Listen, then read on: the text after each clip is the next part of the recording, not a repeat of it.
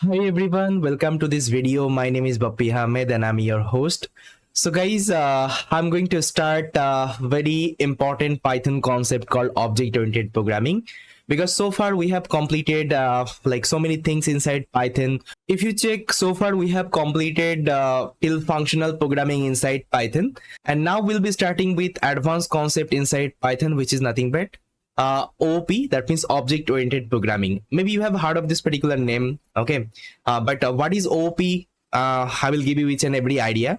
So if you don't know about OOP, no need to worry. So each and everything would be clear from this particular playlist itself. And trust me guys, this is super important concept in a programming. It's not about only Python programming. In every programming language, you will see this particular OOP concept.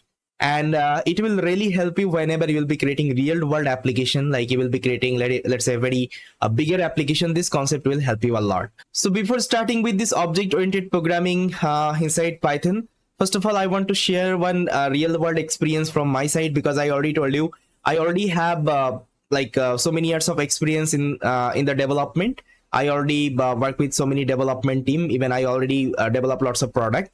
So I will give you one actually real world experience from my side, why this object oriented programming is super important and how it helped me. Okay, that time.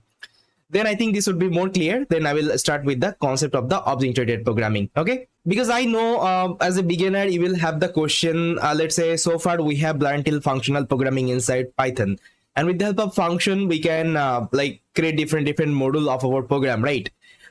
You are completely right. You can also use functional programming to create your application. There is no issue, but still there would be different problem actually will face whenever you'll be using functional programming. So that is what actually I want to share. Okay, that is what I want to share from my experience. Actually, I also faced, okay, in the industry. So for this, let's open up our Blackboard and let me show you, okay, what was the problem actually I was facing there.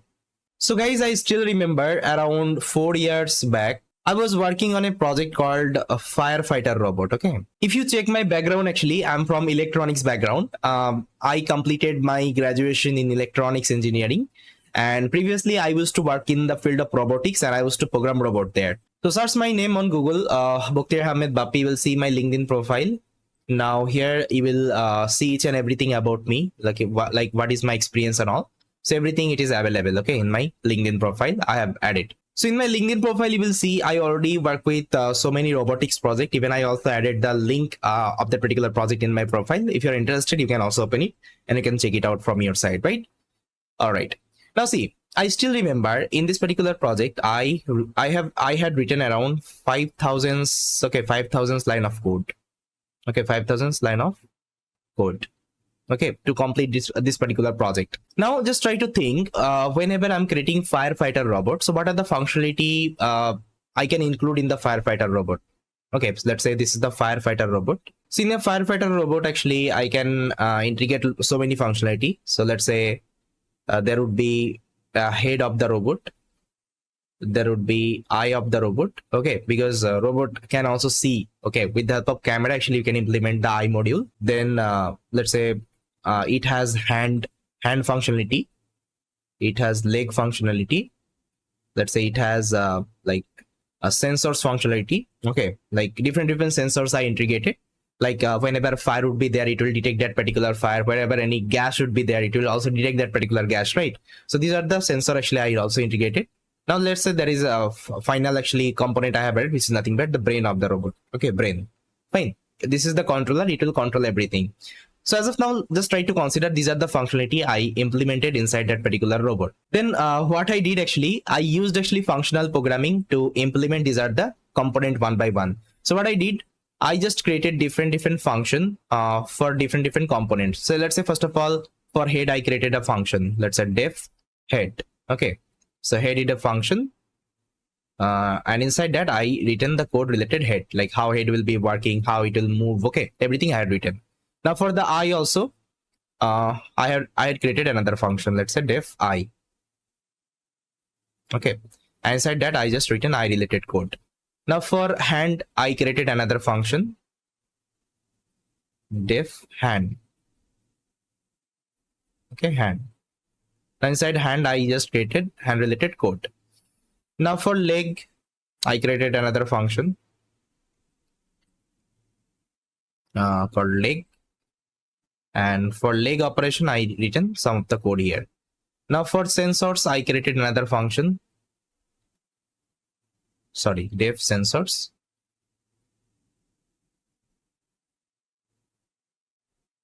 and for sensor operation I created some of the code. Now for brain I created another function, and I written brain related code here. Okay, so this was my approach to solve this particular problem statement. Actually I received from that particular industry. So now I think you can see it's completely fine. I can implement this particular project like that in a functional way. There is no issue because I created different module. You can see head module, eye module, hand module, leg module, sensor module, brain module. And if I combine all of them together, I can create a firefighter robot. Okay, fine. But the main challenge actually I got whenever they told me to create another robot. Actually, let's say this is robot 1. Let's say this is robot 1. Firefighter robot 1. Fine. Now they told me just to get another firefighter robot. So what I will do, I'll just try to copy the same functionality as it is. Okay, I just copy pasted this one here because I don't want to write again. See, then they told me to create another robot which will have the same functionality. Let me just write as a robot 2. Okay, it would be robot 2. And they told me this particular robot 1 will be able to control this robot 2. That means I have to write all the functionality of the robot 2 inside robot 1. Okay, that is what actually they told me. So then what I started, I again followed that particular functional approach. Then I started again creating different functions, okay, for different actually component. So let me just copy paste again. Now see, I implemented in that way. Now one issue I think you will observe. See, whenever I created robot 2 functionality and I created all the component one by one, okay, with the help of function, this will actually mismatch together. You can see this is my robot 1 functionality called head. Okay, the robot 2 functionality I created another head. It is here. Now I think you know inside inside one file I can't define 2 head. Okay, I can't define the same name of a function. It's not possible. Okay, if you're defining same name, it's not possible. Okay, you have to use a different name. Okay, but there is a condition. I have to add function robot 2 functionality inside robot 1. Okay, inside robot 1. So I had to write in that way. Okay, so I was facing this kinds of issue. That means I was not able to write robot 2 functionality inside robot 2 because you can see all the actually component is missing. All the functionality is missing, right? You can see robot 2 is having also the same functionality, head, eye, hand, leg, sensor, brain. So I can't create the same function again. Okay, inside that particular same file. It's not possible. I can't create the same functionality again. Okay, I think you are getting what I'm trying to say. Then actually I stuck in this particular project and I was thinking how I can solve this particular problem statement. Okay, how I can solve this particular problem statement because I have to repeat this particular function again inside of one file. It's not possible here. I can mismatch the function. Okay, and if I'm somehow mismatching the function, let's say I'm giving head 1 or let's say head 2, head I 2. Okay, that's how. Let's say I'm giving hand 2. That means this is the robot 2 related functionality. Okay, let's say somehow I'm giving in that way. So what will happen? I'm creating so many functions in just one line. Let's say after 6 months, my company will tell me, just try to fix this particular function again. So what I have to do, I have to come here and I have to check that particular function. So it would be very hard for me to figure that particular function. And again, you are writing the same code. So it is possible to mismatch the code. It is possible to, let's say, conflict the code together. Okay, but I don't want to take this particular risk. Now let's say there might be another condition. Your company will tell you, just try to create another robot called robot 3, robot 4, robot 5, and so on. So you have to again repeat this at the function. Okay, just try to think how many line of code, how many function you have to create in just one file. So here the code management would be really hard for you. Okay, the code management would be really hard for you if you're writing the code in that way, in a functional way. Okay, so that time actually I heard of something called OP. Okay, object oriented programming, OP. Okay, inside Python. So as I already told you, the full form of OP is object oriented programming. Now I was a little curious about the OP. Like I just heard this OP is like very powerful and we can actually solve this kinds of problem very easily. Okay, with the help of OP. Then I started learning OP. Then after learning OP, I got one amazing idea to solve this particular problem. Okay, I was just very happy because of this particular OOP. And that time I was thinking it's like very easy concept, and it's like very efficient concept we can use whenever we are trying to create any kinds of big application, whenever we are trying to create any kinds of real world application. Okay, instead of functional programming, if we are using this particular OOP concept, it would be really easy for us to manage our code base. Okay, so what I did there, after learning OP concept, there is a concept called class. Okay, class inside actually object oriented programming. That means you can create different class. Instead of creating like different function, what you can do, you can create a different class, and inside class you can create different method, which is also considered as a function. Okay, but whatever function we write in a class, this is called method. Inside OP we call it as a method. Okay, not a function. See, in our world actually everything is an entity. Let's say if I'm talking about robot. Okay, robot is an entity, yes or no? It's an entity. Okay, entity. Then if I'm talking about human, okay, human is also an entity. This is a machine entity. Okay, this is a machine entity, this is a person entity. Okay, and animal also an entity. Okay, animal also entity. What kinds of entity? They're animal class. Okay, they're animal class. They're not related to human class or robot class. That means we can also call them as a class. Okay, we can also call them as a class. Okay, different class. So robot class, human class, animal class, yes or no? So this OP programming concept has taken from the real world only. So those who develop this particular OP concept, they consider, okay, in our world actually everything is an entity. So I can use this particular concept and I can create a very like efficient programming paradigm, okay, with the help of OP concept. Now see here, instead of writing the functional programming inside OP programming, what you have to do, you have to return a class. Okay, so what I did, I just written a class. Let's say class robot. Okay, robot 1. Okay, robot 1 is my first class. Okay, inside robot 1, how many functionality I had? I think remember we had head function, eye function, hand function, leg function, sensor function. Let me write. Let's say I had head function. Okay, I had leg function, I had eye function. Okay, I had, let's say, brain function, and so on. Just consider all of the function I written previously, right? What I did, I created another class called class robot. Okay, robot 2. Inside robot 2, again I created all the function. I have related robot 2, let's say head, then I have, let's say, leg. Okay, then I have, let's say, eye. Okay, then I have, let's say, brain. Now one thing I think you can see, this function is not getting overlapped together because it is present inside robot 1 and it is present inside robot 2. Now let's say if I want to access robot 1 head, so how I will access? I'll just simply write robot. Okay, robot 1. Okay, so robot 1 I will store as an object. Okay, I'll also like discuss what is object inside object oriented programming. Like you already see the name, right? Object oriented programming. So there is a relationship, okay, between object and class. I'll also show you the difference between object and class. Okay, what is an object and what is a class actually. As of now, just try to get it. If I want to access robot 1 functionality, first of all, I have to create an object. Okay, object of robot 1. Okay, object of robot 1. Let's say now I'll just write object dot head. Let's say I want to access this particular head function. Okay, head. Now if I execute this code, it will access my robot 1 head. Now let's say I want to access robot 2 head. What I will do, I'll create another object. Let's say obj is equal to robot. Okay, robot 2.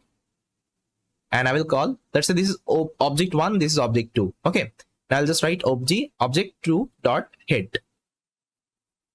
Fine. Now it will execute my robot 2 head functionality. Now one thing I think you can see, this particular 2 code base is completely different. Okay, completely is different because here I have created class 1, because here I have created class robot 1 and here I have created class robot 2.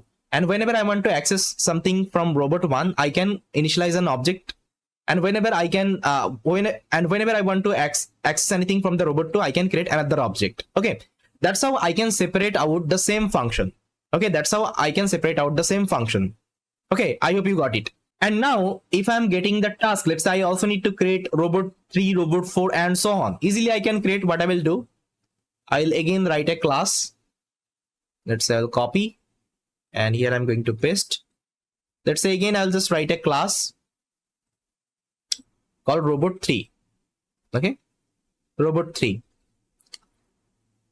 Again I can write a class, let's say robot 4. Okay, robot 4, and so on. Okay, and so on. You can create as much as class you can right now, because here you are creating separate class. Okay, separate class. Inside separate class you are creating the function, and this particular function is separated from each other, although they're same function, but it is separated inside a different class. Now tell me, which one approach is good, this functional approach or this particular class approach? Just pause the video and let me know. Okay, just try to think. It's like very easy to organize my code right now. Now let's say your company is telling, just try to let's say add some more functionality in robot 1. What you will do, you will come inside robot 1 and you will add more functionality here. Okay, but previously if your company tell you try to add some more functionality inside robot 1, how you'll do? Because all the function are same at the end. Okay, so here again you need to create with some other name, and you can like somehow add the functionality, but again the code management would be very hard for you, so it's not a recommended way, right? So that's why this OP helps us to write our code in a very efficient way, and it's like very powerful concept inside Python. Okay, so far whatever functional programming you have learned, it's completely fine. Okay, it's completely fine. If you have any easy problem statement, you can solve with the help of functional programming. But whenever you are working in the real world application, whenever you are creating a very big application, you also need to think the future of that particular application. Let's say in future I want to add some more functionality. Let's say I'm talking about Facebook. Facebook is day by day they are updating in their software. They're adding new functionality. So Facebook is also using the, let's say, object-oriented programming concept. So they're creating different class. Let's say in future I want to create another class. The class name should be human. Okay, class name is a human. Okay, let's say my robot will try to interact with the human. I'll create a human. Okay, inside human I'll create some functionality. Okay, I'll create some functionality. Now you'll see it's a different entity right now. Okay, so I don't need to write all the functionality related human inside my robot code. Okay, inside my robot functionality, because I have an option. I can create a different class, and inside that I can mention different functionality of the human. So let me give you a very good example. Let's say there is two person, let's say Bappy. Okay, and there is another person, let's say Alex. Okay, now person is also an entity. Okay, person is also an entity or class. Now what I will do, I'll just try to create a class, let's say class Bappy. Okay, and class Alex. Okay, now Bappy will have what? Bappy will have eye. Bappy will have mouth. Okay, Bappy will have, let's say, hand. Okay, hand. Bappy will have leg. Alex is also having the same, let's say, component. Let's say eye, let's say mouth. Okay, then hand, and then leg. Okay, that's how we can see both are same entity. Okay, but I'm defining in a separate class name. Okay, I'm defining a separate class name. Now let's say if you're using functional approach, so what you have to do, you have to add these are the functionality inside here only, and after doing it you will see that this function will mismatch together. Now you won't be getting like which one is the eye of the Bappy, which one is the eye of the Alex. Okay, that's the idea. I hope you got it. So that's how with the help of OP programming we can actually manage our code base in a very easy way. Okay, and we can create our application in a very efficient way. So let's say if I want to add something in the future, I can easily do it. Okay, so that's why it's always recommended to use OP concept whenever you are creating any real world application. And there are some more features you will get from the OP. Like there are some more functionality actually will get.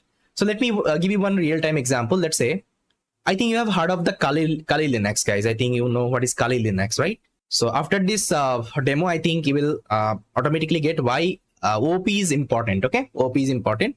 So Kali Linux is nothing but it's a Linux distribution. Okay, and inside Linux actually we are having different actually distribution. Like we are having Ubuntu, we are having, let's say, CentOS, we are having, let's say, Alpine, different actually distribution you will get inside Linux operating system, right? So Kali is one of them. Okay, now you just tell me why Kali is so popular. Just pause the video and let me know why Kali is so popular. I think you got it. Kali is popular because of the hacking. Because if you see, those who actually works in the cyber security, or let's say hacking domain, they use this particular actually distribution like Kali operating system they will be using, because inside Kali, hacking related all the tools would be like default installed. Okay, it will let's say whatever actually tool you need for the hacking, everything would be present inside Kali operating system. That means you don't need to additionally, let's say, install anything here. So it will give you all the functionality related hacking. Okay, I hope you got it. But if you're a hacker, you can also hack from the Windows machine. You can also hack from the, let's say, Mac based machine. Yes or no? You can do it. But if you're using Windows Mac based machine, so what will happen? You have to install those are the tools separately. That means you have to set up everything from scratch there, right? But if you're using Kali Linux, what you have to do? You don't need to install them separately. The functionality already there. You only will be using that particular tools and technology. Yes or no? That's why hacker will prefer this particular Kali Linux. Okay, if they want to hack, not about Windows, not about Mac operating system. Okay, I hope you got it. So similar wise, inside programming, okay, inside programming, you can write the code with the help of functional programming. It's fine. Okay, but if you're using OOP concept, that means object-oriented programming, it will give you some more functionality to write your code in a very efficient way, to manage your code base in a very efficient way. So that's why all the developer prefers this particular OOP concept, because all the functionality, okay, all the functionality related to the code management, the code security, okay, inheritance, abstraction, all the functionality will get inside OP. Okay, inside OP. So you don't need to write anything from scratch there. Okay, it's not required. So this is one very good example I can give you. Now I think it is clear why OP concept is super important. Okay, you can solve anything with the functional programming, but you have to write the code from scratch for the security, for the abstraction, for the inheritance, right? And for the code management. But if you're using OP, you don't need to do anything. OP will automatically take care of this part. Okay, and inside OP you will get different functionality. Like we'll be learning so many concepts inside OP. So let me show you some of the OP concept actually we'll be learning. So guys, you can see inside OP we'll be learning something called class and object. Because first of all, we have to understand this class and object, because many of you will get confused what is class and what is an object inside OP. Then after that we'll be learning something called abstraction, polymorphism, encapsulation, inheritance. Okay, these are the very super important concepts inside OP, and these are the concepts will give you lots of power, okay, during write your code. And you'll see that whenever you'll be learning, these are the functionality, these are the, let's say, topic, you'll be enjoying a lot. Okay, and you will think like, okay, so this is the programming I was looking for, and this is the concept I was looking for, and with the help of that I can easily manage my code base, and I can easily create a very big software, okay, without any kinds of hesitation, without any kinds of problem. Okay, so in a summary, OP nothing but it's a programming paradigm. It helps us to write efficient and optimized code, and it also helps us to manage our code base, and it will also give you some more functionality whenever you are trying to create any kinds of real world product, real world software, okay, or any bigger application. Now I think you got it. Okay, what is OP inside Python, and why it is so important. Fine. Before ending the video, I just wanted to show you all the real world application using this particular OP concept. Let me show you one of the project implementation. Let's say if I'm search for PyTorch. Okay, PyTorch is a actually library, deep learning library, and it is an open source library from the Meta AI. So they have developed this particular, let's say, library. Now if you see their code implementation, let's say if I go to the PyTorch and if I show you their code implementation, let's say I'll open up any kinds of function. Now here you will see they're using class concept. Okay, they're using class concept. If you open up any kinds of function, okay, any kinds of code, you will see they're using class concept. See, they're using class concept. Okay, so this is called, they're using object-oriented programming concept here. So we'll be also learning these kinds of implementation. Okay, how we can do. I will show you one very good example in this particular playlist. We'll be creating one banking application with the help of, we'll be understanding this particular OP concept. Because see, OP is all about actually practical understanding. Okay, it's not about theoretical understanding. Okay, if you deep dive in the theory, definitely will get confused. So OP always you need to understand as a practical way.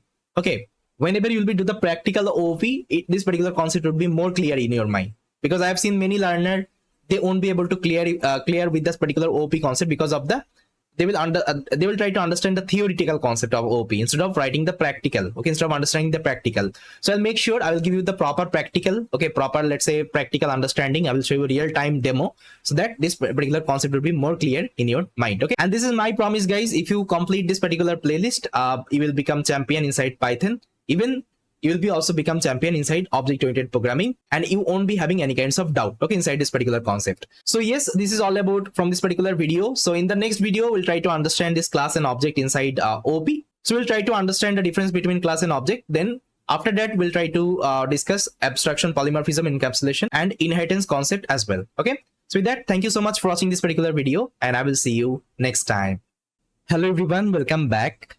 So guys, in this video, we'll try to discuss another very important topic inside OOP, that means object-oriented programming, called class versus object.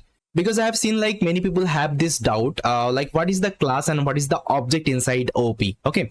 Because there are so many confusion I have seen. So let me first of all clarify what is the class and what is the object inside OOP, okay? After understanding it, going forward, whatever code actually will be writing, it would be very much clear in your mind, okay?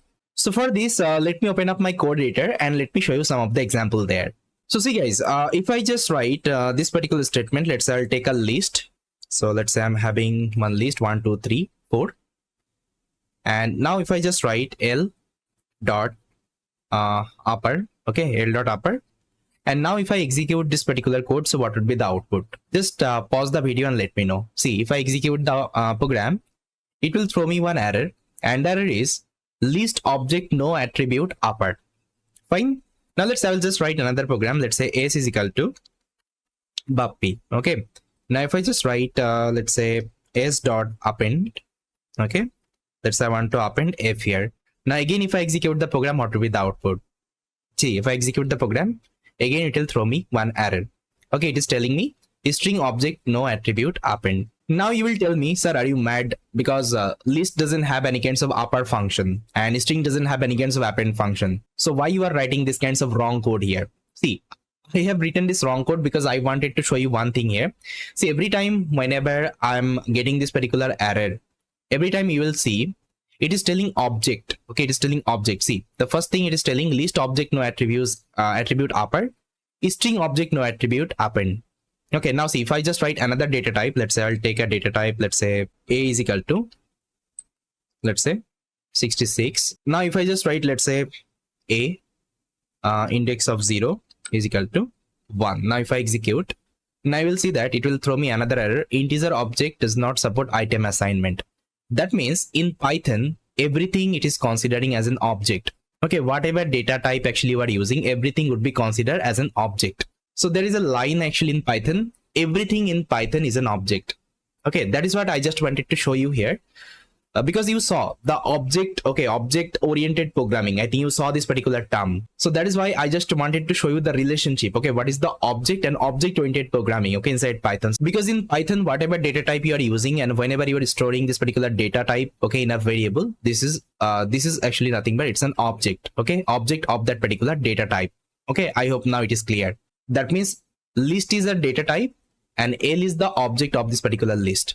And here string is the data type, S is the object of this particular string. And here integer is the data type, A is the object of this particular integer. Okay, I hope it is clear. Now another thing I want to show you, let's say I'll copy the same list here. And now if I show the type of this particular L, so type of L. Now see, if I execute the program, you'll see it will tell you it is a class list. Okay, now similar wise I will copy the next one. Now instead of appending, I'll just show you the type of the C. Again, it is telling class string. Okay, similar wise I will also copy this one. Now I'll check the type of A. Okay, you'll see that it's a class integer. That means in Python, whatever data type you are using, it's a class. Okay, it's a class. See, different class. It's a list class, it's a string class, and it's an integer class. You can also see the implementation of this particular class, how they have implemented. So instead of defining this literal like that, I can define like that. Let's say L is equal to list. Okay, I think you know list is a function inside Python. Now see, this list is a class. Now see, if I want to see the implementation of list, I'll just press Ctrl and I'll do the left click. Now see, it will show me the implementation of this particular list class. Now see, it's a class. list is a class, okay, and inside that they have created different function of this particular class. So similar wise, string is a class, so you can use this particular statement. So to define a string, you can use like that, str, okay, str. Now if I again press Ctrl and left click, you will see that it will open this particular string class as well. Got it? Now I think you got it. So in Python, whatever data type you are using, it's a class at the end. And this particular class is having some of the functionality. So let me show you. So let's say if I just write like that, I'll copy this line and I will execute. Now see, if I just write like that, L dot, okay, L dot. Now if I wait, it will show me different function. You can see it will show me different function, like I can perform append operation, clear operation, copy operation, count operation, and so on. So similar wise for the string as well. Let's say there is one string I'm having, and now if I press now if I just write s dot, you will see that it will also suggest me some functionality related string. Okay, now see, append is not there because append is not a function inside string class. Okay, now if I press L dot, you will see this particular append. Now append is a function of a list class. Okay, that's why you can see this particular function here. Okay, now you can ask me, then what is the difference between object and class? See the easy definition you can remember. Whatever data type you are writing, okay, this is called class. Let's say whatever data type you are using, this is called class. I'm using list, then let's say string, integer, float, then you can say boolean, whatever actually you are using the data type. This is called actually class inside Python. Okay, and to store this particular class, the variable you are using, this is called an object. Let's say here is the example. So this is my data type. This, what kinds of data type? This is my list type data type. Okay, I think you know. And to store this particular data type, I'm using this particular L variable. Okay, so here L is the object. That means L is the object of list. Okay, L is the object of list. That means whatever functionality you are having inside this particular class, everything can be accessed, okay, from this particular object. So that's why whenever I'm writing L dot, okay, L dot, so whatever functionality actually I'm having, okay, whatever functionality actually I'm having inside this particular list class, everything I can access. Okay, everything I can access. Append, clear, copy, count, extend, everything. Another simple example you can remember, let's say mobile. Okay, mobile is a class. Okay, mobile is a class. And Samsung, okay, Samsung is an object of mobile. Now similar wise, let's say iPhone. Okay, iPhone is the object of mobile. Then I can give another example. Let's say car is an class. Okay, car is a class. And let's say Tata is an object of car. Now let's say car is a class. BMW, okay, is an object of this particular car. Okay, now I think it is clear what is class and object inside OOP. Whatever class you are using, it doesn't matter. But if you are storing in a variable, okay, if you are storing in a variable, and that particular variable would be considered as an object inside Python. That's why at the very first I showed you now list.upper I was writing. That's why it was telling list object has no attribute upper, because here I'm calling L. And what is L? L is a object of list. Okay, that's why it's telling is an object. Similar wise for the string as well. So here s.append I'm doing. So s object does not have any append function. Okay, that's why s is an object of string. That's why s is an object here.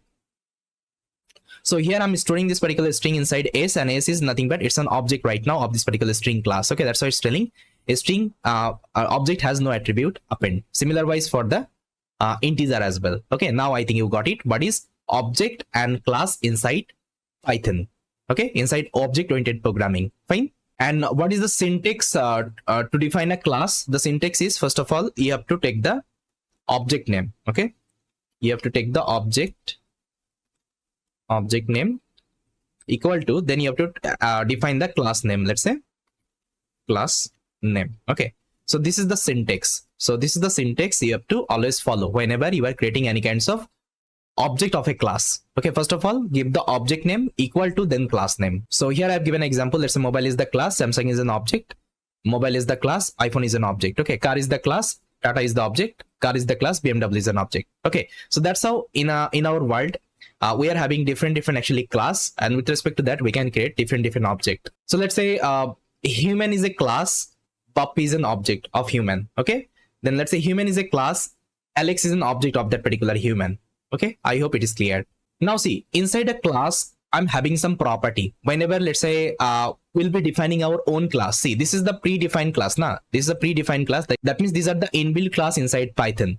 But going forward, we'll be creating our own class, our custom class. So whenever we'll be writing our custom class, inside that, what are the property I have to mention? So let me show you. So guys, you can see here is a diagram I kept. So as of now, you have learned class is a blueprint. Okay, it's a blueprint. And on top of this particular blueprint, I can define an object. Okay. Now, whenever I'm writing a class, that means I'm creating my own class. So this particular class will have two property. One is the data property. Okay. That means you have to define the data first of all. Let's say I was talking about car. Okay. Car is a class. Now, what are the data you can consider inside a car? Let's say color of the car. Then you can consider number of tire. Okay. Of that particular car. Now let's say how many seats are available inside the car. Okay, so these are the actually data. Okay, these are the data of that particular car class. Okay, and there is another property we'll see called functions or behavior. Now you can tell me what is the function or behavior of a car. So let me give you one example, like how to drive a car, how to open the door. Okay, how to start the car. So these are the functions and behavior of a car. So how it will, let's say, increase the speed, how it will press the brake. So these are some behavior or functions of a car. Okay, so now I think you got it. What is the property of a class? So whenever I'm writing my own class, my custom class, inside this particular custom class, what I have to write? I have to write two property. One is like the data property, other was like the function or behavior of that particular class. Okay, that is the idea. Now here is a class basic structure. Like whenever we'll be defining the class inside Python, what will be the structure? Okay, so here I have written a simple demo. You can see car is a class car. Here you have to use this particular class keyword. Then you have to write the class name. Okay, class name. So class car. Now inside that, you can see I'm having two property. One is like data property. Another is like my functional property, functional or behavior property. Now as a data, I told you the color of the car. So this can be considered as a data, and model of the car. Okay, this can be considered as a data. And inside that, the functionality of the car. That means the calculate the average speed. Like whenever you will drive the car, it will calculate the average speed. Okay, that means the kilometer with respect to the time. So this is called actually behavior of the car. Okay, so that's how in a class actually will have two property. One is the data property, another is the function property. That means the behavior of that particular class. I hope it is clear now.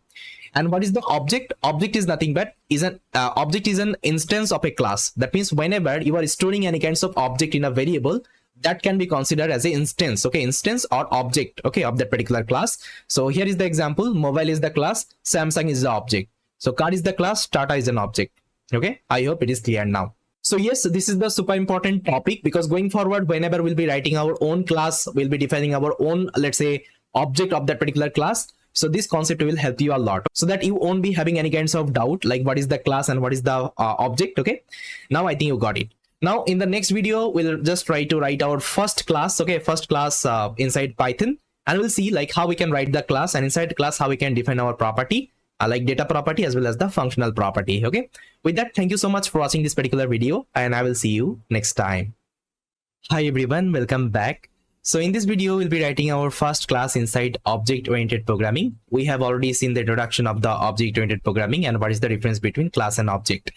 So here I'm going to show you one banking application, because as I already told you, OP is nothing but it's a completely practical understanding. And unless and until you are not getting actually real world practical understanding, so it would be a little bit difficult for you to understand.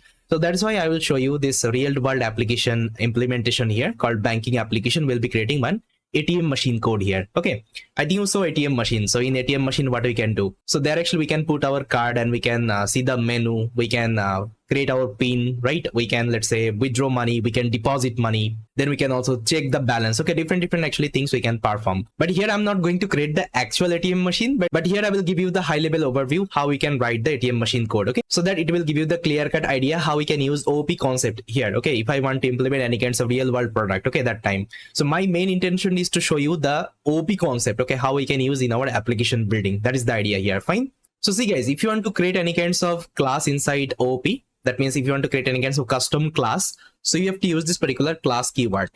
Previously, I showed you some of the, let's say, class. I think remember list class I showed you. Okay, string class, str. Okay, then integer class, right? So these are the class actually. Okay, these are the class. And if you want to see the implementation, just press Ctrl and left click. You will see this particular class. Now see, they are also using the class keyword. Okay, so these are actually inbuilt class inside Python. So these are inbuilt class inside Python. Okay, we don't need to create this particular class separately. But if I want to create my own class, that means if I want to create my custom class, I already told you we can also create our own custom class. I can also create my own data type. Okay, it is also possible inside OP. Okay, so for this I need to use this particular class keyword.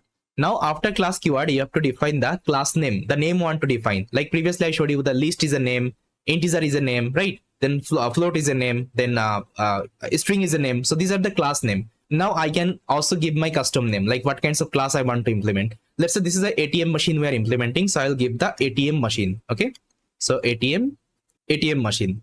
Let's say this is my class name. Okay, after that you have to give a clone symbol. After that you have to give a clone symbol. Now you can ask me, how should I write this particular name? Is there any, let's say, suggestion? Yes, there is a suggestion. Whenever you are defining, let's say, this class name, you have to follow something called Pascal case. Okay, Pascal case character.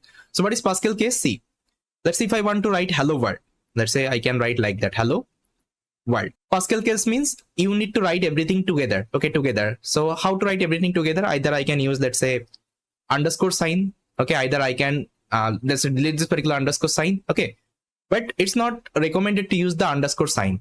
Whenever you are writing any kinds of class name, no need to use any kinds of underscore sign, or let's say hyphen sign. Okay, no need to take. So Pascal case means if you want to take any name, and if this particular name contains, let's say, multiple word, what you have to do, you have to take them together.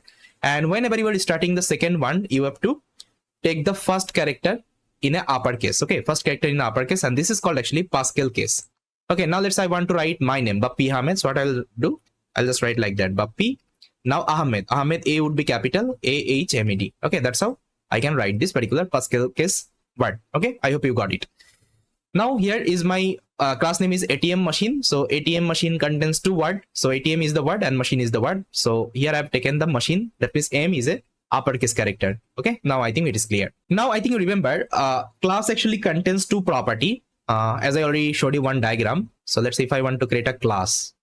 So class usually contains two property. One is the data property. Okay, data property. And another property is the function property. Okay, functions. Okay, functions or behavior. You can also tell it as behavior. Okay, now you can tell me, whenever I'm writing ATM machine code, I'm implementing ATM machine here. Now inside ATM machine, what are the data you can consider? Just tell me, what are the data you can consider? Pause the video and can let me know. See, I think I can consider pin is a data. That means I can change the pin inside ATM. Or let's say whenever I want to enter in my account, I need to pass my pin, right? Then I want to, if I want to change the pin, I again need to pass my pin there. So pin is a data. I can consider pin is a data here. So it should be pin. Now the next data I can consider balance. Okay, like I can also check the balance, and balance will store my balance. Okay, like how much balance actually I'm having. Apart from that, I think no, there is nothing actually I can consider. So let's say these are the data actually I can consider inside my ATM machine. So now first of all I have to define the data property inside a class. And how to define a data property? For this you have to use one special actually function inside a class called constructor. See, that's how we can define a constructor. So let me show you. So that's how actually you can define a constructor. Now you can ask me, what is constructor? Constructor is nothing but constructor is nothing but it's a special function. So I'll just write constructor. So whenever you will see this kinds of function underscore init underscore, so you have to consider it's a constructor function. Okay, it's a constructor function. So it's a special function actually, a special function, and it has some superpower. I will discuss this constructor in more detail. As of now, just try to consider. It's a special function inside a class, and whatever data actually you have to write. That means whatever data property you have to write, as I already showed you, whatever data property you have to write, all the data property you have to write inside this particular constructor function. Okay. Now I told you I need two data property. One is like pin and balance. Okay. So I will mention it here. So first of all, I'll take the pin. Okay. Pin is equal to, let's say, empty. Initially the pin would be empty. There won't be any kinds of pin. And the second things actually I have to mention the balance. Okay. Balance. So initially balance would be 0. Now see, this is not a actual way to define our data. Okay, this is not actual way to define this particular class variable. We can also call it as a class variable. This data property can be called as class variable also. Now one thing I think you can see, I'm giving a self here. Inside this particular parenthesis, I'm giving self. Now you can ask me what is self. This particular constructor you have defined. Okay, so this is the ATM machine constructor. Self is nothing but it is pointing to the ATM machine. It is telling it is the ATM machine constructor. Okay, this is not any other class constructor. Now here you have to also define, these are the variable you have defined. Okay, in which class it is belong to. It is belong to ATM class. So you have to give the self here. Okay, self here, this particular self keyword. Okay, so that's how we have to define a data. Okay, that's how we have to define a class variable always. So this is the actually rule. If you are using Python class, if you want to define a Python class, you have to follow this particular rule always. Now see, if I execute the program, there won't be any kinds of output, because if you want to get an output, what you have to do, first of all, you have to define the object of this particular class, then you will be able to get that particular output. Okay, now I think you remember I told you difference between object and class. Okay, now if I want to define the object of this particular class, how I can define? So I'll just take a variable, let's say object, okay, is equal to my class name, ATM machine. Now ATM machine is my custom class. Okay, I have created, and object is nothing but it's an object. Okay, obj is nothing but it's an object of this particular class. Okay, now see, if I execute, again there won't be any kinds of, let's say, output, because here I am not returning anything, or I haven't called any kinds of function. Okay, inside that is the idea. I'll tell you how we can define a function inside a class. Okay, we can define a different function, and we can call that particular function as a method. Okay, that time. Now see, if I just show you the type of the object, so type, okay, type of the object, you'll see that it's a class ATM machine. Okay, that means we have successfully created our custom class. Okay, custom class. So previously I was using inbuilt class, now I have created my custom class, and here you can see the type. Okay, it's a class ATM machine class. Okay, I hope you got it. Now whenever you are using any kinds of ATM machine, if you just let's say put your card in the machine, it will show you one menu, like you want to, let's say, create a pin, or you want to change a pin, or you want to, let's say, check balance, withdraw money, or deposit the money. Okay, so these kinds of actually, let's say, interface actually it will give you, right? So here also I want to create a menu function. So whenever user will execute my, so whenever user will let's say use my ATM machine, that means whenever user will execute my code, they will also get the menu. Okay, like what they want to perform with the help of this particular ATM machine. So for this here, I'm going to take a method. Okay, I'm going to take a method. So I'll just write def menu. I'm going to name this particular method as menu, and again it's a property of ATM machine. That means this particular method is belonging to ATM machine class. Okay, that's why you have to assign this particular self. Self means it is locating, it is the ATM machine function. Okay, this is the ATM machine function, not any other class function. Okay, that is the idea. And inside that, first of all, I'll take an input from the user. So user underscore input. So user will pass, let's say, so inside input, I will just give a message first of all. So I already written the message. Let me show you. Like, hi, how I can help you. Press 1 to create a pin. Press 2, change the pin. Press 3, check the balance, and press 4 to withdraw. Or if you press anything, it will exit this particular ATM machine. Okay, this is the welcome message I have given. Now see, we have defined a method here, and this is also called a function. But you can ask me when we have to call this is a function and when I have to call this is a method. See, whenever you are using function outside of a class, okay, outside of a class, like I showed you, okay, previously I showed you the function, right? So I was writing outside of a class. Okay, this is called actually function. Okay, this is called actually function, and function doesn't have any kinds of self. Okay, self keyword inside that. And when we'll be calling as a method, whenever I'm using the function inside a class, okay, inside a class, that time actually I'll call as a method. Okay, method of this particular class. That means menu is a method of ATM machine class. Okay, I hope it is clear. And how to identify the method, you will see this particular self keyword every time. And what self will do, self will try to relocate, like that means this is the ATM machine function. Okay, self is itself is a ATM machine class. Okay, now if I execute the program, now see there is no output because I have to first of all initialize the object of the ATM machine. Now see I have also initialized. Now if I want to execute this particular method, what I have to do, I have to call this particular method first of all. So how I can call, easily I can call, I'll just write obj. Okay, if I press, let's say, obj, and if I press dot, okay, now see all the, let's say, functionality I'm having inside my class, everything it is suggesting here. See, if I just press dot, it is giving me the balance, menu, pin. That means all the property, all the data property as well as the function property it is giving me here. You can see. Okay, it is suggesting. Now let's say I want to execute the menu. I'll select the menu, and menu is a function. That's why you have to give the parenthesis. Now see if I execute. Now it is asking, okay, it is asking how I can help you. Please want to create a pin. Please two to change the pin, and 3 to check the balance, and 4 to withdraw, and 5 and anything to exit this particular application. Now let's say I'll give 1 here. Now if I execute, see my code would be executed successfully. So if I want to execute any method inside a class, I have to call that particular method here, okay, with this particular object. First of all, define the object of that particular class, then just try to call that particular method. This is the idea. Now let's say I want to check the balance. So what I will do, I'll simply give obj dot balance. Okay, now balance is a variable, it's not a function. Okay, so I don't need to give the parenthesis. I'll directly execute. Now see, it will give me 0. That means currently my balance is 0 here. Okay, I hope it is clear. That means whatever property you have defined, whether it can be data property, whether it can be function property, everything you can access with the help of this particular ATM machine object. Fine, this is the idea. Now let me delete.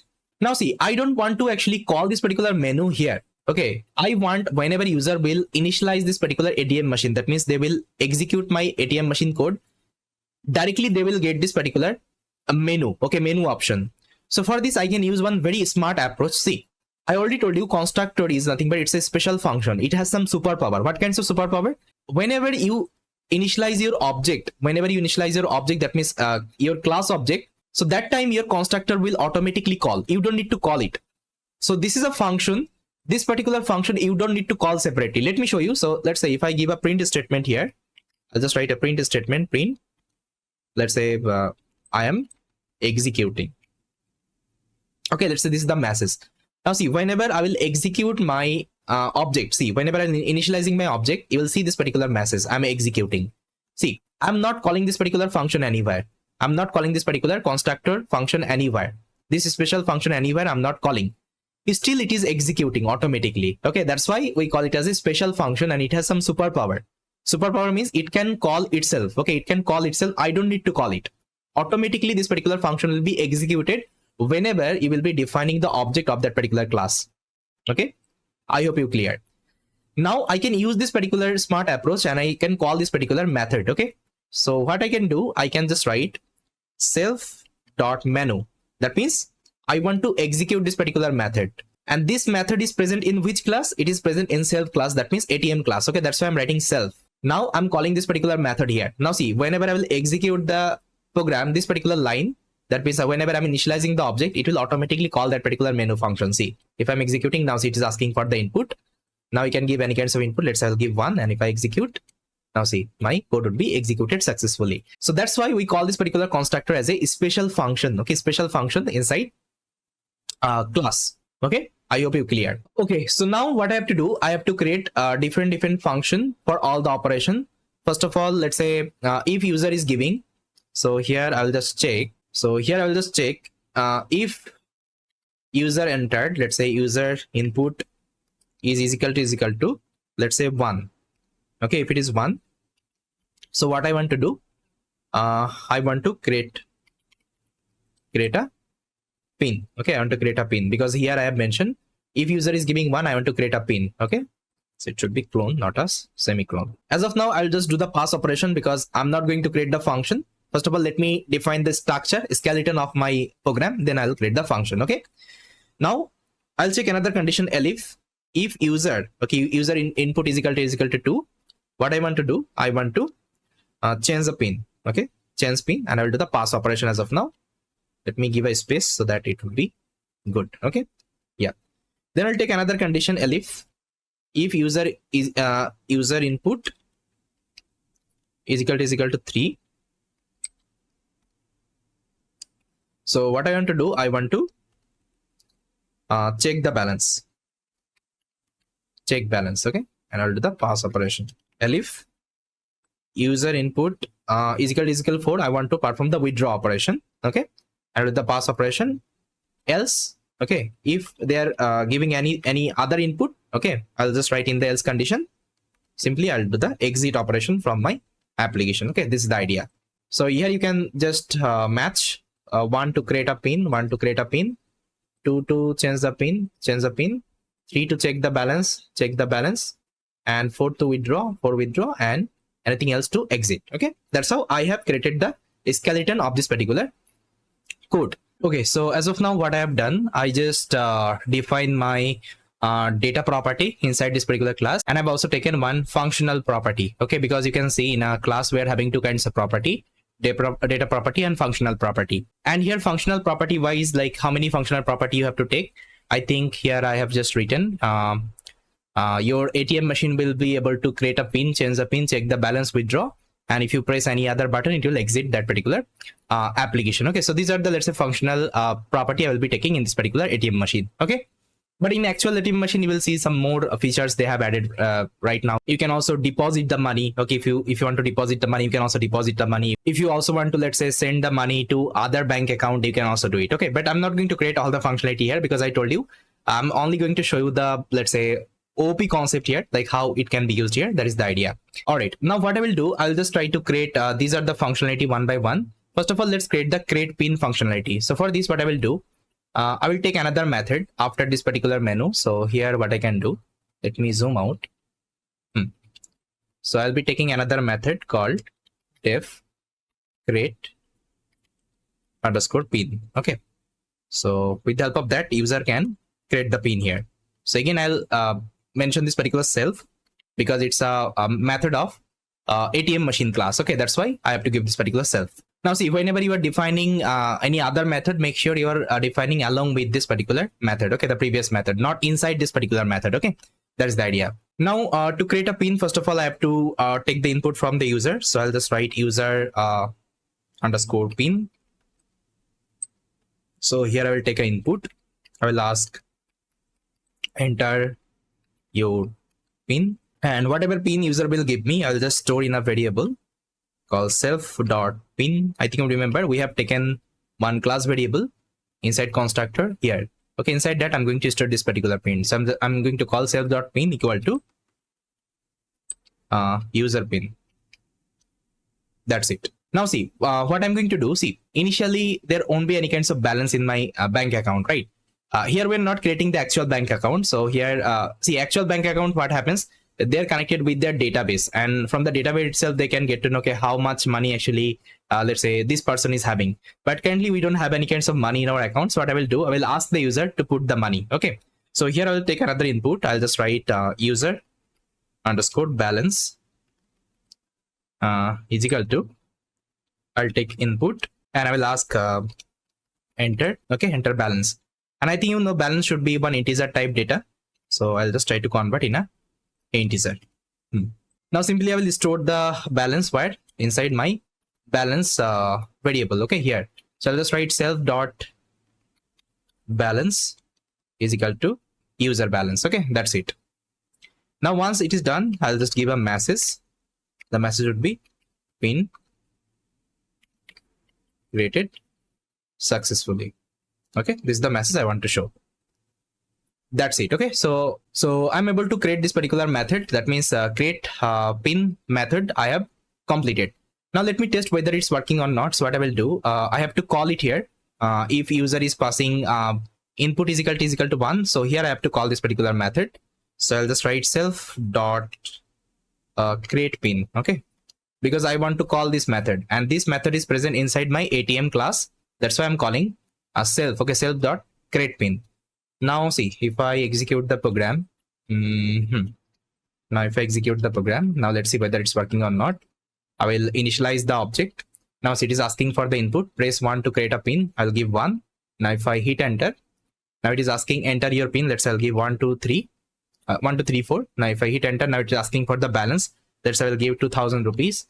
Now if I hit enter, see, my pin is created successfully. That means it is working fine. Okay, it is working fine. But what I want, see, after creating the pin, again it will give me the menu. Okay, again it will give me the menu, like what I want to do. I want to change the pin, I want to check the balance, I want to withdraw, or I want to exit. Okay, so for this what I can do, see, after creating the pin, again I will launch the menu. Okay, so for this I'm going to call this particular function here. So self dot menu. Okay, so inside this particular function I'm calling my menu function.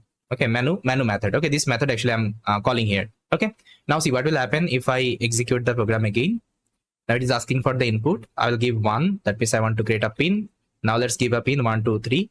Now let's give it the value, let's say 1000 rupees. And if I hit enter, now again it is giving me the menu. You can see, hi, how are you, how I can help you. Now you can give any other option. Okay, let's say you want to create a let's say you want to change the pin, or let's say you want to check the balance, you want to withdraw, you can give it here. Let's say I'll give E. That means it will exit my application. Okay, that's the idea. So this particular function is working fine. Okay, this particular method is working fine. Now let's try to create the next method, which is nothing but change pin. Let's say user wants to change his pin, so he can also change it. So what I will do, I will again come here, and again I will take another method called change_pin. Again I will define self. So see, if I want to change my pin, so first of all it will ask my old pin, like my current pin. Okay, because if you want to change any kinds of, let's say, password, first of all it will ask for the current password. That means your old password. Okay, and if you are able to give the correct password, then it will let you change your password. So here what I will do, I will just take a input from the user. I'll just write old pin is equal to here I'll just take an input, enter your old pin. Okay, enter your old pin. Then I'll just write a condition, if my old pin, okay, old_pin is equal self.pin. That means your old pin is already saved inside this variable. Okay, this variable, it is already saved. And if it is matching, okay, if your current pin, it is matching, so what I will do, I will let him to change this password. So I'll just write enter your new password. I'll just write new pin is equal to input, and once new pin is entered, I'll just try to store in my I'll just try to update my old pin. Okay, so you can see my old pin I have updated with the new pin, and once it is done, I'll just give a message, pin changed successfully. Now again I'll launch my menu. Okay, because menu would be launched every time. Okay, that's the idea. Now in the else condition, I'll give a message invalid pin, and again I will launch the menu. Okay, this is the idea. Now let me check whether it's working fine or not. Again I will execute the program. Now see, it is asking for what you want to do. I want to, let's say, create a pin. Now it is asking for my pin. I will give 1 to 3, and it is asking for the balance, let's say 10,000 rupees, or let's say 20,000 rupees. And now see, it is again giving me the menu. Then now I want to change the pin, so I'll give, let's say, see, if you want to change the pin, you have to go to the 2 option, press 2 to change the pin. So I'll give 2. Okay, it has executed because okay, so I haven't called this particular function. See, whenever you are giving 2 now, I have to call this function as well. So here I'll just write self dot change pin. Okay, now it will work. First of all, I will create a pin 1, enter the pin 1 2 3, enter the balance, let's say 20,000 rupees. Now pin has created. Now I want to change the pin. I will give 2. Now it is asking your old pin, let's say 1 2 3, my old pin. Now if I hit enter, now it is telling enter your new pin. Let's say I'll give 2 3 4. Now if I hit enter, see, pin changed successfully. That means everything is working fine, and again it is giving me the menu. Okay, now simply I'll escape, press escape button from the keyboard. It will stop the execution. Fine. Then the next function I'll be creating check balance. Okay, if I want to check the balance, so how I can do it. So for this, again I'm going to create a method, check_balance. So if I want to check my balance, first of all I have to give my pin. Okay, I think you know. So I'll just take the user pin, user_pin. I'll take the input, enter your pin. Okay. Then first of all I will match the pin whether it is correct or not. I'll just write if user_pin is equal to self dot pin. That means it is matching with my actual pin. Then what I will do, I will print the balance. Okay, so print, I'll take a f string. Inside that I'll just write your balance is dot balance. Okay, balance.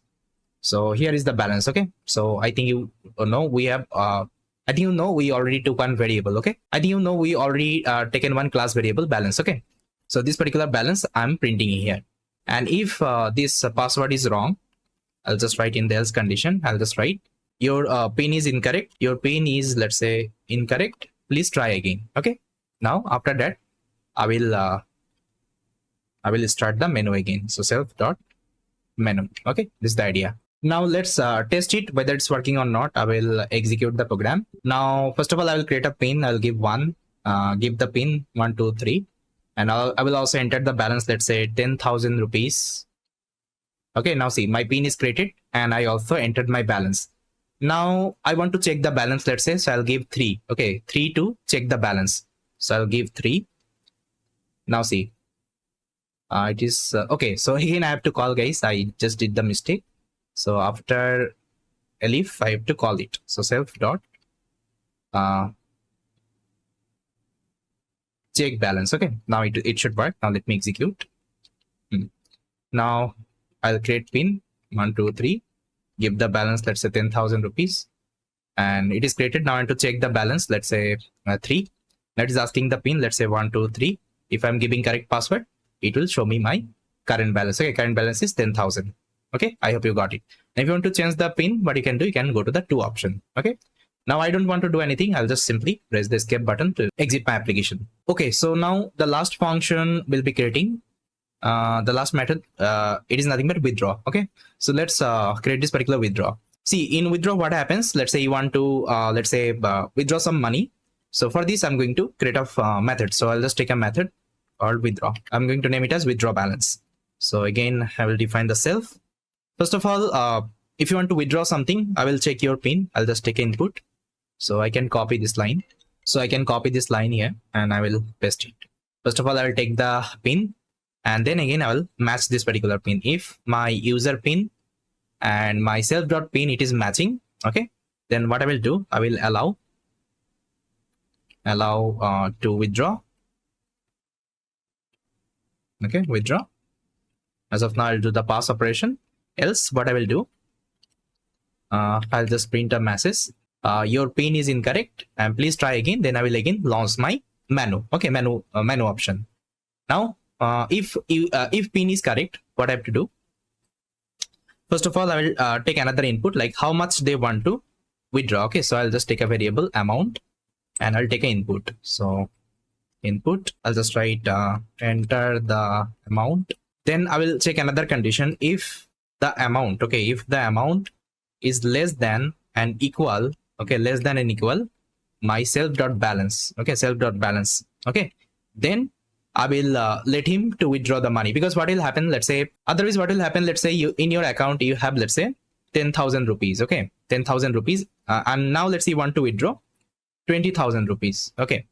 So it is not possible because you have actually 10,000, okay, 10,000 rupees in your account, but you want to withdraw 20,000, okay, it's not possible. That's why I'm checking this condition. If your amount is less than, okay, less than equal to self.balance, that means your correct balance, okay, then you will be able to withdraw the money. Otherwise you won't be able to do. So here I'll just write self.balance is equal to self, okay, self.balance minus the amount, okay. That means the amount actually he is giving, I'm just doing the subtraction operation with my main account, okay. That means my main balance, that's it. Then simply I'll give a message.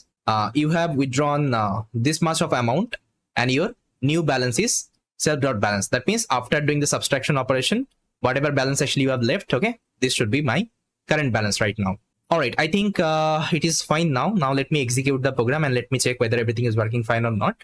I will execute the program and I will initialize the object. And now it is asking the menu. Let's say I will first of all create the pin. I'll give 1. Let's create the pin 123. Now let's enter the balance. Let's say 10,000 rupees. Now let's say I want to check the balance. So I'll give 3. Now enter the pin 123. And you can see my balance is 10,000. Now let's say I want to withdraw. Okay, I want to withdraw some money. And if you want to withdraw, you have to give 4. Okay, 4 to withdraw. So I'll give 4. But it won't be working. Okay, why? Because I haven't called it here. So you have to call it here. Okay, so let me call withdraw balance. Now it should work. Now let me execute. Now let's create the pin 123 balance. Let's say 10,000 rupees.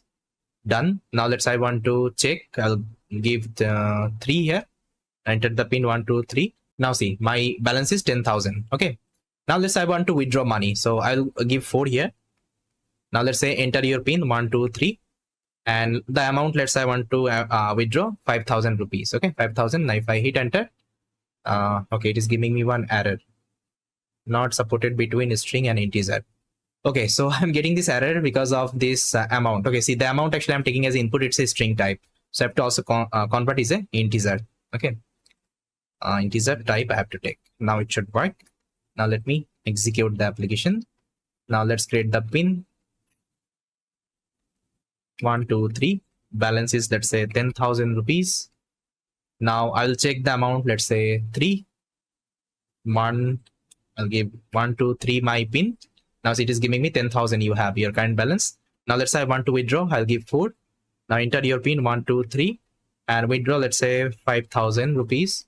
Now if I hit enter, now see it is giving me the you have withdrawn 5,000 and your current balance is 5,000 rupees. Okay, that means everything is working fine. But here you can give another condition. If let's say amount is more than your current balance, you can give a condition here, else you can just write print insufficient balance. Okay, so now let me again execute and let me show you. Let's say I want to create a pin 1 1 2 3, balance let's say 10,000 rupees. Done. Now let's say I want to withdraw, so I'll give 4 and let's say the pin 1 2 3. Let's say the amount I want to withdraw, let's say 3,000. If I hit enter, see it is giving me you have withdrawn 3,000 and your current price is 7,000. Okay, that means it's working fine. Now let me stop the execution. So now see, with the help of OOP concept, beautifully we created this particular application. Okay, beautifully we created the application. We just written a, so here we defined a class. Inside the class, actually I have taken the class variable, that means the data property, and I have also taken the function property. Different function I have added. Okay, now let's say your company is telling you I need a ATM machine for the ICICI bank and for the SBI bank. So then what you will do, you will just try to copy, okay, and you'll take a cell and just simply change the name of the class. Let's say this is the ATM machine for ICICI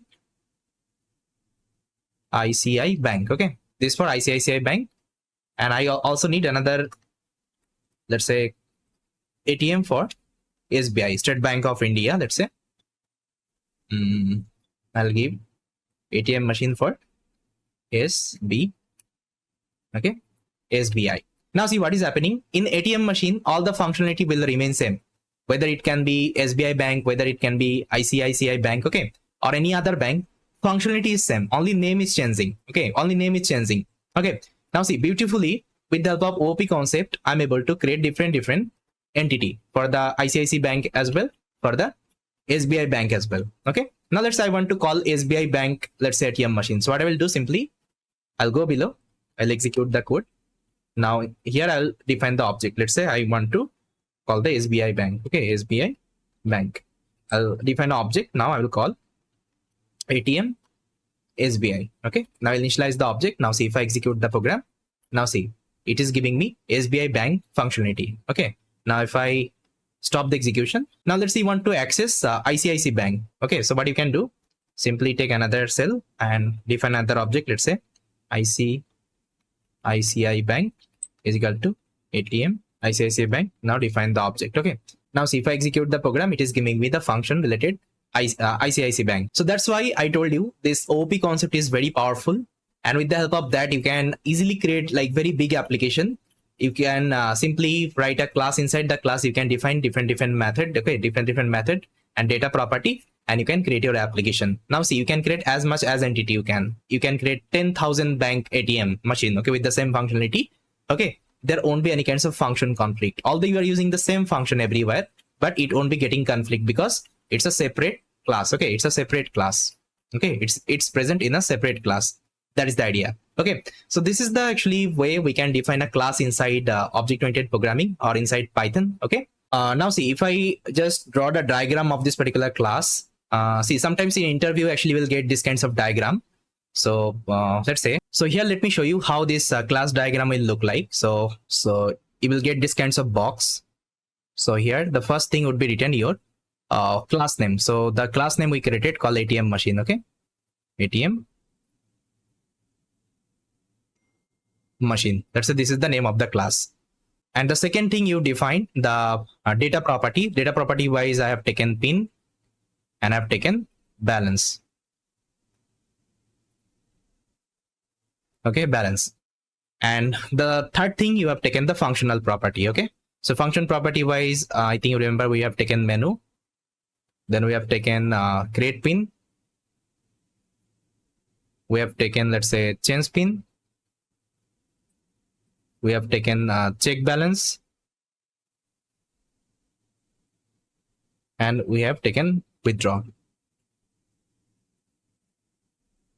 Okay, withdraw. So this is how actually your class diagram look like. Class diagram. Okay, diagram looks like.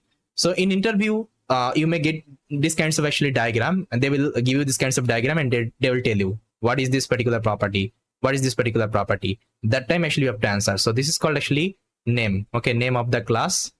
This is called actually data property, and this is called actually function property. Okay, function property of a class. I hope it is clear. Okay, whenever you are designing any sort of application, first of all design this particular diagram, like what are the things you are going to implement, okay, in this inside this particular class, like how many data you will be taking, how many function you will be taking, everything you can define.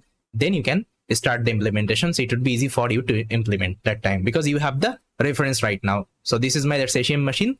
Inside that I need two data property, but pin and balance, and I need 1 2 3 4 5, okay, 5 function property, and I'll be implementing one by one all of them. Okay, this is the idea. So I hope you got it, guys, how to use this OP concept, okay, to create any kinds of project, any kinds of real world application, and how it is helping us, okay, to handle our code base. See, although I have taken different bank, okay, although I have taken different ATM, see, ICICI bank, then SBI bank, okay, and inside that I'm using the same functionality, but it is separated because of this particular class concept, because it is a separate class and this is a separate class. Okay, so that's how we can use OP concept. So yes, this is all about from this particular video. In the next video we'll be learning some more advanced topic. So thanks for watching, and I will see you next time. Hi guys, welcome back.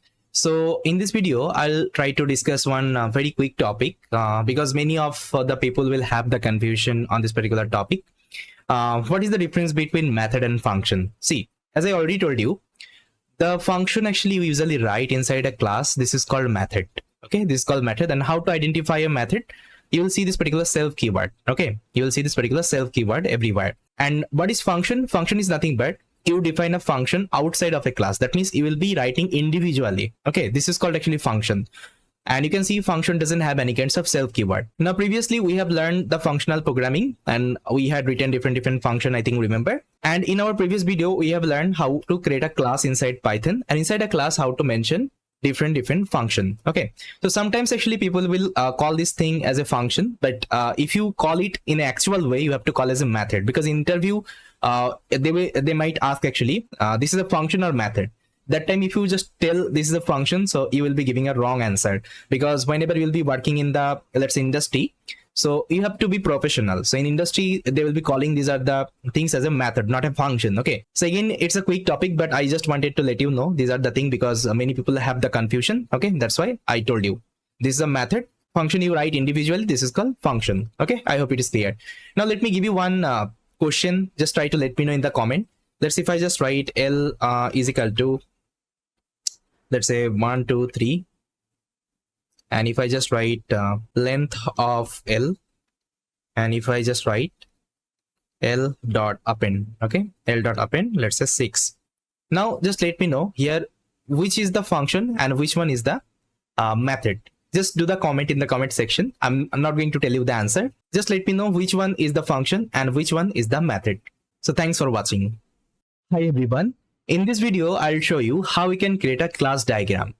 See, class diagram is super important concept inside interview. So if you attempt any kinds of interview, you will see this kinds of diagram. So whenever you are working with OP, that means object oriented programming, you also need to know how to create a diagram of that particular class. Let's say previously I have created one class, I think, remember, called ATM machine. Now if I want to represent this particular class in a diagram, how to do it? See, if I open up my Blackboard, so let me show you the diagram, how you can write. I think I already showed you in my previous video as well, like how to create a diagram, but let me discuss in detail. See, first of all, you will see these kinds of actually box. So here you will have 3 sections actually. So this is the first section, this is the second section, and this is the third section. So the first section, we call it as class name. Okay, class name. The second section, we call it data property. Okay, data property. And the third section we call it methods. Okay, methods or function. We'll be calling as a function because again it's a class concept, so you have to call as a method. Okay, property. So here you will see this 3 block. Now in the first block you have to write the class name. Let's say I have created this ATM machine, right? So it was a ATM machine.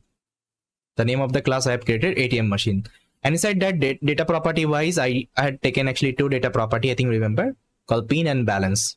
So pin and balance. Okay, pin and balance. And how many function, that means method property was there? You can see menu was there, then create pin was there, change pin was there, check balance is there, withdraw is there. So let me write down all the method one by one. So menu was there, then we had create pin, we had change pin, we had check balance, then we have withdraw. I think this 5 functionality I had. Okay, so this is called actually class diagram. Why I'm telling you? Because whenever you will be attempting any kinds of interview, you will see these kinds of diagram. They may give you this kinds of question, and this diagram also helps us to write our class in a very efficient way. First of all, just try to create a diagram. If you're solving any kinds of problem statement, if you're creating any kinds of software, okay, first of all try to create a diagram. Inside diagram, first of all try to mention how many data property we'll be using, how many methods property we'll be using, then try to start the coding. Okay, it will be easy for you. See, sometimes actually we'll see this kinds of minus and plus symbol, okay, before this particular data property as well as the method property.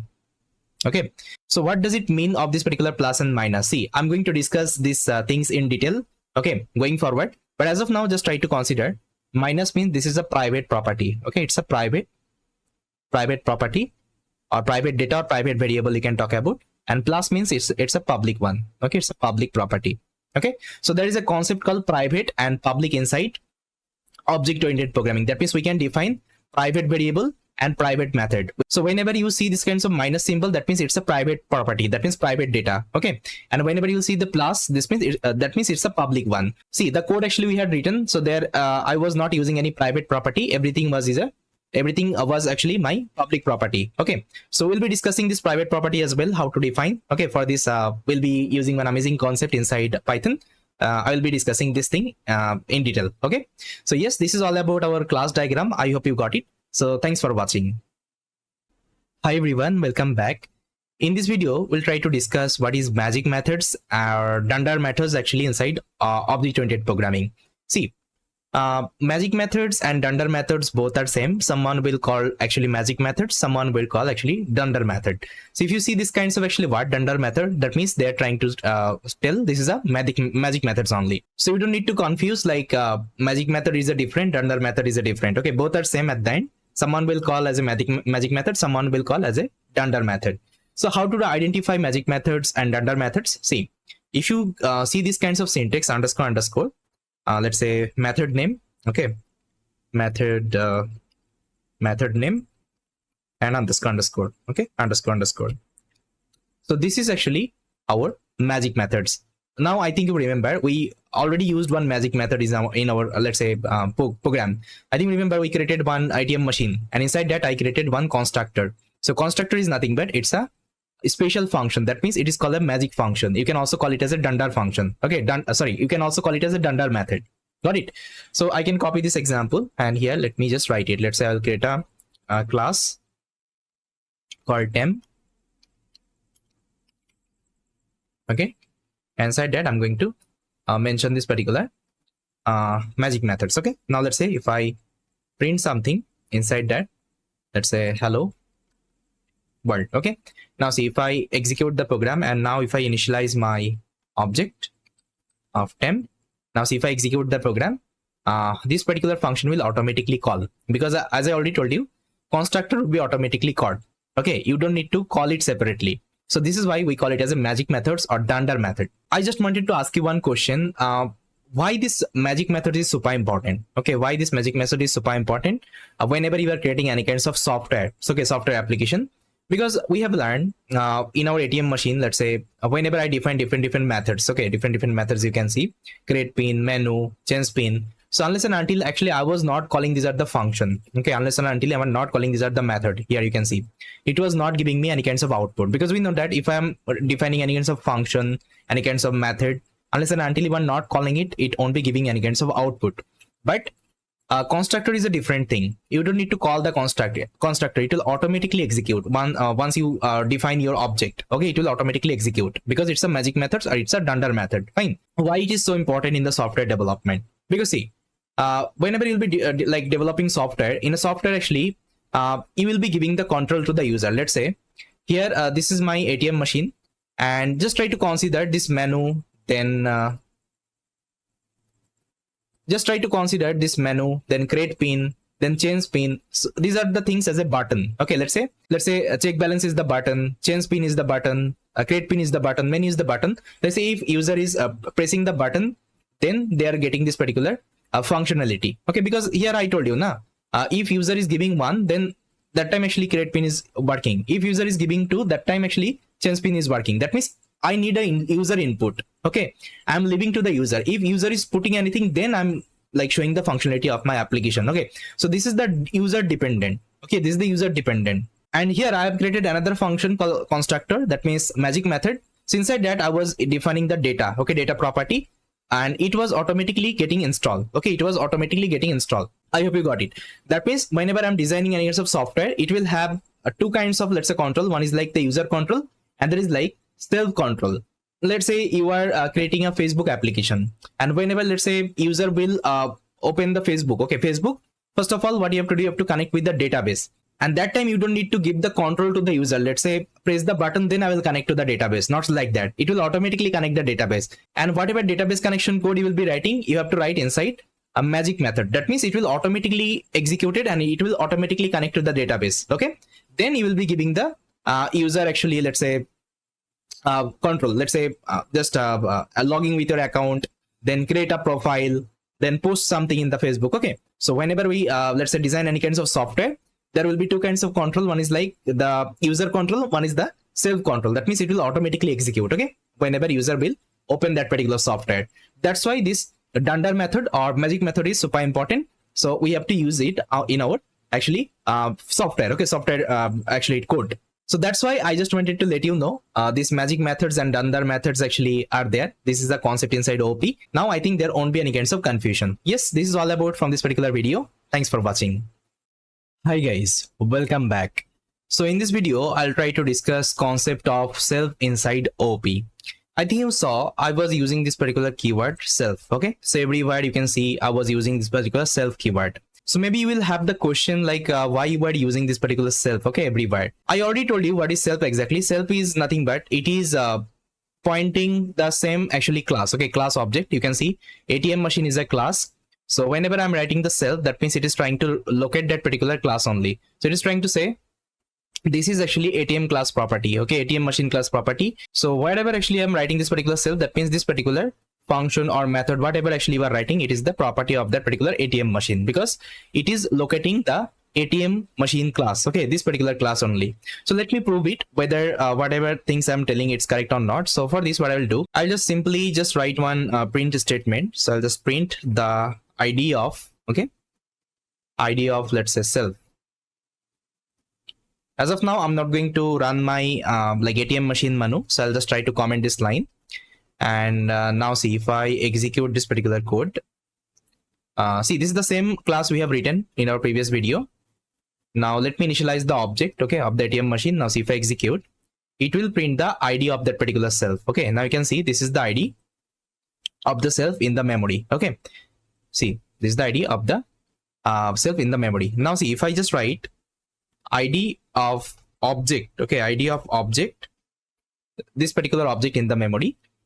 Now if I execute, see, it is printing the same ID. Okay, that means whatever things I told you, this self is locating to the ATM machine object. That means a self is the object of ATM machine. Okay, wherever your ATM machine is present, it is locating in the same direction. It is locating in the same memory location. Okay, I hope it is clear. So inside object oriented programming, there is a golden rule you have to always remember. So inside OP, inside a class, whatever property actually we are writing, it can only access the object of this particular class. Okay, the object of this particular class. See what I told you.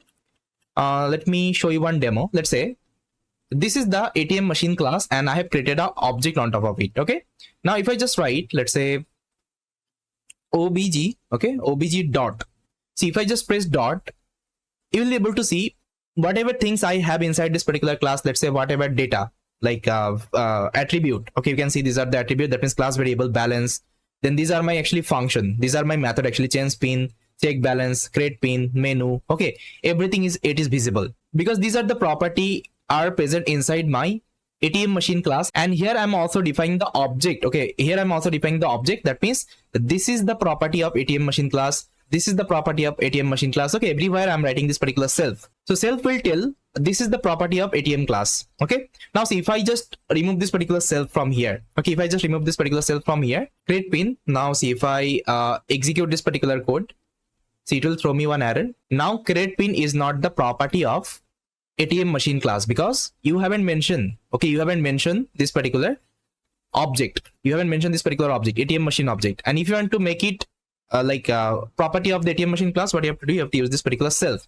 Now self will tell, okay, so this is the property of ATM machine class.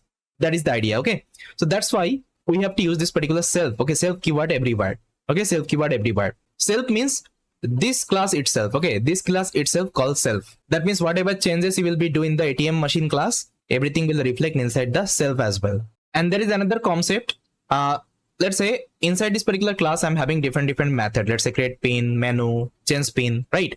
Now if I want to communicate, let's say one method with another method, let's say here I was doing the communication, I think, remember. So here I was calling this particular menu, okay, menu method inside create pin. Okay, how it is able to communicate?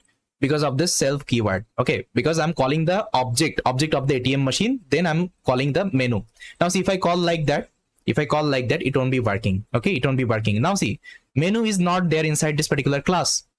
Menu is not there inside this particular class. Like, what is menu here?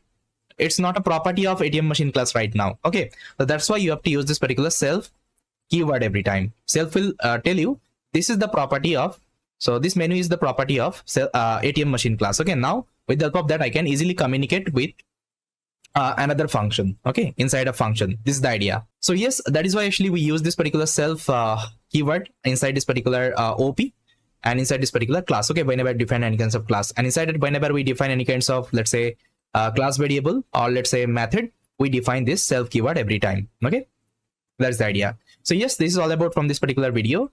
Thanks for watching. Hi everyone, welcome to this video.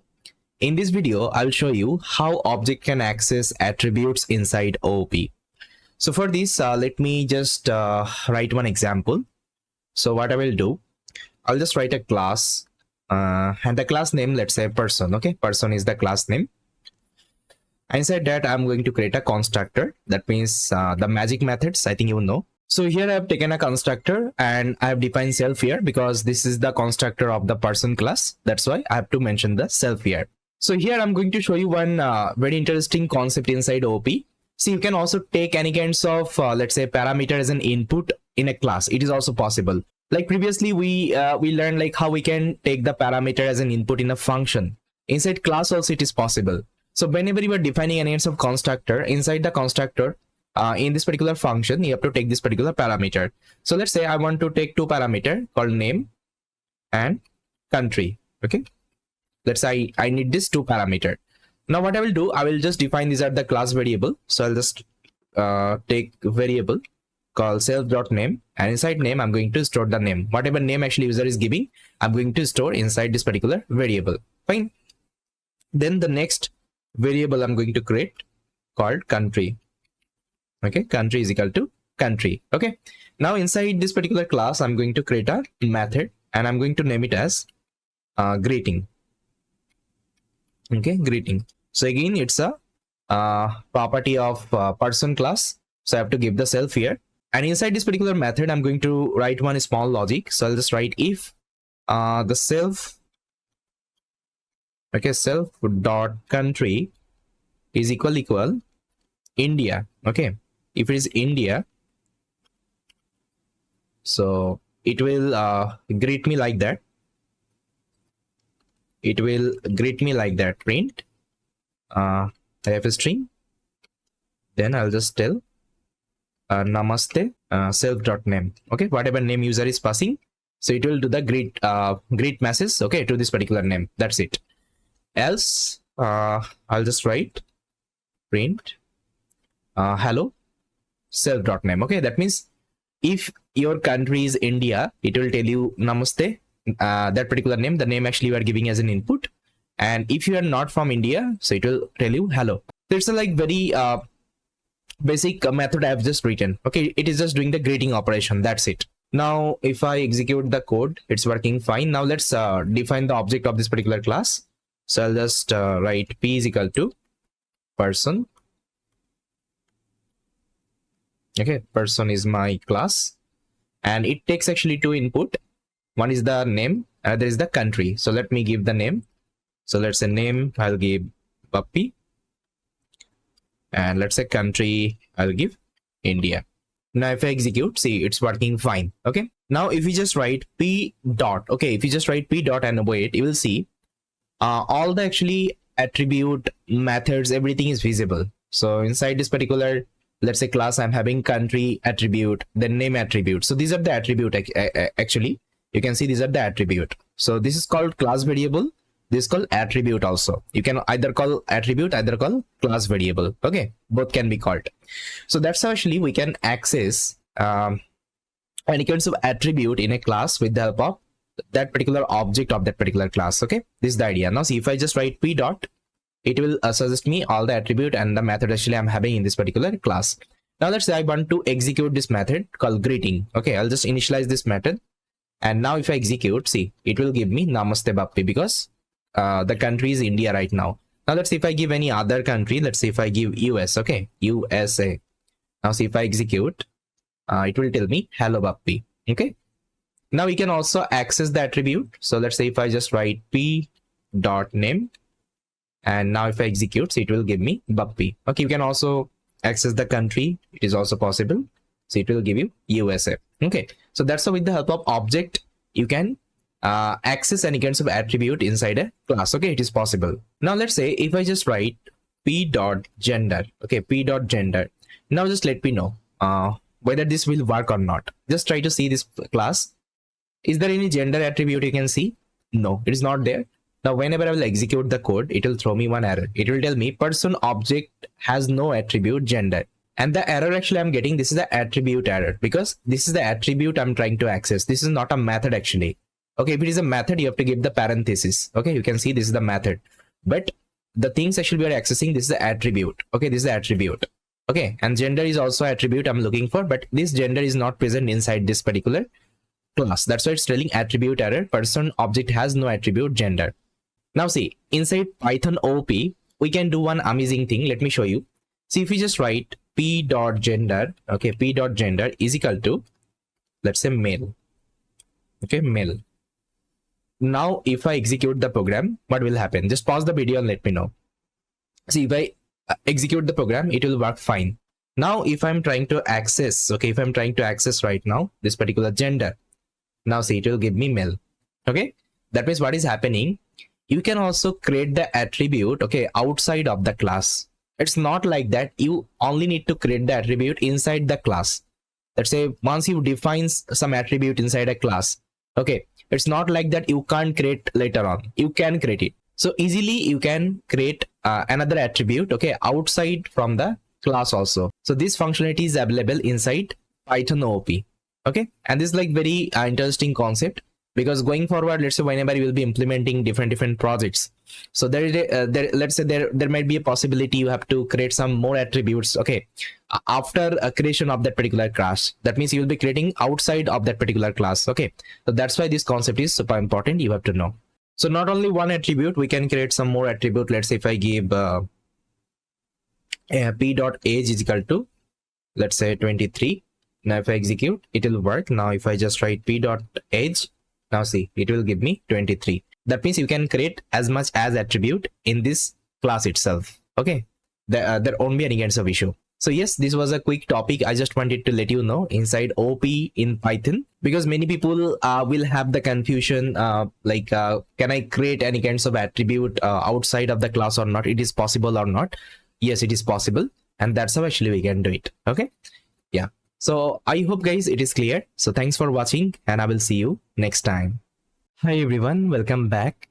In this video, we'll try to understand another topic called reference variable inside object-oriented programming. See, for this, I'm going to use the same example. I'll just copy this particular class, and here I'm going to paste it. Fine. Now, instead of taking the input, what I can do, I can directly mention these are the variable. Okay, I can hard code these are the variable. I'll just give let's say name is equal to Bappi, and let's say country is equal to India. Now let me create an object. So P is equal to person. Now if I execute, see, it's working fine. Now here one thing I just wanted to show you. See, if I just print the ID of this P, that means this object. So you'll see this particular ID. Okay, this is the ID. Now if I just write, let's say Q is equal to P. And now if I print the ID of key Q, okay. Now just pause the video and let me know, okay, what will be the output. See, if I execute, it will give me the same ID. That means what is happening whenever, let's say, you are creating an object of a class. Okay, whenever you are creating an object of a class, this object is pointing to the same location of this particular class. So here person is a class, and you created an object called P, and you stored this person class inside P. That means P is locating to the person, okay, person object itself, right? And whenever you return Q is equal to P, that means Q is also pointing to the P, okay? And P means this is the person. That means it is pointing to the same location, okay? It is pointing to the same location. That is why whenever I'm printing the ID of P and whenever I'm printing the ID of Q, both are same, okay? There is no chance. Now let me show you one thing. So let's say if I just write like that, let's say print p.name, okay, p.name, and if I just write, let's say q.name, okay. Now if I execute, see what will be the output, because currently in my class you can see Bappi is stored inside the name, and that is why whenever I'm calling p.name, it is giving me Bappi, and again whenever I'm calling q.name, it is giving me Bappi, because it is pointing to the same location. Now let's see if I write like that. Let's say I'll just write q.name is equal to, let's say I'll give Alex. Now see, if I execute the program, it will work fine. Now if I again print it, okay, p.name and q.name, what will be the output? Let me know. See, if I execute, now it will become Alex, because what is happening? You are only changing inside Q object. You are only changing inside Q object, but it is reflecting in the P object as well. Why? Because it is pointing to the same location. Okay, you can see it is pointing to the same location. That means whatever changes you will be doing inside just one object, it will reflect to all the objects. Okay, this is called actually a reference variable. That means it is referring to the same object. Okay, same ID in the memory location. Okay, because again it's a super important concept. You might get this question in the interview, so that's why I showed you. That's why actually things are working fine. So yes, this is all about from this particular video. Thank you so much, and I will see you next time. Hello everyone. In this video, I'll show you how you can pass the class object as a reference. So for this, let me take one example. So here I'm going to use the same class I had written previously, and this class will take two parameters called name and gender. Okay. So let's say this is my constructor I have defined, and it is inside the class. Now what I will do outside of the class, okay, see, it is outside. I'm writing outside of the class. Okay, outside of class. So here I'm going to write a function. So the function name is, let's say, greeting. Okay, greeting. And here I don't need to pass the self because it's outside of the class. Okay, it's a function, not a method. Now this particular function will return, hi, my name is, I am dash. Okay. Now what will happen? This particular function will take one input, which is nothing but a class object. So let me give the object name. Let's say the object name is person. Fine. So this is the parameter this function will take. Now inside that I'm going to write person dot name, and I'll write person dot gender. Okay, that's it. Now if I execute the program, see, it is working fine. Now let me first of all initialize the class object. So I'll initialize it here. Let's say P is my person object, and it will take two input. The name, let's say name is Bappy, and the gender, let's say male. Now see, if I execute the program, it is working fine. Now see, I'm going to call this function right now. So I'll call greeting. And what greeting takes? Greeting takes one class object. You can see it takes one class object. Now I'll pass this class object inside this function. Now see, if I execute the program, it will show me this message. Hi, my name is Bappy and I'm a male. That means what is happening? You can pass this class object as a reference to a function. Okay. Like previously we learned like we can also pass like list object, tuple object, integer objects, okay, as a reference to a function. Like different data type we can pass as a reference to a function. So in OP also we can create a class, and that particular class object we can pass as a reference into a function. It is possible here. Now another thing you can do, you can also return one specific class object from a function. It is also possible. So for this I'll do a small modification here. So here I'm going to write, let's say P1, and I'm going to call this class, okay, class object person, and inside that I'm going to give two input. Let's say name is Alex and is male. Okay, now I'll simply return this P1. Okay, P1 is what is P1? P1 is a class object. Okay, it's a class object. Now here I'm returning from a function. Now if I execute, now first of all I need to initialize the class. Then if I execute this function, what is returning? It is returning one object called P1. Now I will store in a variable. Let's say I will store in a variable called A. Now if I execute, see, it is printing this statement. Now if I just write, let's say A dot name, so it will give me Alex. And if I just write A dot gender, it will give me male. Okay, why? Because here I was returning this object. Okay, here I was returning this class object, and that is why I'm able to access the attribute of that particular object. Okay, this is the idea. So I hope this is clear, okay, how things are working. So that's how we can pass any kinds of class object as a reference into a function. Okay, it is possible inside OOP. So yes, this is all from this video. I hope you liked it. Thank you so much. Hello guys. In our previous video, I showed you how we can pass any class object as a reference to a function. In this video, I'll show you another things which is very important.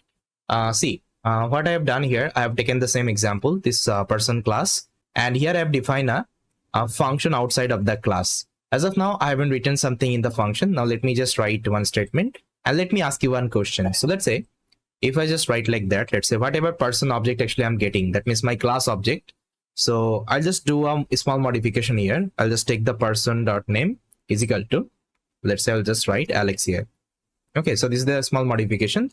Now I'll just simply return the person right now. Okay, after changing this name, I'm just returning the person object again. This is what actually I'm doing inside this function. Now if I execute the program, it's working fine. Now first of all, I will initialize my class, and it takes two input, name and gender. I'm passing the name and gender. And now if I print the ID of P, you will see this is the ID of P. Now I'll call this function right now. So greeting. Let's say I will store in a variable called A. Okay, greeting, and it takes your person object. So I can pass P here, right? Now let me initialize it. Now see, if I just write A dot name, now see, it is giving me Alex. And if I call P dot name also, you'll see it will give me the same name, because it was referring in the same memory location. I already told you, if you do changes in one object, it will reflect in all the objects. Okay, that is the idea. Now see, if I print the ID, okay, if I print the ID of A, you'll see that this is the same ID. This is the same ID I was getting from the P. Okay, same ID, 52. Okay, that means you can consider this object we have defined, this class we have defined, it's a mutable. Okay, it's a mutable data type. That means we have learned list, sets, and dictionary. So there actually I was doing the changes. What is mutable? Mutable means you can change.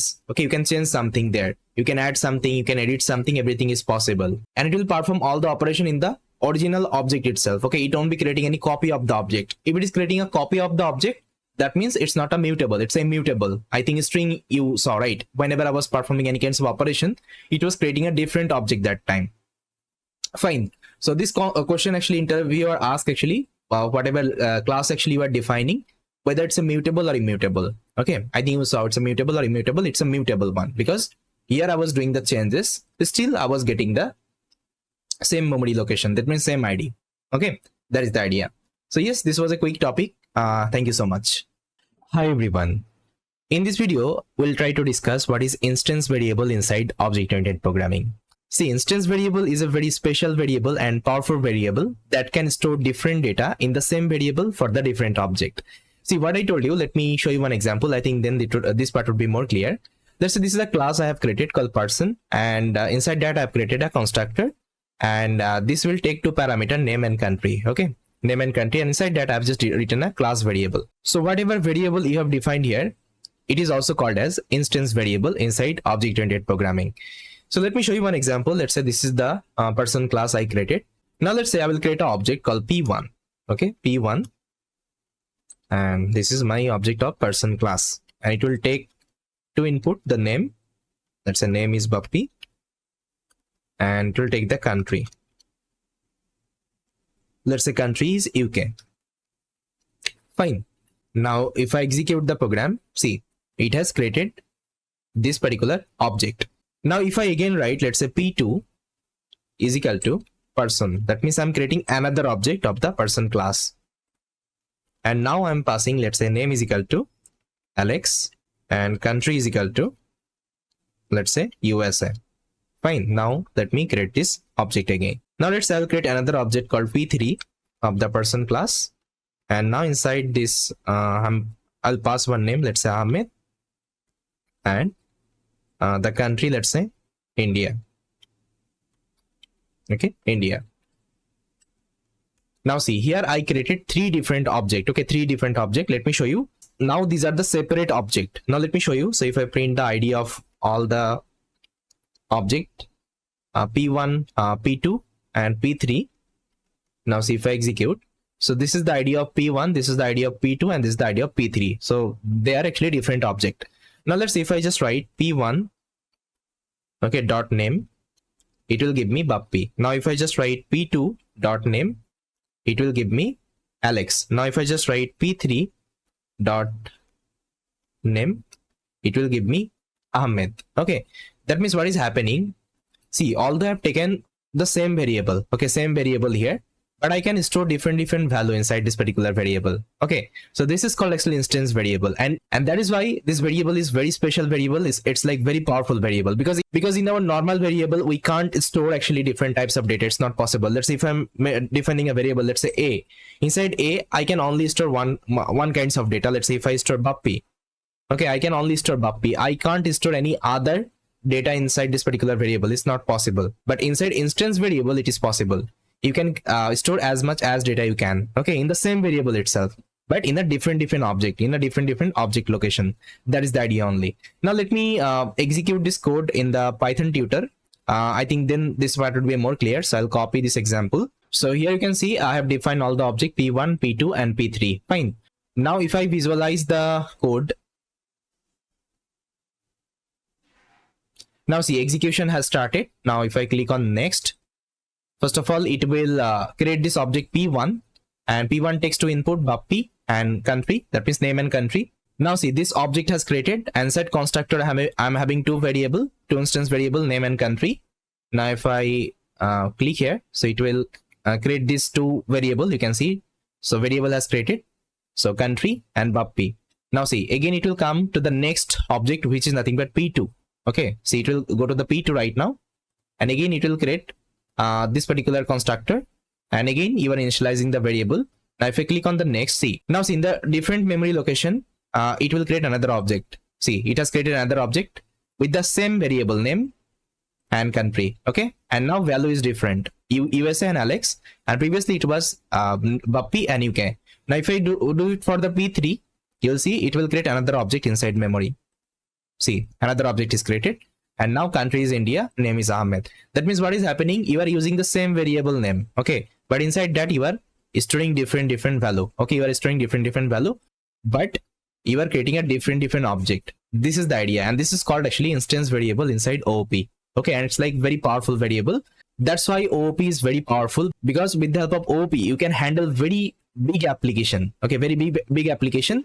That's how you can use the same class for the multiple tasks. Okay, for the different tasks. So here you can see I've written only one class, but here I'm using this particular class for multiple time. Okay, multiple time with different example. Okay, again this is called code reusability. I'm using the same class again and again, okay, instead of writing from scratch. This is the idea. So I hope you got it, guys. Thanks for watching. Hi everyone, welcome to this video. In this video we'll be discussing another very important object-oriented programming concept called encapsulation. I think you remembered I showed you one image. In that image actually I told you we'll be discussing some very important concept inside object-oriented programming. Like this was the image. We have already discussed the class and objects. So in this particular video we'll be trying to discuss what is encapsulation. Okay, then we'll be trying to discuss like the polymorphism, inheritance, abstraction, and so on. Okay, everything we'll try to discuss. So encapsulation is super important topic inside OOP. So in this video I'll try to use one story to explain this particular concept. I think then this concept will be more clear, because I told you it's a completely practical understanding. Unless and until I'm not showing you any practical demo of a topic, it would be a little bit difficult for you to understand. Okay, so let's go to our code editor and try to understand what is encapsulation inside OOP. So guys, you can see here I kept one definition of the encapsulation. Encapsulation is a fundamental object-oriented principle in Python. It protects your classes from accidental change or deletion and promotes code reusability and maintainability. Okay, so I know that as a beginner this would be a little bit hard for you to understand this definition, what I'm trying to express here. But as of now, just try to consider encapsulation is a technique to capsule anything. Like, you know what is capsule? Okay, in a capsule actually we are having different medicine, right?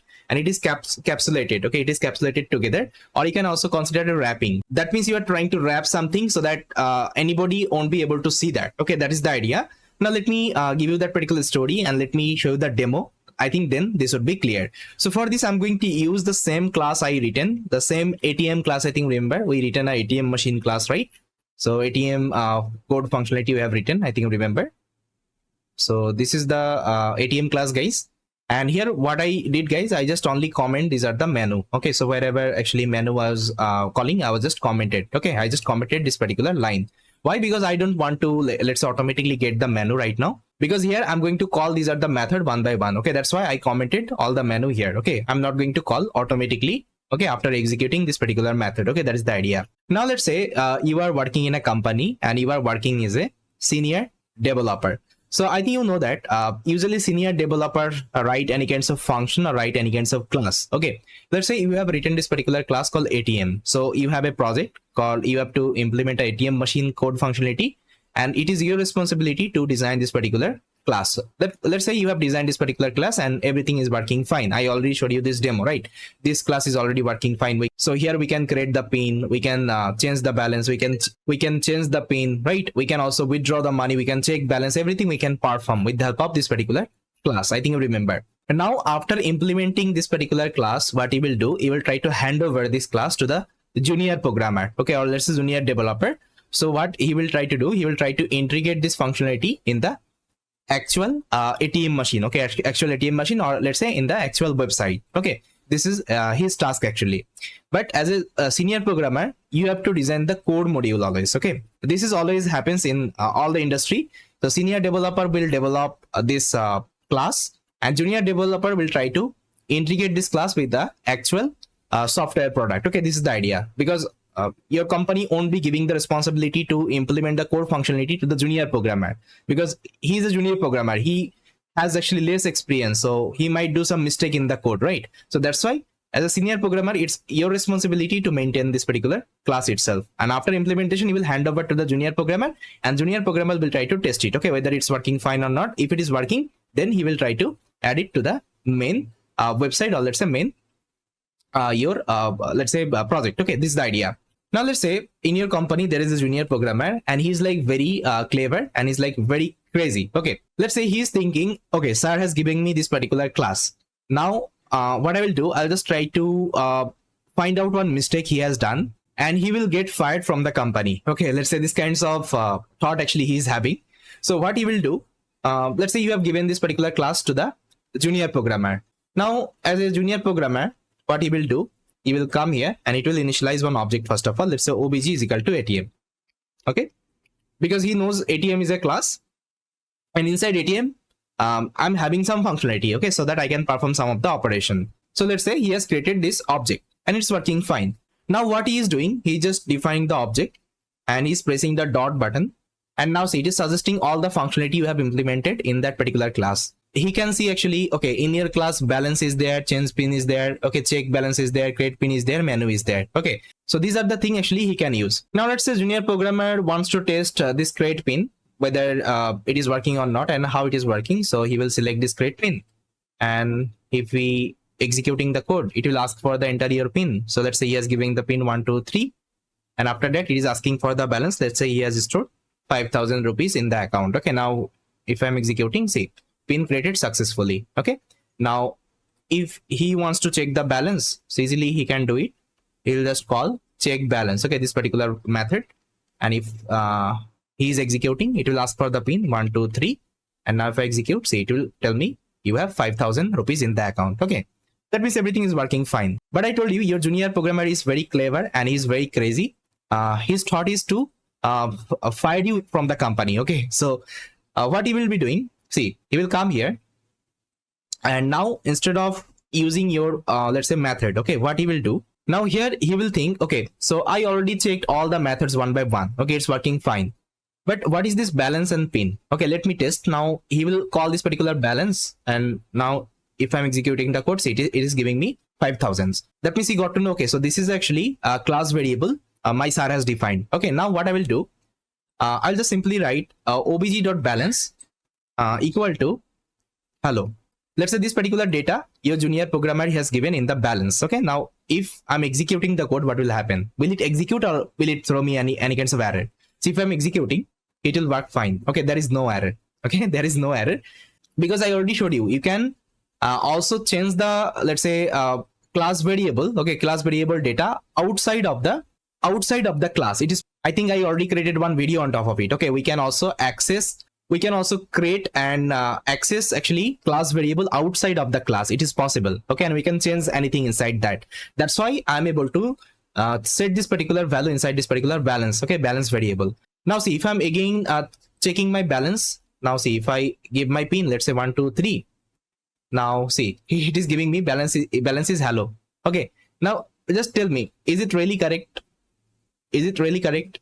Your balance should contains the string value. Is it really correct? No, it's not correct, because see, if I now want to withdraw the money, let's say if I want to withdraw the money right now, so I'll call the withdraw method. Now if I'm executing, that is asking the pin, so I'll give 123.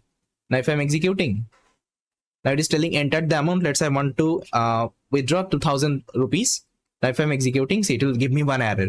The error is type error, not support between instance of integer and string. That means what you are trying to do, if you check the withdraw functionality, so here you are trying to do the subtraction operation. That means balance subtraction of amount. Okay, balance subtraction of amount. Now tell me, what is the balance right now? Balance is hello, and you are subtracting with 2,000. Now tell me, will it work? No, it won't be working. That's why it is throwing the error and you are getting the error. Okay, now your manager will come and he will blame you. Okay, because you are a senior programmer, he will blame you what kinds of code you have written. Okay, what kinds of code you have written, because it is failing in the production, and that time actually he will fire you. Okay, he will fire you definitely from the company, because if as a senior developer, if you're writing this kinds of code, so definitely no one actually will give you another chance. Okay, so that's how junior programmer will do some crazy thing in your code, and he will get the promotion. Okay, and he will get the fire from the company. So it's really not fair enough, right? What do you think? So that is where actually encapsulation concept comes into picture.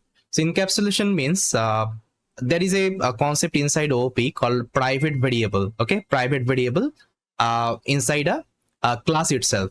So here I already told you, encapsulation is a fundamental object-oriented principle in Python. It protects your class from the accidental changes, because it is happening the accidental changes right now. Okay, because your junior programmer is able to set anything, okay, in your, let's say, in your sensitive variable, but you don't want that. Okay, so if you want to protect your sensitive variables, what you can do, you can use something called private variable concept inside OOP. So how to define a private variable? So let me copy the same example and I will go below, and here let me define it again. Okay, now see, instead of using the variable like that, I think I showed you one class diagram. I think, remember, I told you like minus and plus. Whenever you will see the minus, that means it's a private, and whenever you will see the plus, that means it's a public property. Now if I want to make anything private, okay, inside class, what I have to do, I have to use this particular double underscore symbol. Okay, double underscore symbol. So whenever you are defining double underscore symbol, that means it will become a private property. Okay, now it's a private, okay, private property. That means now this is a class variable, like this is a class variable, now it will become a private variable. Okay, private variable. Okay, now it will become private variable. Now what I will do, everywhere where I've written the balance, I'll just change it with the underscore balance right now. Just try to find where I've written the balance. See, here I've written the balance, it would be underscore balance. So guys, you can see I have changed this particular balance with underscore balance everywhere. Okay, now it has become my private variable. Okay, now see what will happen. Now if I execute the code, now if I am again define the object of this ATM machine. Okay, now if your junior programmer define the object and press the dot, again he will able to see all the let's say variable and methods you have defined in this particular class. Now see, he can see different methods and different variable you have defined. Okay, now see, now balance is having underscore this particular sign. That means your junior programmer will get to know, okay, my senior programmer is using one private variable in his class. Okay, now let's say he want to again create a pin, so I'll call this particular create pin method. Now if I'm executing, now give your pin, let's say 1 2 3, and let's say balance is equal to, let's say, 4000. Okay, 4000. And now if I execute, see, pin has created successfully. Now let's say your junior programmer is thinking, I will again change in the private variable. Okay, the private variable my senior programmer has defined, I will change something in the private variable. So I'll call this particular balance again, underscore balance. Okay, now let's say again I'll set hello here. Okay, again I'll set hello here. Now see, if I execute the code, what will happen? It will work fine. Your junior programmer is again calling the object. Now he's checking the balance right now. Okay, checking the balance right now. He's trying to see whether my balance has become hello or not, because balance is equal to hello he has set, right? Now he's checking whether balance has become hello or not. Now if he's executing the code, see what will happen. He has to give the pin. Now see, if I'm executing, now see, balance is equal to 4000. Okay, now this balance is equal to 4000. Now your junior programmer will go mad. Why? Okay, why? Because I already set underscore balance is equal to hello.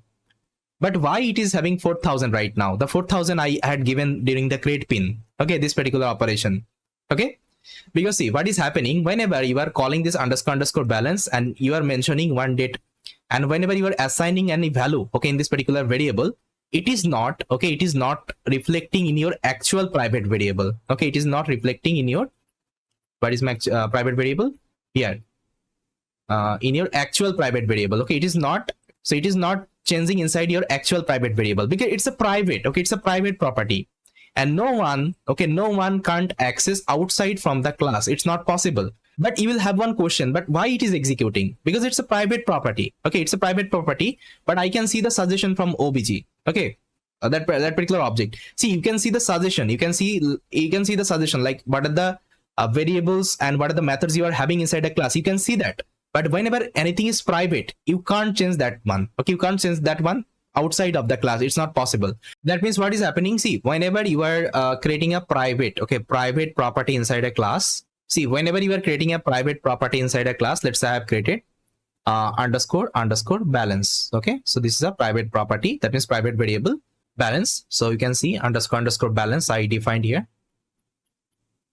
Okay, underscore balance I defined here. Initially the value is 0. Let's say initially the value is 0. Okay, now see, whenever you define the private property, that means underscore, okay, before any kinds of variable or method, whatever. Okay, by default what your Python will do, it will try to convert like that. First of all, it will take underscore, then your class name will come, and here what is the class name? Class name is ATM. Okay, so ATM will come here. ATM. Okay, it will come here. Then after that, you will be taking underscore underscore your variable name. Okay, variable name. Now variable name is balance. Okay, balance. Now equal to 0. That means whenever you are taking any kinds of private property, okay, private variable or private function, whatever you are taking, so by default your Python will try to convert this property in that way, okay, in that way in the memory location. So that is why whenever you are writing this particular statement, here underscore underscore balance is equal to hello, so it is not reflecting inside my actual private variable, because my actual private variable looks like that. Okay, actual private variable looks like that. Before, after defining, it will automatically convert in that way.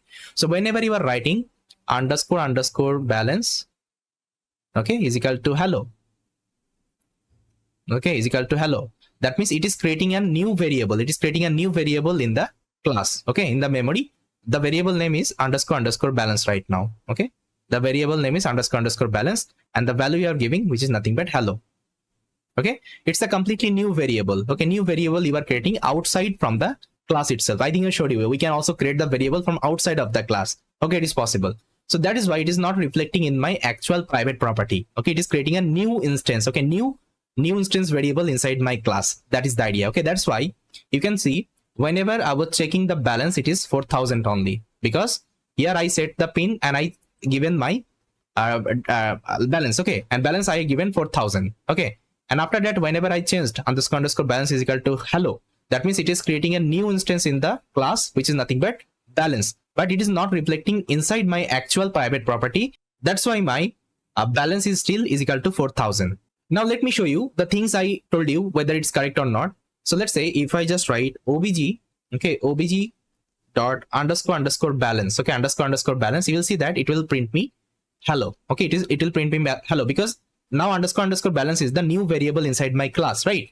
But if I want to see my actual private property, okay, actual private property, how I can check? I can check like that, obj dot underscore ATM, because I told you first of all your class name will come, class name is ATM, then underscore underscore balance. Now see, if I execute this line, now it will show me 4,000. Okay, now you can also check in the Python tutor. So what I will do, I'll go to the Python tutor, and this example I think you remember, I will just modify this example.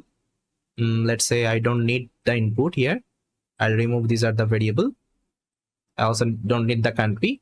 Now let's say instead of name, I will take underscore underscore name. Now it will become private variable inside this class. Now name is equal to, let's say, Bappy. Okay, now let's say P. Okay, P is my object.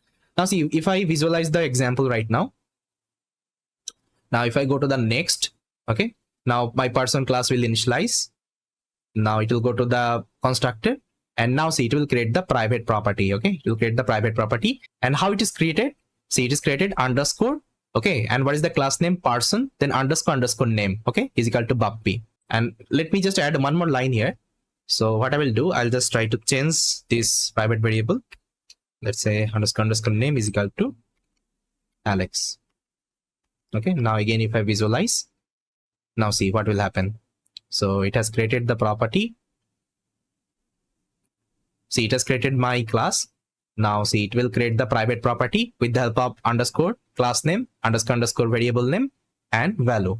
Now see, whenever it will come here, and whenever it is trying to change, okay, whenever it is trying to change my private variable, instead of changing, it will create a new variable here called underscore underscore name, and the variable value should be Alex. Okay, now I think it is clear how things are working in the backend. Okay, it is not able to access my actual private variable. Instead of that, is creating a new, okay, new variable in the memory, new variable in the class. Okay, that is the idea. Now I think you got to know, okay, why it is still working fine. Okay, why it is still working fine. Now see, if I call the withdraw will work fine. See, if I call the withdraw right now, withdraw will work fine. Let's say I'll give the pin 1 2 3. Now enter the amount. Let's say I want to enter withdraw 1,000 rupees, and the current balance is 3,000 because I stored 4,000 rupees in my account. Okay, I hope it is clear. But let's say your junior programmer still didn't give up. Okay, what he will do? Now he learned this concept. Okay, now he got to know, okay, so it's not an actual way to change anything inside a variable. So I got to know, okay, if I want to change anything, I need to call with this particular name. So what he will do, he will come here, And now he will just write like that, obj dot underscore ATM, okay, underscore balance. Now he will write hello here. Now see, if I'm executing the program, it's working fine. Okay, now if I check the balance right now, let's give the pin 1 2 3. Now see, now balance is equal to hello. Now if I perform the withdraw operation, now see, again it will give me error. Let's say pin is 1 2 3. I want to, let's say, withdraw 2,000 rupees. Now see, it will give me the same error again, because currently your balance is hello and you are trying to subtract with 2,000. Okay, that's why it's throwing me error. Now you can ask me, then what is the use of the private variable? Because still my junior programmer can change anything inside this particular variable. Even I was also surprised. Okay, when I learned this concept in Python, I was also surprised. But in other programming language, it's not possible. Once you define something in private, okay, private property, you will die, but you can't change that particular property. Okay, you can't change any kinds of value inside that private property. But in Python, okay, in Python you can do it. Okay, in Python you can do it. Although it's a private property, but with the help of this particular hack, you can do it. Okay, this particular hack, because you know in memory how my private property is getting created. And if you know that particular name, you can easily change something in that variable. I already proven. Okay. So I was exploring this topic in the internet. Then I got to know one line actually from Quora. Actually, I think you know what is Quora, right? In Quora, actually, you will get all kinds of answer. So in Quora, I got this particular answer. In Python, nothing is true private. Okay. In Python, nothing is true private, and it is made for adults. That means if you are an adult, okay, if you are an adult person, then you will be using this particular programming language. It seems a little bit, weird, but it is the reality. Okay, you have to obey. So in Python, nothing is true private. It is made for adults. So if you are an adult, then you will be using this particular programming language. Okay. So whenever you are working in the industry as a senior programmer, and if you're using any kinds of private property, so your junior programmer will have the responsibility. Okay, he won't be changing anything inside the private property. Okay, this is called actually adultness. Okay, these kinds of adultness your junior programmer should have. Okay, if he doesn't have, that means there is definitely some issue with your company culture. Okay, so that is the thing actually. So this is called actually encapsulation concept inside OP. That means if you don't want to, let's say, change anything, okay, accidentally inside your let's say class, okay, class variable, or let's say class methods, whatever, so you can use this encapsulation concept. That means you can use private property that time. Okay, this is the idea. Now it's not about only variable. You can also make private your function as well. Let's say this is the menu function. Here I have given double underscore sign. That means this function is now my private property. That means I'm telling to my junior programmer, no need to change anything here because it's a private property. Okay, inside that. Then for the create pin also, you can use the same concept. If you're giving like that, that means it's a private property. Okay, so whenever you will see this particular double underscore sign, okay, before any kinds of let's say variable or method, you have to consider it's a private property, and I don't need to change anything inside that particular private property. Okay, because it's not recommended, because Python is made for adult person, right? And as a programmer, I have to be adult first of all if I'm using this particular programming language. Okay, this is the idea. But let's say in some cases actually it is required to change something inside a private property. Let's say there would be an application you are creating, and there is a, let's say, condition you have to change something in that private property. Then what you have to do? Okay, so that time as a senior programmer, you won't be allowing you to change like that. Okay, you won't be telling your junior programmer call like that. Okay, call like that, call this particular private variable like that, and just change something inside that. Okay, no, you won't be giving these kinds of suggestion. Okay, instead of that, what you will do, you will use another actually concept inside actually encapsulation, which is nothing but setter method and getter method. Okay, so in the next video we'll try to discuss what is setter method and getter method, and with the help of that how we can access the property of the private variable. Okay, and this is the recommended way. Okay, this is the recommended way as a senior programmer. If you want to change anything inside a private variable, or let's say public variable, or whatever, let's say you want to allow your junior programmer to change, that time instead of giving the variable directly, what he will do, he will give a function. Okay, he will give a method. Okay, two method. One is the setter method, one is the getter method. Okay, with the help of that he can change anything inside a variable. Okay, this is the idea. And whenever you are designing any kinds of software, whenever you are trying to create any kinds of project, And if you are using any sensitive variable or sensitive function, so make sure you are using this particular symbol. That means private variable concept. Okay, private let's say property concept here. Okay, so this is a good practice always. Okay, no need to make everything public, otherwise what will happen, they will directly able to change your variable or let's say function. But if you are giving underscore sign, so it will be happening like that. Okay, that means instead of reflecting in the actual private property, it will create a new variable inside that the change would be happened. Okay, unless and until he's not calling in that way. Okay, he's not calling in that way. Okay, but again, he won't be calling because he is an adult programmer and he knows this is the private property, so I don't need to change anything inside that. Okay, so this is the concept of encapsulation inside object-oriented programming. So in the next video, we'll try to understand how, if I want to change something in the private property, how to use the setter and getter method for this. So thank you so much. Hi everyone, in our previous video, I already showed you what is encapsulation inside OOP and what is the use of it. Okay, that means if I want to encapsulate it anything, that means if I want to wrap anything, okay, wrap anything so that other people won't be able to see that, other people won't be able to change anything inside that particular property.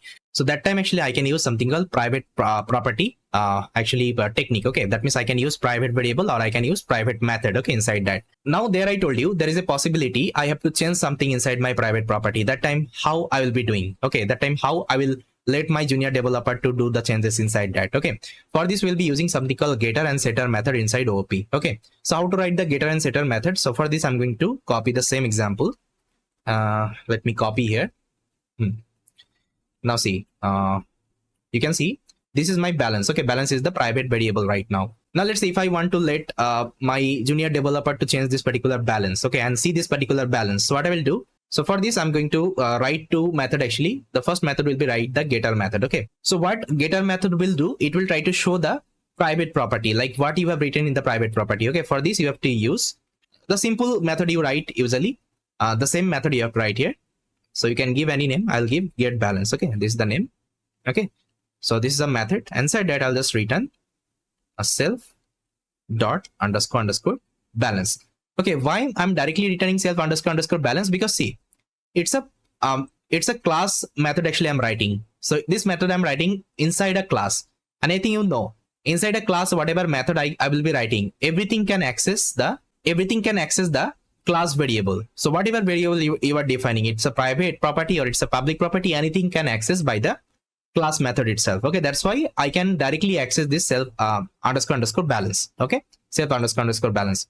But whenever I was calling outside, okay, whenever I'm calling outside, okay, that time it's not possible, okay, to call this particular private property outside of the class. So whenever you are calling outside from the class, it was creating a different variable in the memory itself. Okay, this is the idea. So this is called actually getter method concept. That means if I want to show something, okay, if I want to show something which is a private property inside a class, so this is actually a getter function. That means getter function will return that particular private property. Okay, now see, if I execute the program, now let's say I will initialize the object of the class obj is equal to, let's say ATM. First of all, I have to execute this line, select the kernel. Now I'll define my ATM machine. Now see, if I just write obj dot get balance, okay, now see, it will show me the balance. So balance is currently 0. You can see balance is currently 0. Okay, now let's say your junior programmer wants to change this particular balance. So what he can use the getter method. So he can use the setter method that time. So let me just write the setter method as well.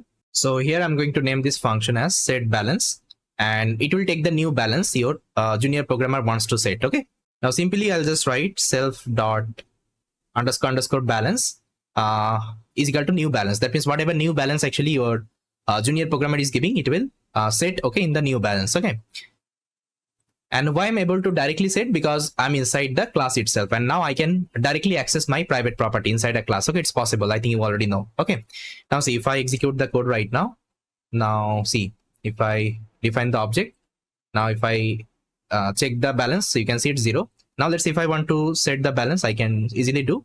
I'll just call set balance. So inside that I have to pass the new balance. Let's say I want to give, let's say 5,000. Okay, now if I execute, it will work. Now if I again check the balance, you can also call get balance. Okay, this setter method, it will show you the balance currently. it's 5,000. Now let's say your junior programmer is giving like that. Let's say instead of setting the balance 5,000, he's again setting hello. Okay, now if I hit enter, now again if I get the balance, it will tell me hello. Okay, it will tell me hello. He is able to set anything, okay, inside that particular let's say balance itself. So again, if you call the withdraw function, it will give you the error. Okay, I think you know. So as a senior programmer, what you have to do now, see, you have written a function here. Okay, you have written a method here. Now you have the responsibility to handle this particular method. So what you will do, you can easily handle this particular situation. First of all, you will be writing one condition. You'll just check the type of the new balance. Okay, type of the new balance. If it is equal integer, okay, if it is equal integer, then you will be able to then he will be able to do this particular operation. Okay, otherwise he will give a message. The message would be dekh bhai mazak na kar. Okay, so this is the message actually will be giving to the junior programmer. If I execute the program now, let's initialize the object. Now check the balance, it's 0.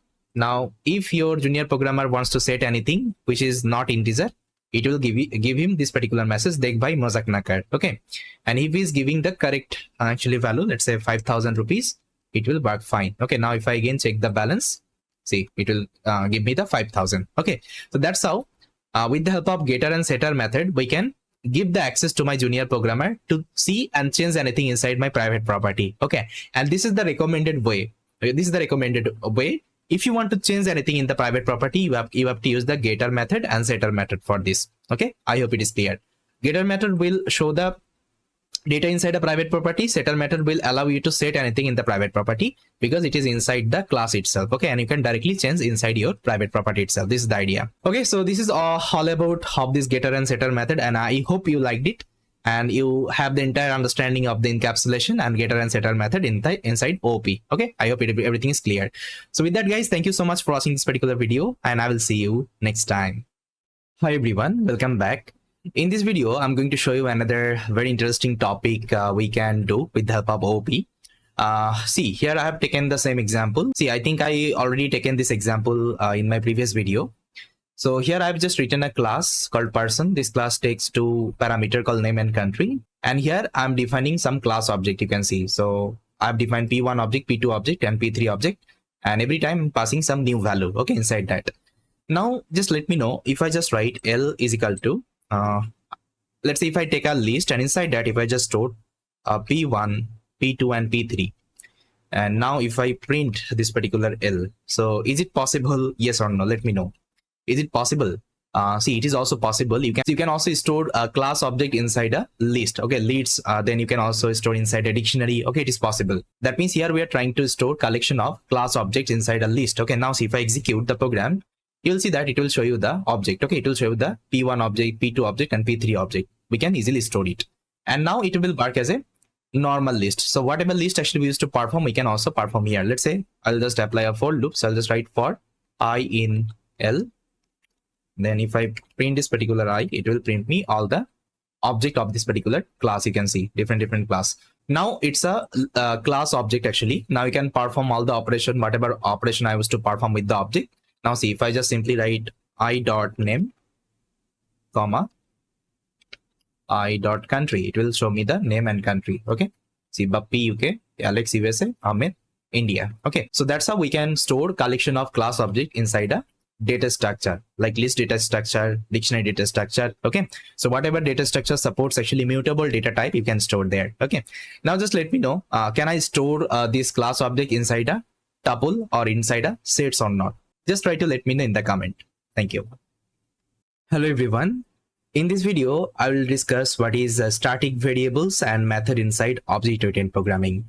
See, for this, what I will do, I will copy the same, I think, class we have written called ATM, right? So let me copy that particular class. So this is the class I'll just try to copy and let me paste it here. So I think you remember we created this ATM class and I was able to perform different operation like create pin, change pin, and so on, right? But let's say I want to add another functionality in this particular, let's say, ATM class. So whenever I will be defining, let's say, different objects. So let me show you. So let's say whenever I will define different objects, let's say P1, or I can just write OVG1, and I'm going to define my class. Okay, ATM class. So this is one object. Now I'll create another object. Okay, so that's how actually I want to create different objects. Okay, I want to create different objects. It will generate a unique ID, okay, for each and every objects. Let's say instead of object, just try to consider here we are having different customer. Let's say customer 1, C1. Let's say customer 2, okay, C2. That's how I'm having different customer in this particular ATM. Okay, so whenever customer 1 will come to the ATM, it will generate a unique ID, okay, for the customer 1. Whenever customer 2 will come in our ATM, it will generate another unique ID called 2. Okay, so that's actually it will every time create a unique ID for different customer. Fine. So if I want to add these kinds of functionality inside my ATM class, so I think you are thinking what I can do. I can take another variable here. I'll just name it as, let's say, customer ID, customer underscore ID, and initially the value would be 0.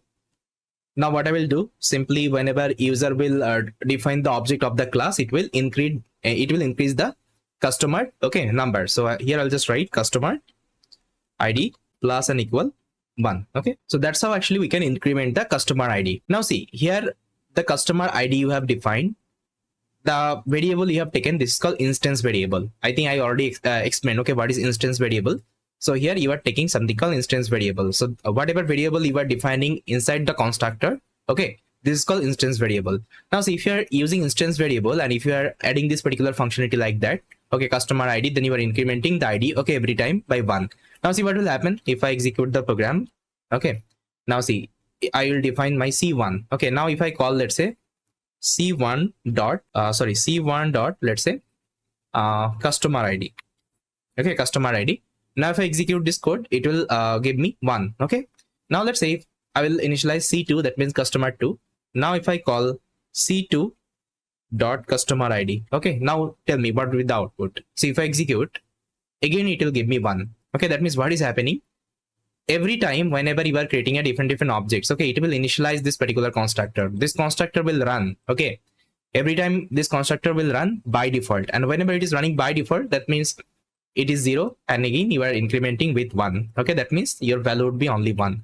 Okay, your value would be only 1. So this is not a right approach to create the customer ID. So for this, actually what I can do, I can use one amazing actually concept inside OOP called static variables. Okay, I can use static variable instead instance variable. Now what is static variable? Static variable means you will be defining the variable inside the class, okay, not inside the constructor. Okay, now see, inside the class actually you can define the static variable. Now how you can define? So simple variable you can define like that. Let's say I'll just give customer, okay, customer ID.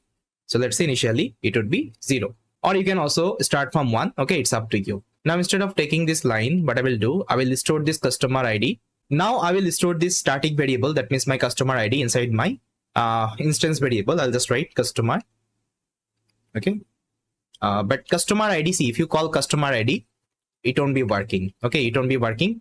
If you want to use customer ID, that means static variable, you have to first of all give the class name. So my class name is ATM. Okay, ATM. Now you have to give the dot, okay, ATM dot customer ID. Now it will automatically get to know, okay, so this customer ID is my class variable. Okay, it's a class variable, and if I want to access this class variable, I have to use the class name here. Okay, this is the concept of static variable. Always try to remember. Fine. Now I have to increment the ID and I have to update this customer ID. So what I will do, again I will call ATM dot customer ID. Then here you can simply increment by 1. Okay, this is the code. This is the code, guys. Now see, if I execute the program right now, instead of calling my instance variable, I have to call my static variable. And to call the static variable, first of all, I have to define my class name, then the variable name. Okay, you can see ATM customer ID. Now if I execute, see. So first of all, let me execute this code. Then I will initialize the object. Now I will check the customer ID. You can see it's 2. Okay, why it is 2? Because initially it is 1 and it is adding 1 with that. Okay, that's why it's 2. Now we can also start from 0. I'll give 0 here. Now see, it will give me 1. Okay, it will give me 1. Now if I define for customer 2, it will give me 2. But I have to call like that. Okay, it will give me 2. Okay, now let's see if you define customer 3. Let's say customer 3. Now if I call customer ID, you'll see that it will give you ID Now it will give you the ID of 3. Okay, that's how with the help of static variable we can handle this particular situation. Okay, instead of taking instance variable. So always try to remember, if you want to get something unique, okay, if you want to get something unique, that time you can use like a static variable.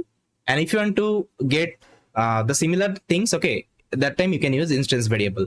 Now let me ask you one question. Let's say I'm creating a bank application. Okay, let's say in that I'm using one data called name. Okay, name. Now tell me, name should be the static variable or it's an instance variable?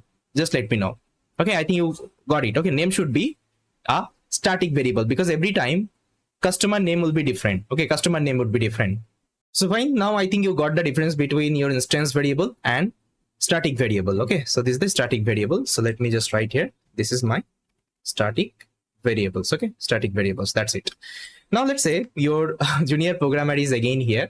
Let's say he will write like that. Let's say atm.customer_id is equal to, let's say, hello.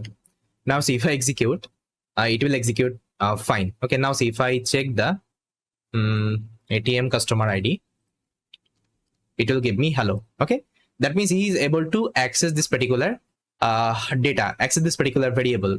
Now how we can prevent it? I think you learned the encapsulation concept. That means I have to use the private property. So instead of using this variable as a public, you can use privately. Okay, privately you can use. Now see, whenever I'm defining customer ID, I have to use the private one. Okay, private one. Now it is fine. Now let's see, if you want to see the customer ID, okay, what you can do. So this is a private property. For this you can use getter and setter method. I think I told you. So here simply you can write one getter method. So I'll just write def get underscore customer ID. Okay, now inside that I'll just simply return my ATM, okay, dot underscore customer ID. Okay, because it's a static variable, it's not an instance variable. Fine. One thing you observe, see here I'm not using any instance variable. That means this particular constructor variable. So I don't need to use the self here. See, I'm not using any self here. So what I can do, I can remove this self. Okay, if I'm also removing the self, still I can access this function. Okay, still I can access this method. How? Let me show you. So if I execute the program, now simply I'll initialize my customer one. Now see here, I will call like that. I'll just call ATM. Okay, ATM dot get customer ID. Okay, this is a method inside that. Now if I execute, see, it will give me 1. Okay, it will give me 1. See, without self object also I'm able to execute this particular method, because here I'm not returning any kinds of, let's say, data which is present inside my constructor. Okay, which is present inside my constructor. That's why I don't need to use self parameter here. Okay, now if you are using this kinds of function, okay, this kinds of function, this is called a static function. And to identify the static function, what you can use, you can use one decorator called static method. Okay, static method. Okay, this is called static method. Now see, whenever you will get this particular decorator, that means this particular syntax, that time you have to consider it's a static method. Okay, and the variable you are returning, this is a static variable. Okay, so this is another super important concept inside OP. Now I think it is clear. And if you want to allow your junior programmer to change this value, what you can do, you can again create a method called setup. Okay, with the help of that, he can also change the value of it. So I will leave this particular task to you. You can create another setter method and you can change the value of the customer ID. Okay, fine. Now see, if I execute the program, it's working fine. Okay, there is no error. So yes, this was the concept of static variable and static method inside OP. I hope you cleared. Okay, so just try to think whenever you will be designing your own software. Just try to think whatever variable you'll be taking as static variable, and whatever variable you'll be taking as instance variable. Okay, it's up to you. Thank you guys. Hello everyone, welcome back. In this video, we'll be discussing another new concept inside object-oriented programming called aggregation. So before starting with the aggregation, first of all, let me tell you, see, whenever you are designing any kinds of software, whenever you are trying to create any kinds of application, it's not like that you will be only creating one class, okay, for that particular application. So you create actually multiple class. So let me give you one example. Let's say you are implementing Facebook software, that means Facebook application. So inside Facebook, we are having different functionality. Let's say I can, apart from the login operation, I can perform the sign up operation. Okay, I can, let's say, create my profile, I can post something in the Facebook. Okay, so different thing we can perform there. So for this, what you will do, you will just try to create different class. Let's say for login, you will be creating one class. For sign up, you will be creating another class. create profile, you will be creating another class. Okay, so that's how actually we'll be implementing different class, and we'll be creating the entire application. With that, what will happen, your code management would be really good, and you can manage your code in a very easy way, and you will get one convenience called code reusability. That means you can reuse the same class again and again. Okay, this is the concept. Now see, whenever I'm creating multiple class and whenever I'm designing any kind of software, so definitely there would be some relationship between some classes. Let's see if I'm talking about sign up and login. So first of all, user will perform the sign up operation. Then whenever it will perform the login operation, first of all, it will check whether user did the sign up operation or not. That means in sign up and in login, actually there is a relationship. So these two classes having relationship. So these two class can actually communicate with each other. Okay, so this is called actually aggregation. That means if there is a relationship between, let's say, some classes, okay, this is called aggregation. Okay, this is called aggregation. That means one class own another class. Okay, this is the idea here. So again, it's a practical understanding. So let's go to our code editor and try to understand this aggregation. So guys, I already told you aggregation means there is a relationship. That means it has some relationship with a class or with a multiple class. Okay, this is the idea. And in a short form, you can also tell one class owns other class. This is the idea. So for this, let me give you one example. I think then this part will be more clear. So here, let's say I'll be writing a class. The class name is, let's say, customer. Okay, customer. Now inside this class, I'm going to create a constructor, so underscore init. And this class takes some input, let's say name, gender, and address of the customer. Okay, address of the customer. Then what I will do, I'll simply create some class variable, that means instance variable, and I'm going to store these are the variable one by one. So I'll just write self.name is equal to name. Then I will take self.gender equal to gender and self.address equal to address. Okay, that's it. Now just try to see here, name and gender. Okay, name and gender I can define in just one word. Let's say name is equal to, I can write, okay, name is equal to, I can write Bappi only. Okay, Bappi only, or let's say Bappi Ahmed or anything, right? And gender is equal to, okay, gender is equal to, I can write male or female. Okay, it's up to me. That means this is not actually complex variable. This is not a complex variable. But whenever I'm talking about address, okay, whenever I'm talking about address, so address is a complex variable. Okay, it's a complex data because inside address we'll have so many things. Let's say we'll have the city, we'll have the let's say pin code, we'll have the, let's say, state. So that's how inside address we'll have different kinds of, let's say, entity, right? And to store an address, actually I can't take only one variable, and I can't write actually, let's say, address is equal to, let's say, city, then pin, then state. Okay, I can't write like that because inside a variable I can't store multiple value. It's not possible, right? So for this, what I can do, I can just design this particular program in that way. So instead of taking the address, okay, like that, what I will do, I'll just create another class. Okay, I'm going to create another class. The class name is, let's say, address. Okay, let's say this is my class, so it should be address. So this is a class I have created. Now inside this class, I'm going to create another constructor, let's say underscore init. And now this class also takes some input. Let's say the first input, it will take the city, okay, city name. Then the second input, it will take the pin code, and the third input, it will take the state. Okay, you can also mention so many things inside address, but I'm going to take these three entity as of now. Okay, now again I'm going to create a instance variable. So self.city is equal to city, then self.pin is equal to pin, and self.state is equal to state. Okay, so that's how I can define this particular class. Okay, now see what I'm going to do. Instead of giving the address, okay, instead of giving the address separately, I'll give the entire class object, because I told you we can pass any kinds of class object as a reference to a function or to a class. I already told you, we can pass it. So simply what I will do, let me delete this line, it's not required. I'm going to execute the program. Okay, now see, it's working fine. Now first of all, if I want to initialize the customer, okay, customer, let's say, object. So let's initialize, let's say, customer object. So customer object takes three input. First of all, it will take the name, let's say name is Bappi. Then it will take the gender, let's say gender is male. The third input, it will take the address. Okay, address is nothing but it will take the address object. That means this class object. Now what I will do, before initializing the customer, I will define the address class. So let me define the address class, and address takes three input. So first of all, it will take the city name. You can see it will take the city name. Let's say city I'll give, Karnataka. Okay, then second input, it will take the pin code. Let's say I'll give 454545. Okay, let's say this is my pin code. And the third input, I have to give the state. Okay, let's say state, I will give Bangalore. Okay, so let's say this is my address object I have defined. Now this particular object I'm going to pass here. Okay, this object actually I'm going to pass here. So it should be address. Okay, like that. Now if I execute the program, now see, everything is working fine. Okay, everything was working fine. Now if I want to print all the, let's say, information, so what I can do, inside customer class, I can create a method. The method name, I can just name it as print let's say address, or I can write print information. Okay, print info. So inside that I'm going to print everything. Okay, let me show you what I did.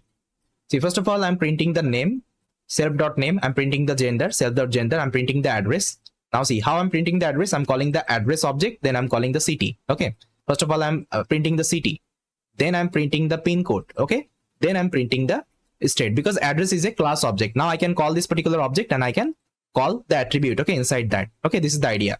Now see, if I execute the program right now, it's working fine. Now simply I'll just write cus.printinfo. Okay, this is the method I defined. Now see, if I execute, it will print everything like name, gender, address. Okay, everything it will print one by one. Now I think you got it.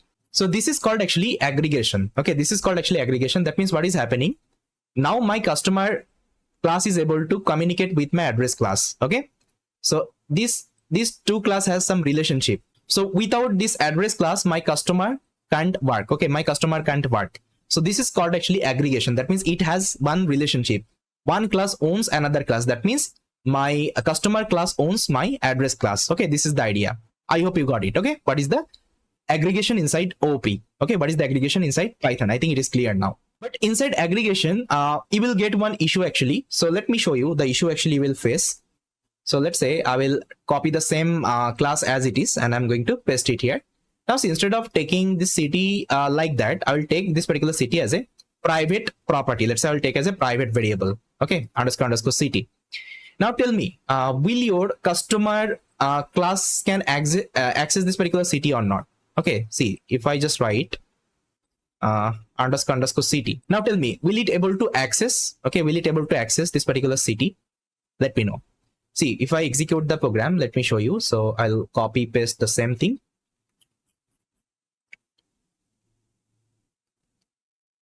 Now I'll call the print info. Okay, print info I'll call.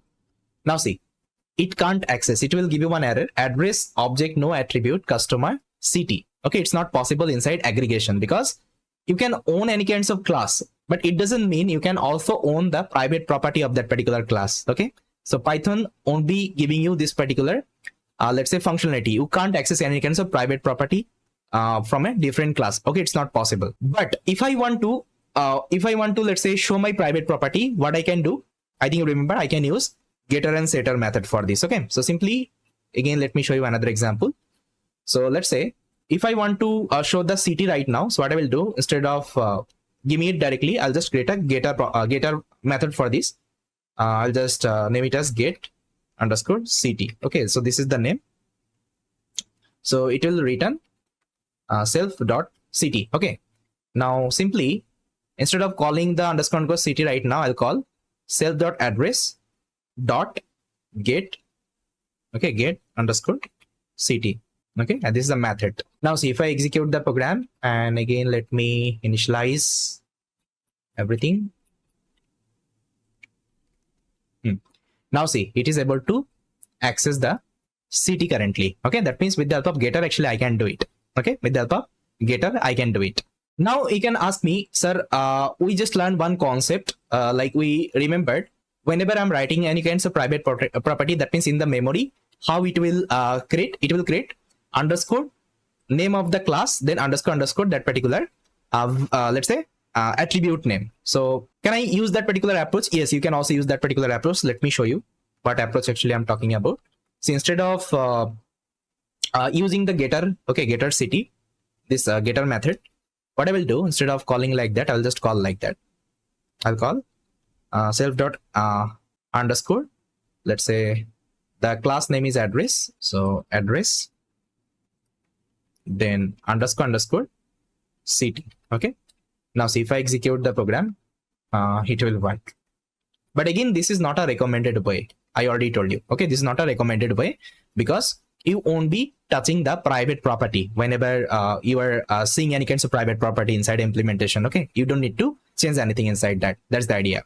That means what you have learned from this particular concept, that means you can only access non-private attribute and non-private methods. So similar wise, it can be also applicable for the method as well. It's not like that private method you can access. No, any kinds of private method also you can't access whenever you are using aggregation concept. Okay, that means non-private attribute and non-private methods. Okay, you can perform this particular aggregation. So to overcome this particular issue, that means to solve this particular issue, there is another concept we'll be learning called inheritance. Okay, inheritance inside OOP, and I'll tell you, inheritance is like very powerful concept inside Python and inside object-oriented programming. With the help of inheritance, you can do lots of things. Okay, you can make the connection between multiple classes. Okay, there are types of inheritance concept you can use here. Okay, so yes, I hope you like this particular video, and this is all about our aggregation inside OOP. Okay, so I just showed you this aggregation because the aggregation nobody uses nowadays. It has been deprecated. But to understand the inheritance, I just explained this particular aggregation. Okay, this is the idea. So yes, this is all about from this video. I hope you liked it. Thank you so much for watching this particular video, and I will see you next time. Hi everyone, welcome back. In this video, I'll show you how we can draw aggregation diagram, because in our previous video, I showed you how we can perform the aggregation. That means if there is a multiple class, how we can make the relationship, okay, with that. So there is a aggregation diagram also, like aggregation class diagram, because in interview actually you will get this kinds of diagram. You will see this kinds of diagram. Also, let's say whenever you will be designing any sort of software. So whenever, let's say you are working as an architect, so you have to draw this kinds of diagram so that your other programmer can see you want to perform aggregation or not. Okay, so let me show you so how we can draw this particular aggregation class diagram. So I'm going to open up my Blackboard. So here I created two class, I think remember, called customer and address. So let me just draw. And how to create a class diagram, I think you know, right? So you have to create a box like that. So here we created two class. That's why I'll be creating two box here. So let me just create a beautiful. Fine. So the first, it will have actually three block, 1, 2, and 3. Okay. So the first block will contain the name of the class. Let's say this is the customer class we have created. So it will have the same thing. And this is the address class we created, right? Now inside customer class, how many actually instance actually I had? That means how many class variable I'm having? I'm having 3 class variable: name, gender, and address. So let me just write solve the attribute. Let me write name, gender, and address. Okay, and all are actually public property. You can see all are public property because I'm not using any private property. So that means I have to give the plus sign here. Okay, and what is the method property here? Okay, so you can see inside class I'm having only one method called print info. So let me just write it here, print underscore info. This is a method, and again it's a public one. Now inside address, how many instance I'm having? That means how many attribute I'm having? I'm having 3 attribute: city, pin, and state. So let me just write city, pin, and state. And here city is the private, because you can see city is the private here. City is the private, and all of the attribute are public. Okay. Now how many function you written? That means how many method? Only one method called get city. So let me just write plus get city, because again it's a public one, right? Get city. Okay, so these two class I created. Now see, whenever you will see these kinds of symbol, so here you will get something called one diamond shape. So let me just draw. So you will get this diamond shape. Okay, diamond shape.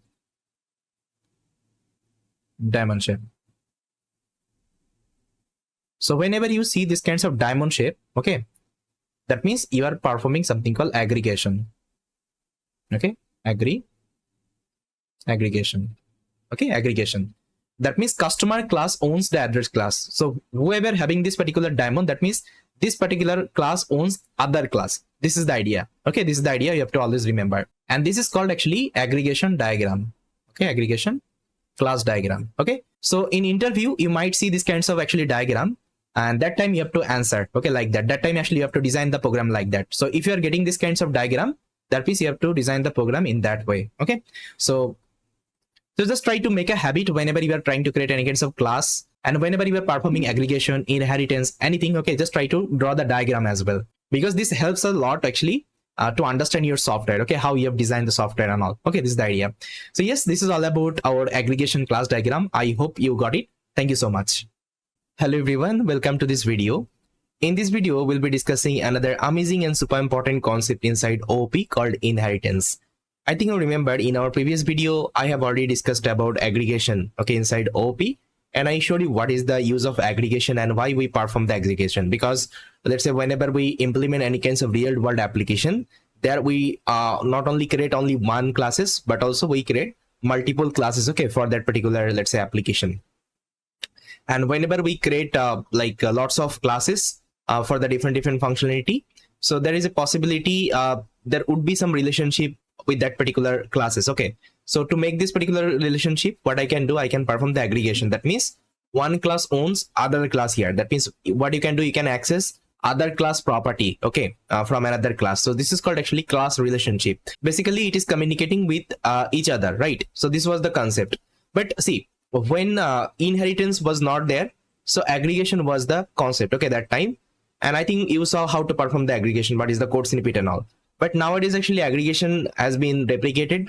Nobody uses aggregation concept, so people are using something called inheritance, because inheritance is much powerful than your aggregation. Okay, syntax wise actually it is also easy, and here actually you can do lots of things. I'll tell you whenever I'll be discussing this inheritance example and all, that time actually we'll get it. So inside inheritance actually we are having some types of the inheritance as well. Okay, we'll be also discussing all of them one by one. So in a summary, what is inheritance? Inheritance also, like the concept wise, it is the same thing like your aggregation. That means it will perform the relationship between actually classes, that means one or multiple classes. And this inheritance concept has taken from the real world actually. If I'm talking about, let's say, so whatever property your father is having, you owns that particular property, right?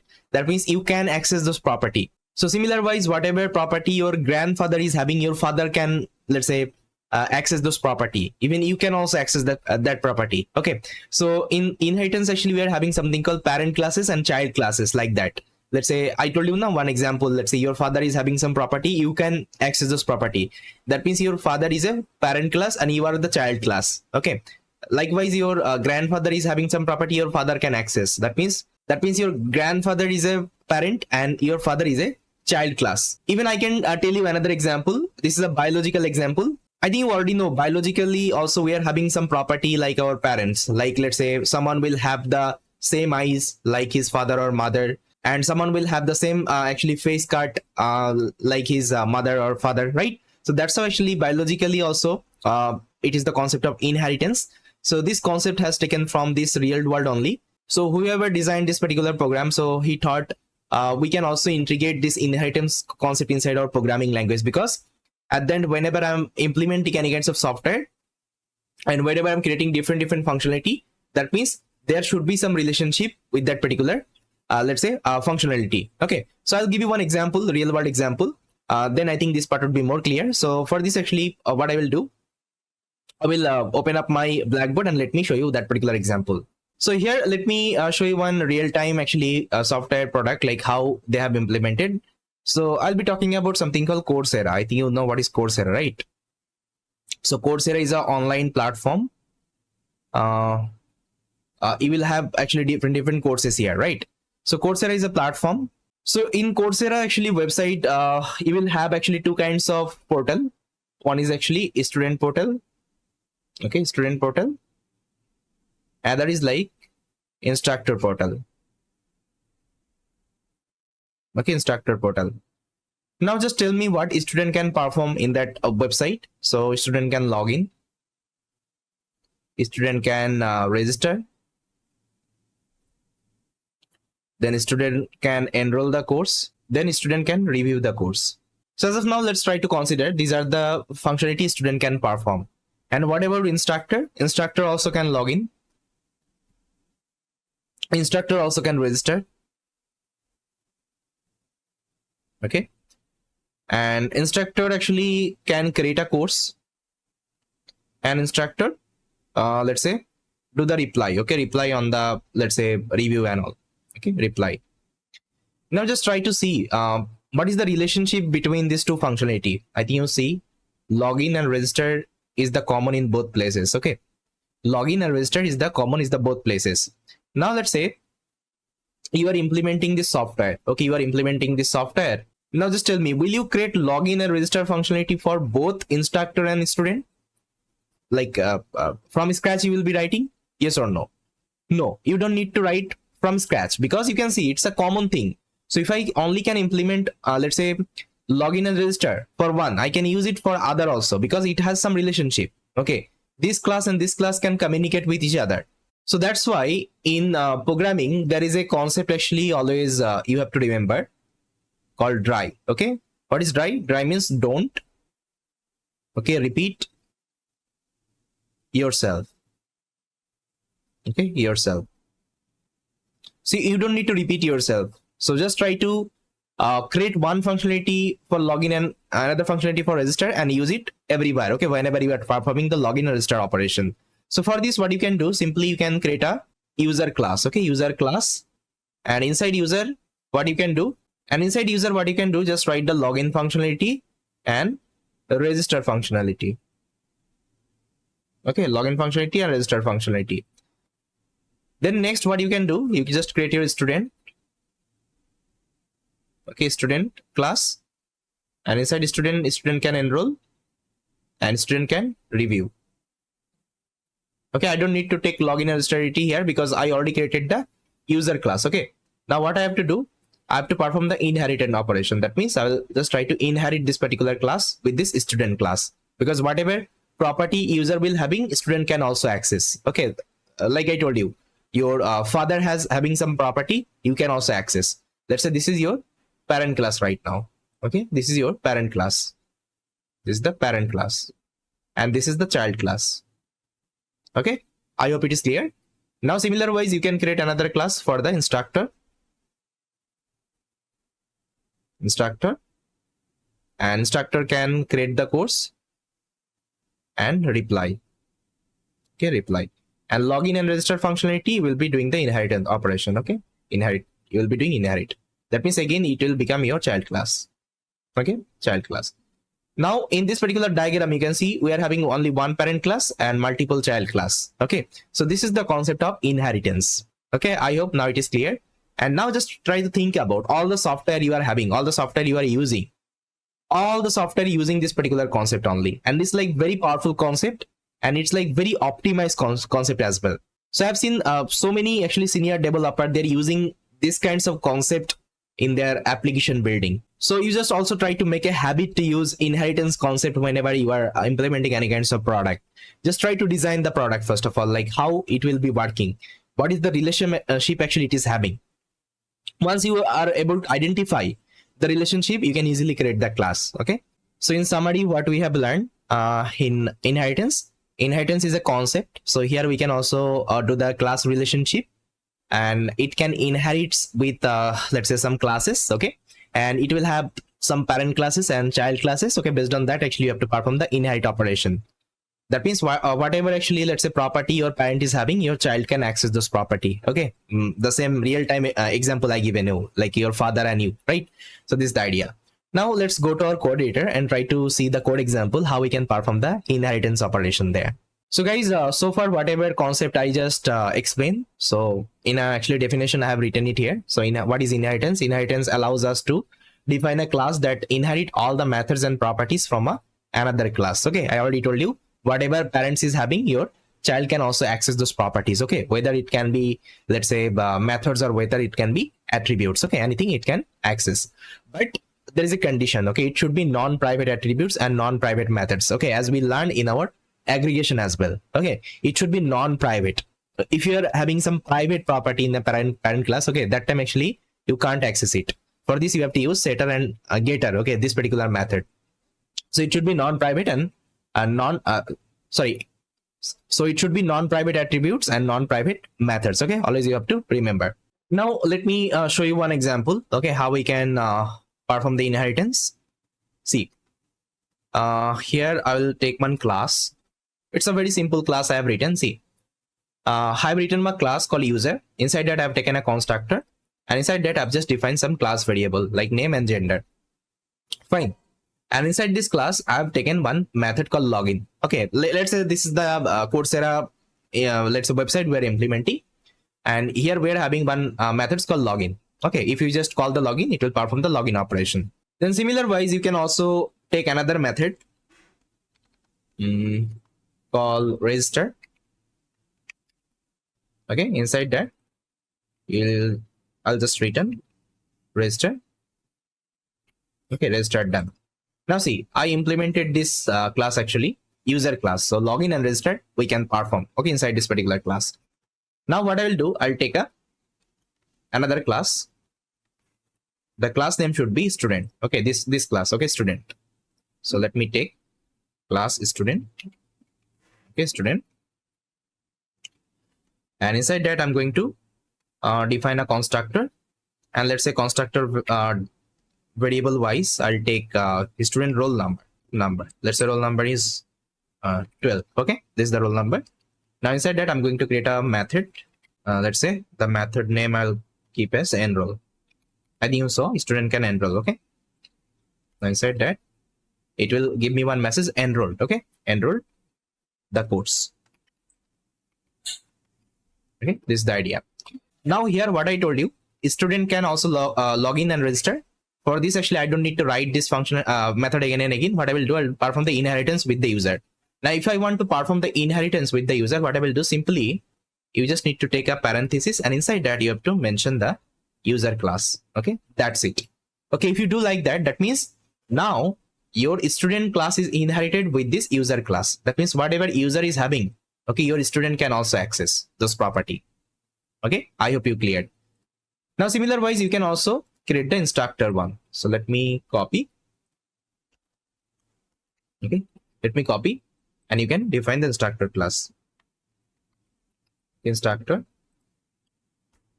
class. And instructor would be also inherited with the user, because instructor can also log in and register, right? And here student can, let's say, create the course. Okay, create the course. So here I'll just write created the course. Fine. And roll number, no, I will give, let's say, ID number of the instructor. Let's say this is the ID number of the instructor. Fine. Now if I execute the program, see, it's working fine. Now first of all, let me define the student object. So I'll just write AS is equal to student. Now see, if I execute, it's working fine. Now if I want to, let's say, access student let's say property, that means let's say student wants to enroll. So what will happen? So I'll just write s.enroll. Now see, it will tell you enroll the course. Now can I access this login? Can I access this login from the student object? Is it possible? Let me show you. See, if I just write s dot, okay, s dot, let's say login. Okay, s dot login. Now if I execute, see, it is also possible. That means it is inherited with this user class. Okay, and inside user, whatever property we are having, it's a non-private property. That is why we are able to access, okay, we are able to access all the parent. Let's say this is my parent right now. This is my parent class. This is my child class. This is also a child class.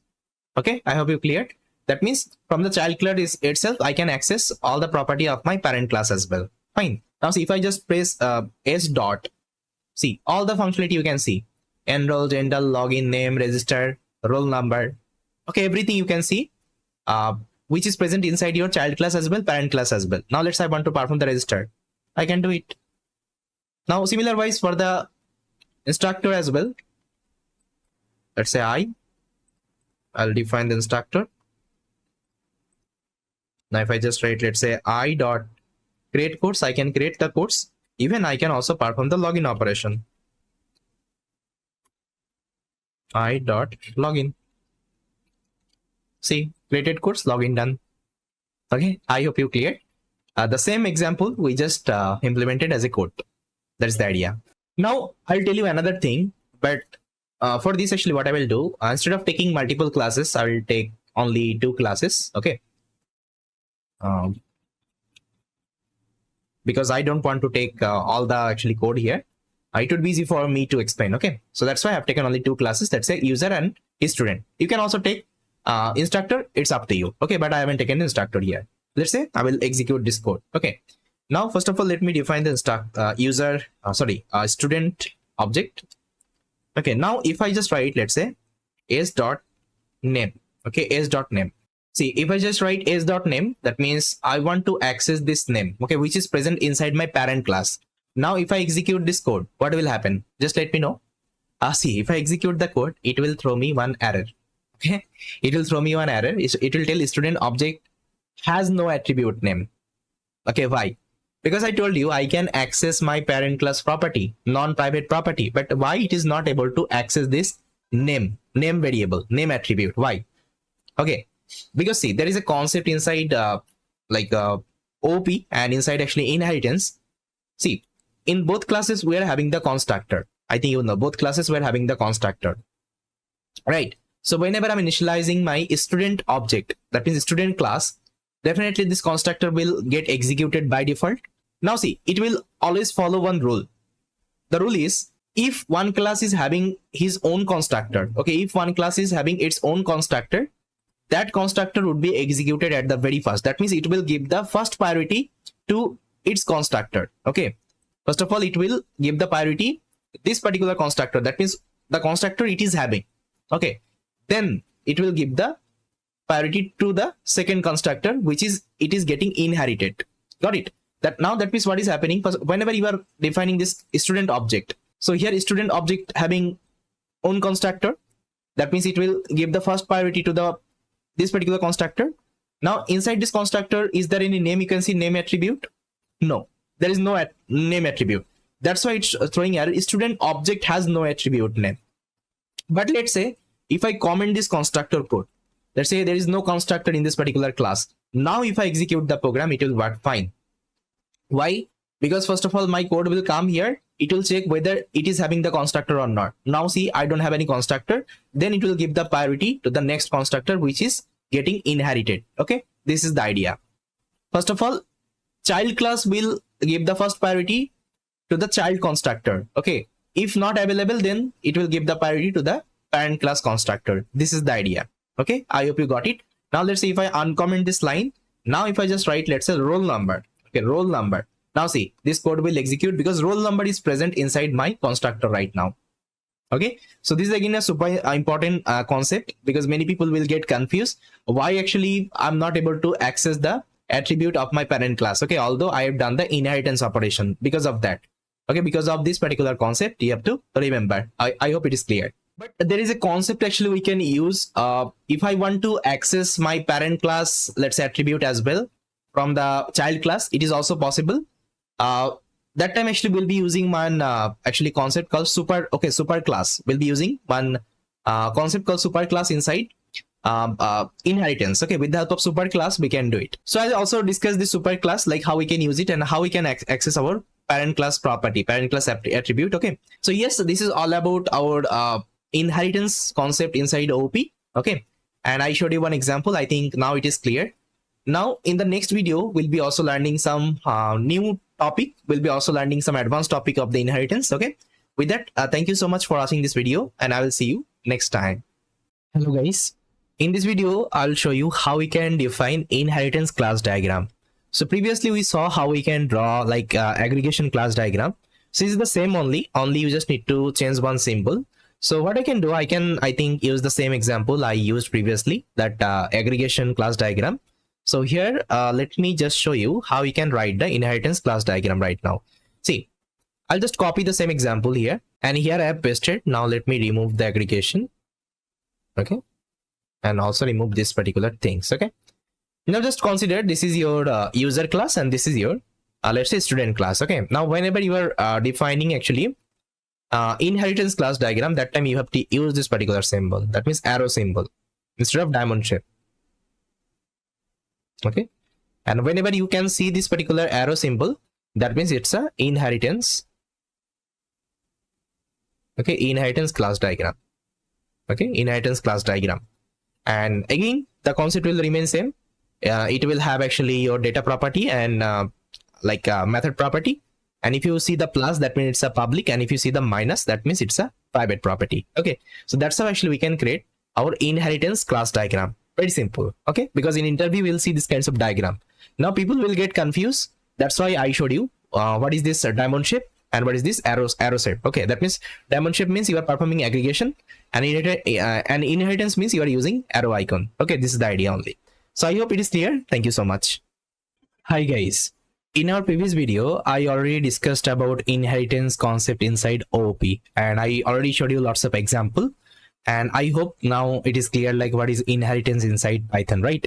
So in this video, I'll show you some more example so that your concept would be more clear. And I'll discuss some of the, let's say, very important topic here. And it is going to help you a lot, okay, whenever you will be using inheritance concept inside OOP. So what I will do, guys, let me show you some of the example. So here I have written a class. Let me show you the class actually I have written. So you can see this is the class I have written. The class name is phone. And inside this class, I have taken a constructor. And this constructor takes actually 3 input, like the price of the phone, brand of the phone, camera of the phone. Now here I'm storing, these are the variable, okay, inside my class variable. Now inside this phone class, I have taken a method called buy, okay. And if you execute the buy, what it will do, it will print buying a phone. Okay, that's it. Then what I did, I created another class called smartphone, and I just perform the inheritance operation. You can see I'm inheriting the phone class, okay, inside the smartphone. Inside that, I'm not doing anything. I'm just writing the pass operation only. Okay. And here I created my smartphone object, and you can see here I'm passing the input. Okay, here I'm passing the input. Now you can ask me why I'm passing the input. Okay, why I'm passing the input? Because smartphone actually doesn't take any kinds of input. You can see smartphone doesn't take any kinds of input. Okay, but why I'm passing the input? I think I showed you na inheritance concept. So you did the inherit operation with the phone class. Now see, phone class takes the input, yes or no? Yes, it takes. And what I told you the constructor concept. Like whenever you are performing inherit operation, first of all you have to check whether your child class is having constructor or not. Okay, if your child class is having constructor, first of all it will give the first priority to that particular constructor. Okay, but if you don't have it, what will happen? It will go to the parent class and it will see the constructor there. Okay, now just let me know, can you see the constructor inside smartphone? That means in the child class? No, it's not there, because here I'm doing the pass operation only. So what will happen? My code will go to the parent class, okay, constructor. And now parent class constructor, how many input it takes? It takes 3 input, price, brand, and camera.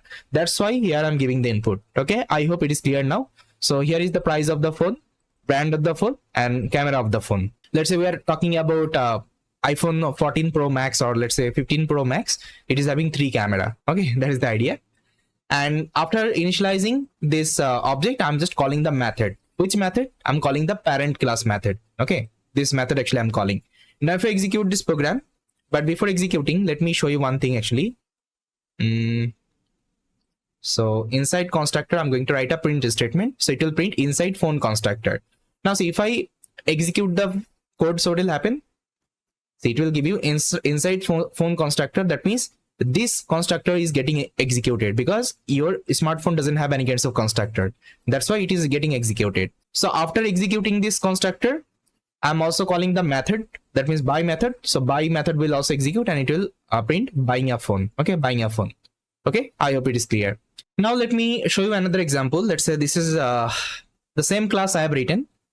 Only the modification I did here. See, inside smartphone class, what I did, I just written a constructor right now. Okay, so here this constructor takes actually 2 input, the operating system of the phone and RAM of the phone. Okay, and here I'm storing these are the value. Okay, and here I'm doing a print operation. Now what I will do, I'll just call, let's say s.buy. Okay, if I just do s.buy. Now see, if I execute the program right now, what will happen? First of all, try to understand what is happening. So here I'm having 2 class called phone and smartphone. Now just try to see, smartphone is having its own constructor, yes or no? Yes. So that means it will give the first priority to the constructor. That means this constructor will execute it at the very first. And how many input takes this constructor? 2 input. Okay, operating system and RAM. That's why I'm passing operating system and RAM. Okay, this is the idea. That's actually I'm initializing the smartphone object. Then what I'm trying to do, I'm trying to access the method of the parent class. Okay, this particular by. Now if I execute the program, now tell me, it will execute inside smartphone constructor or inside phone constructor. So if I execute, it will print inside smartphone constructor, because smartphone is having the constructor, child class is having the constructor. Okay, that's why it is executing at the very first, then it is executing the by method. Okay, this is the idea. Now let's say if I want to access this brand, okay, access this brand of the phone. Now I'll just write s.brand. Will it work? Tell me, will it work? No, it will throw you error. Smartphone object does not have any attribute brand, because now in this constructor there is no brand variable you have created. And I told you, if child class is having the constructor, so it will look for inside that only. Okay, not inside your parent class constructor, but we can access it with the help of super keyword. I will also discuss this particular super keyword. With the help of super keyword, we can overcome this particular situation. Okay, I'll be discussing this part. Can I access private property? Can I access private property from the child class? Is it possible? Let me show you. Let's say price is the private variable right now. Okay, it is the private variable right now. Now here, I'll delete this line. Now see, everything is fine. Now here I'm going to access this price. Okay, I'll just write, let's say underscore price. Okay, underscore price. Now see, if I execute, but it won't be working because it is having the constructor. So what I will do, as of now, let's remove this constructor. Okay, it's not required, and I will do the pass operation only. Okay, pass operation. Now if I execute, so it will give you phone init missing one positional argument camera. Okay, so here I'm passing the input. Sorry. So what I have to do, I have to initialize this object, because now I don't have the constructor inside my smartphone. Okay, that's why I have to give my parent class constructor input. Okay, this one. Okay, now if I execute, see, now smartphone does not have any private, okay, private property. But again, I'm trying to access from outside of the class. So what I will do, inside smartphone, I'll just write, let's say def, I'll take a function. So this function will print the price. I'll just write self, okay, dot underscore price. Now if I execute, now I'll just call this function, let's say print price. Okay, now see, if I execute, it will throw you one error. Okay, smartphone price, it's not available because it's a private property right now. Okay, it's a private property, you can't access it. But if I want to access, that means if I want to show it, so what I can do, I think remember, I can get a getter method for this. So here inside this class, I'll create a getter method. Let's say I'll just name it as get underscore price. Okay, so simply I'll just return self.price. Okay, now instead of calling like that, I'll call self.get price. Okay, and this is a method. Now if I execute, now see, it is able to access the price of the phone. Okay, so that's how I can access the private property. But directly it is not possible because it supports a non-private like property. Okay, always inheritance work with the non-private property. Okay, not the private property. I hope it is clear. So yes, these are some actually concept. I just wanted to let you know how things are working so that you won't be getting confused later on. And it's like very important concept. So please try to practice. Just try to create different class and try to execute and try to understand, okay, what is happening inside that. So yes, this is all about from this video. I hope you liked it. Thank you so much. Hello everyone. In this video, we'll try to discuss what is method overloading inside OOP. For this, I'm going to copy the same example. So I think you remember here we created a class. Let me copy and here let me paste. So here what I'm going to do, instead of taking the print price function, I'm going to create another function here. Let's say the function name is, so inside this class, I'm going to create another method called buy. Okay, the same method actually I'm going to create called buy. Now you can see inside the parent class also I'm having the buy method. Inside child class also I'm having the buy method. Okay, now if I just write s.buy, okay, if I just write s.buy, now see, if I execute the program, so let me write, so here let me give a message, buying a phone inside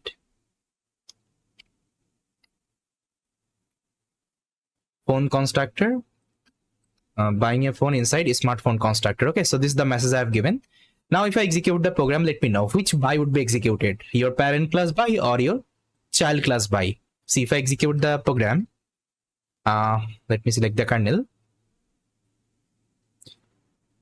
See, it is printing buying a phone inside a smartphone constructor. Okay, that means this method is getting executed.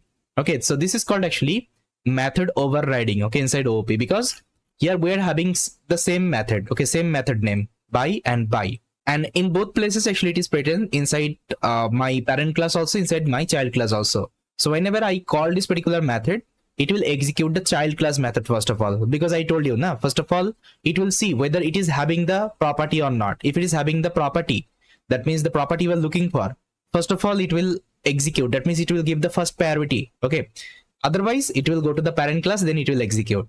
The same concept you learn, the constructor concept I showed you now. Let's say first of all it will check its constructor, then it will check the parent class constructor. Okay, so that was called constructor overriding, and this is called actually method overriding. Okay, inside OOP. Now I think it is clear what is method overloading. So sometimes you will hear this particular name, so that's why I showed you what is method overriding. And if you are having this kinds of situation, so first of all your child class method will be executed then, and if you don't have the child class let's say method, your parent class method will be executed. Okay, this is the idea. So I hope you got it. Thank you so much. Hi everyone, welcome back. In this video, we'll be learning one very interesting concept inside OOP called super keyword. See, I think you remembered I showed you some of the example, and I was also discussing about what is constructor overriding and method overriding. That means if you have something in the child class, and that thing if you're looking for, first of all it will check that particular let's say methods or constructor. Otherwise it will go to the parent one. Okay, now see here I call this particular by, so my child class method is getting executed, but I'm not able to access the parent class method right now. Okay, so how I can do it? I told you now I will be using one concept called super keyword. Okay, inside OOP. So with the help of that, actually we can easily call the parent class, let's say attribute as well as the method. So let me show you one example. So I'll copy the same code as it is. So here I'm going to paste it. Now here simply what I will do, everything is fine. So simply in the child class I'm going to take a keyword called super. Okay, super, you can see super. Now let's say I want to execute this by inside my parent class. Okay, so what I will do, I'll just give dot by. Okay, dot by. Now see what will happen, this particular super keyword it will just go to the parent class and it will execute this particular method right now. Okay, now let me show you. So if I now execute the program, see if I execute the program right now, now see both by is getting executed. First of all this will get executed, buying a phone inside a smartphone constructor, then buying a phone inside phone constructor. That means this one is also getting executed. So that's how with the help of super keyword or super function, what you can do, you can access your parent class attribute as well as the method. So this is for the method actually access. Now how I can do for the attribute execution? Okay, so let me show you another example. So guys, you can see I have kept another example, the same example, phone and smartphone. Now phone will take actually 3 parameter, price, brand and camera, and here I'm initializing one by one. Then I'm taking another class called smartphone, then I'm performing the inheritance with the phone. Then inside that you can see I have taken a constructor. Okay, inside that I have taken a constructor, and inside this constructor I'm taking all the input. Okay, all the input for both of the classes. You can see I'm also taking price, brand, camera, price, brand, camera, as well as I'm also taking the smartphone input, which is nothing but voice and RAM. Okay, voice and RAM. Now here inside that I'm taking a super keyword, you can see. And now if you want to access the attribute, okay, if you want to access the attribute inside a class, that means inside your parent class, you have to take this particular init. That means you are telling, just try to go inside parent class, and whatever, let's say, that means whatever, let's say, attribute present inside the constructor, that means inside the init, okay, init function, just try to access everything. Now just tell me how many actually attribute I'm having. I'm having 3 attribute, price, brand, camera. So here I'm giving price, brand and camera. So now what will happen, it will able to access all the attribute which is present inside this constructor right now, inside this particular class. Then it will execute this particular child class constructor. Okay, now your OS would be initialized and RAM would be initialized. Okay, now see, whenever I'm initializing a smartphone class, I'm giving all the input one by one. Like that means price of the phone, brand of the phone, camera, operating system, as well as the RAM of the phone. Now if I want to access the brand, that means brand is present inside the parent class, I can easily do it. I can also access the operating system, I can also access the price. That means I can access everything from the parent class as well as the from the child class. Now let me show you. If I execute the program, see, it will give you all the output one by one. Okay, so that's how with the help of super keyword you can access your parent class constructor. That means whatever non-attribute property you are having, whether it can be attribute, whether it can be methods, okay, everything you can access with the help of super keyword. And it's like very powerful concept inside OOP. Okay, so previous issue I think you saw, we can overcome this particular issue with the help of this particular super keyword inside OOP. Okay, now I think most of the things are clear how to use inheritance, okay, properly, and some important concept I also showed you. Now I think you can practice and you can use these are the concept in your implementation. Okay, so yes, this is all about from this video. I hope you liked it. Thank you so much. Hi everyone, in this video we'll see the types of the inheritance are available inside OOP. So here I have listed down all the types of the inheritance. So the first types you can see single inheritance, then multi-level inheritance, hierarchical inheritance, and multiple inheritance. Okay, so these 4 types of inheritance are available inside OOP.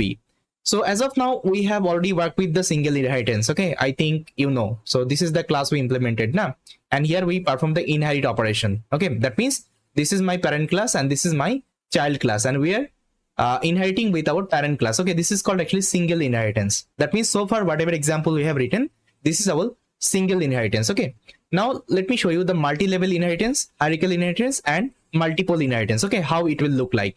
So first of all I will show you the diagram of it, then I will also show you the code example. Okay, how you can write all the types of inheritance inside Python. So first of all let me show you the single. I think you already know, okay, how single inheritance look like. So you have one parent class and you have one child class. So you will be doing the inheritance like that. That means child class will inherit the parent class. That means whatever let's say property we are having of the parent, we can use inside the child class. Okay, this is called single inheritance. And how your multi-level inheritance will look like, see, so here you will have grandfather. Okay, grandfather, then you will have father, then you will have child. Okay, and it will inherit like that. First of all, child will inherit father, and father will inherit grandfather. Okay, that means here your child can access all the property. It can also access the grandfather property, it can also access the father property, but father can only access the grandfather property. Okay, so this is called multi-level inheritance. Okay, and it's not like that you will be only taking grandfather, father, and child. You can also take after grandfather, and so on. Okay, infinite time you can take, but that much depth actually you don't need to go. 3 to 4 depth I think it is fine. Okay, 3 to 4 level I think it is fine. Now let me tell you this hierarchical inheritance. So here you will have one parent class, and this parent class will have multiple child class. That's a C1, C2, and C3 like that, and it will inherit with the parent class. All the child class will inherit with the parent class. Okay, that means all the child class can access parent class property. Okay, this is called actually hierarchical inheritance concept. Okay, now the last one, which is nothing but multiple inheritance. Now inside multiple inheritance you will have multiple parent. There's a P1 and P2. Okay, so I'm having 2 parent class, and here we are having only 1 child class. Okay, let's see. So it will inherit like that. That means your C, that means child class will inherit with the P1 as well and P2 as well. That means both parent, it will try to do the inherit operation. Let's say this is your father, okay, and this is your mother. That means you are trying to inherit with your father as well as your mother. Okay, that means all the property you can access here. So this is called multiple inheritance. I hope it is clear. Apart from that, there is another inheritance which is called actually a hybrid inheritance. So inside hybrid inheritance, you will be using all the inheritance whatever you have learned. Okay, you will just do the combination and you will be using all of them. But again, it's like very less used. But if you want to use it, you can also use it. You have to combine all the inheritance together and you can implement hybrid inheritance. Okay, this is the idea. But these are the very popular inheritance, and this is like most used in inheritance. Okay, whenever you will be implementing any kinds of software product. Now let's see the code example one by one. Okay, then I think it will be more clear. So here I already written all the example. See, it's like very easy. See, first of all, I showed the multi-level inheritance. So here I've taken the See, here I have taken some examples. So first of all, I have taken a class called product. Okay. So inside product, I'm having one method called review. Then I'm having another actually class you can see called phone. And inside that I'm having one constructor, and inside that I'm having one method, okay, which is nothing but buy. Now you can see phone is inheriting with the product. Okay, phone is inheriting with the product.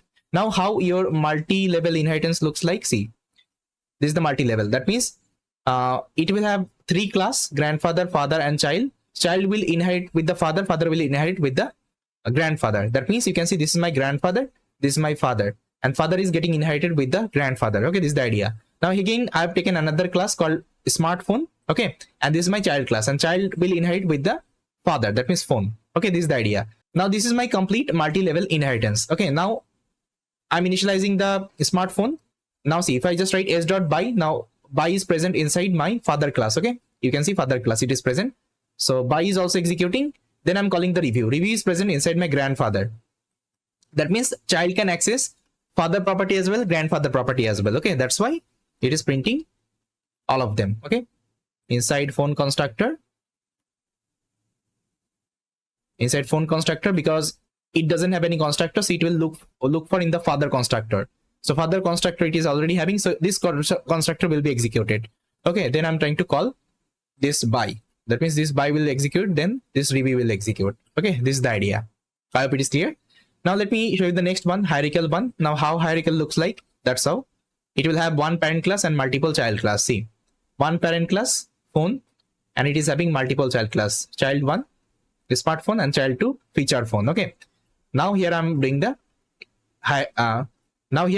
inherit operation. You can see phone and phone. Got it? That means both child class can access the property of parent. Okay, so here I have defined smartphone, the first child class, and here I've given the input. The input actually takes, and now I'm trying to access the buy. Okay, you can see now it will show me the buying a phone, because here I'm inside that I'm returning this particular buying a phone, right? And the second one featuring phone, again I'm calling the buy, so it will also able to access the buy because both are child class of the parent class. Okay, this is called actually hierarchical inheritance. Now the last one, which is nothing but multiple inheritance. Now how it looks like, you can see it is having two parent class and one child class. Now you can see here I have defined two parent class. First parent class is phone. Inside that I'm having one method, and the second parent class is product. Okay, inside that I'm having review. Now one child class I implemented called smartphone, because smartphone will have phone and product both.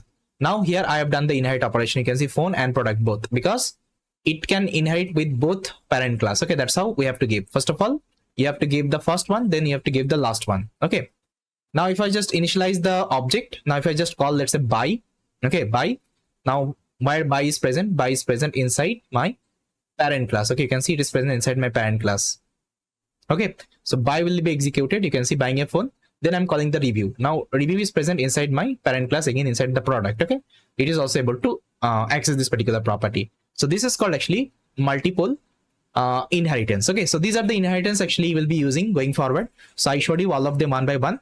Now please try to practice from your end, try to create different example and try to execute in your system. Okay, then this part will be more clear. So yes, this is all about from this video. I hope you liked it. Thank you so much for watching this particular video, and I will see you next time. Hi everyone, welcome back. In this video, we'll be discussing another OP topic called polymorphism. So what is polymorphism? So let me go to our code editor and try to understand there. So guys, you can see polymorphism is nothing but polymorphism refers to having multiple form. Polymorphism is a programming term that refers to use of the same function name but with a different signature. Okay, so inside polymorphism actually we are having three kinds of concept, like method overriding, method overloading, and operator overloading. Okay, so method overriding we already saw. I think I already created one video on top of method overriding. That means inside method overriding what happens, let's say if your child class is having the method, or let's say that constructor, first of all it will give the priority to that. Okay, otherwise it will go to the parent class, then it will give the priority to the parent class constructor, or let's say the method. Okay, this is called actually method overriding. Even I already showed one example. Now in this video I'll try to show what is method overloading and operator overloading. Okay, and this definition would be also clear. Okay, what I'm trying to say, see, here I have taken a class called shape, and inside this class actually I have taken two functions. One is area, again I have taken another function called area. That means with the same name I have taken two different functions, but if you see them carefully, so this function works in a different way. So the first function will calculate the radius, okay, and the second function will try to do the multiplication of A and B. That means now I think this definition is clear. Polymorphism refers to having a multiple form. That means you are having multiple form of a function. Polymorphism is a programming terms that refers to use of the same function name. Okay, you can see same function name but with a different signature. So here the function working mechanism is a different. Okay, this is the idea. Now based on the input, actually it will decide whether it has to run this function or this function. Now whenever I'm giving only one input, that means radius, so which function will be executed? This function will be executed. And if I'm giving two input, that means A and B, that means this function will be executed. But unfortunately inside Python, actually you don't have this particular concept called polymorphism, but in other programming language actually it is having. Okay, like in Java programming language we have this particular concept polymorphism. See, if I execute the code right now, see what will happen. So let's say I will first of all try to calculate the radius. Okay, I'll give 2 here. Now see, if I execute the program, so it will throw me one error. See, it is throwing me one error. Shape area missing one positional argument B. That means what is happening, instead of running this function, it is running this particular function. That means this particular method. Okay, but although it should run this method because I have given only one input, but it's not running. Why? Because I told you in Python actually this concept is not available. So in Python, if you want to handle this kinds of situations, so I'll tell you one technique actually you can use. But directly you can't use the polymorphism concept inside Python, but in other programming language it is possible. Okay, now see, I can access the second function. So if I give 2 input, let's say 2, 3, now see, it will work. It will give me 6. Okay, so if I just multiply 2 multiply by 3, it will give me 6. Okay, now I think it is clear. Now if I want to handle this situation in Python, what I can do like that. See, instead of taking 2 different functions, I'll take only one function called area, and I will give all the input, let's say radius, L and B. Okay, now here I'll just write one condition. If my B is equal to none, that means if you're not giving any kinds of B value, that means you want to calculate the radius. So here I'm returning the radius calculation. Otherwise I want to perform L multiply by B. Okay, now here I've defined the object. So to understand it, I can just write a print function here. So it is for radius and it is for multiply. Now see, instead of giving like that, I can just define the variable name. Let's say I'll give radius is equal to, let's say 8. Let's say radius is equal to 8. Then I will give, let's say L is equal to none and B is equal to also none. Now if I execute the program, see, it is calculating the radius. Now if I'm giving, let's say L is equal to 45 and B is equal to, let's say 3. Now it will calculate my multiply. Okay, so that's how actually we can handle this particular situation inside Python. Okay, I hope you cleared. Now you can ask me why it is required, because see, sometimes if you are writing code and if you want to perform the same operation again and again, see here I'm calculating the area of let's say area of circle, area of let's say rectangle and so on, right? Instead of writing different method for this, I can only create one method and I can write this condition. Okay, if my let's say B value is none, so I will return the radius, otherwise I'll return the area of rectangle. Okay, that's how actually you can handle the situation. Okay, this is the idea. Now let me discuss what is operator overloading. See, operator overloading means the same operator you are using for multiple actually tasks. Let me show you. So if I'm giving one example of the plus operator, let's say I'm writing hello, then again I'm writing plus hello. Okay, hello. See, whenever I'm using plus with string, it will do the concatenation. You can see it will do the concatenation, right? But whenever I'm using with integer, so it will give me the addition. Okay, addition of this particular 2 number. But whenever I'm using with the list, okay, let's say 1 2 3. Now see, if I execute again, what it will do the concatenation operation. Okay, so this is the idea. That means the same operator you are using, but it is working in a different form with different data type. Okay, so this is again called polymorphism. Okay, polymorphism inside OOP. But again, I'm telling you, polymorphism is not a concept inside Python. We can somehow manage the situation with the help of some condition, but in other programming language, you can use this particular concept. Okay, so that is what I just wanted to let you know, because in interview, if someone asks you this particular question, so that you will have the answer. Okay, and you can give the answer properly. So yes, this is all about from this video. I hope you like it. Thank you so much. Hello everyone, welcome back. In this video, we'll be discussing another concept inside object-oriented programming called abstraction. So to understand abstraction, let's go to our code editor, and there I'm going to show you some example. So guys, as you can see, abstraction is nothing but it's just a fundamental concept inside Python programming that allows us to simplify the complex concept and focuses on the essential details It involves hiding unnecessary detail and exposing only the relevant information to the user. See, sometimes what happens actually, whenever you are implementing any kinds of software, you want to hide some, let's say, hide some functionality. Okay, so you don't want to actually show to the user. That means you don't want to show to your junior developer like what you have implement, right? So for this, actually, you can use abstraction.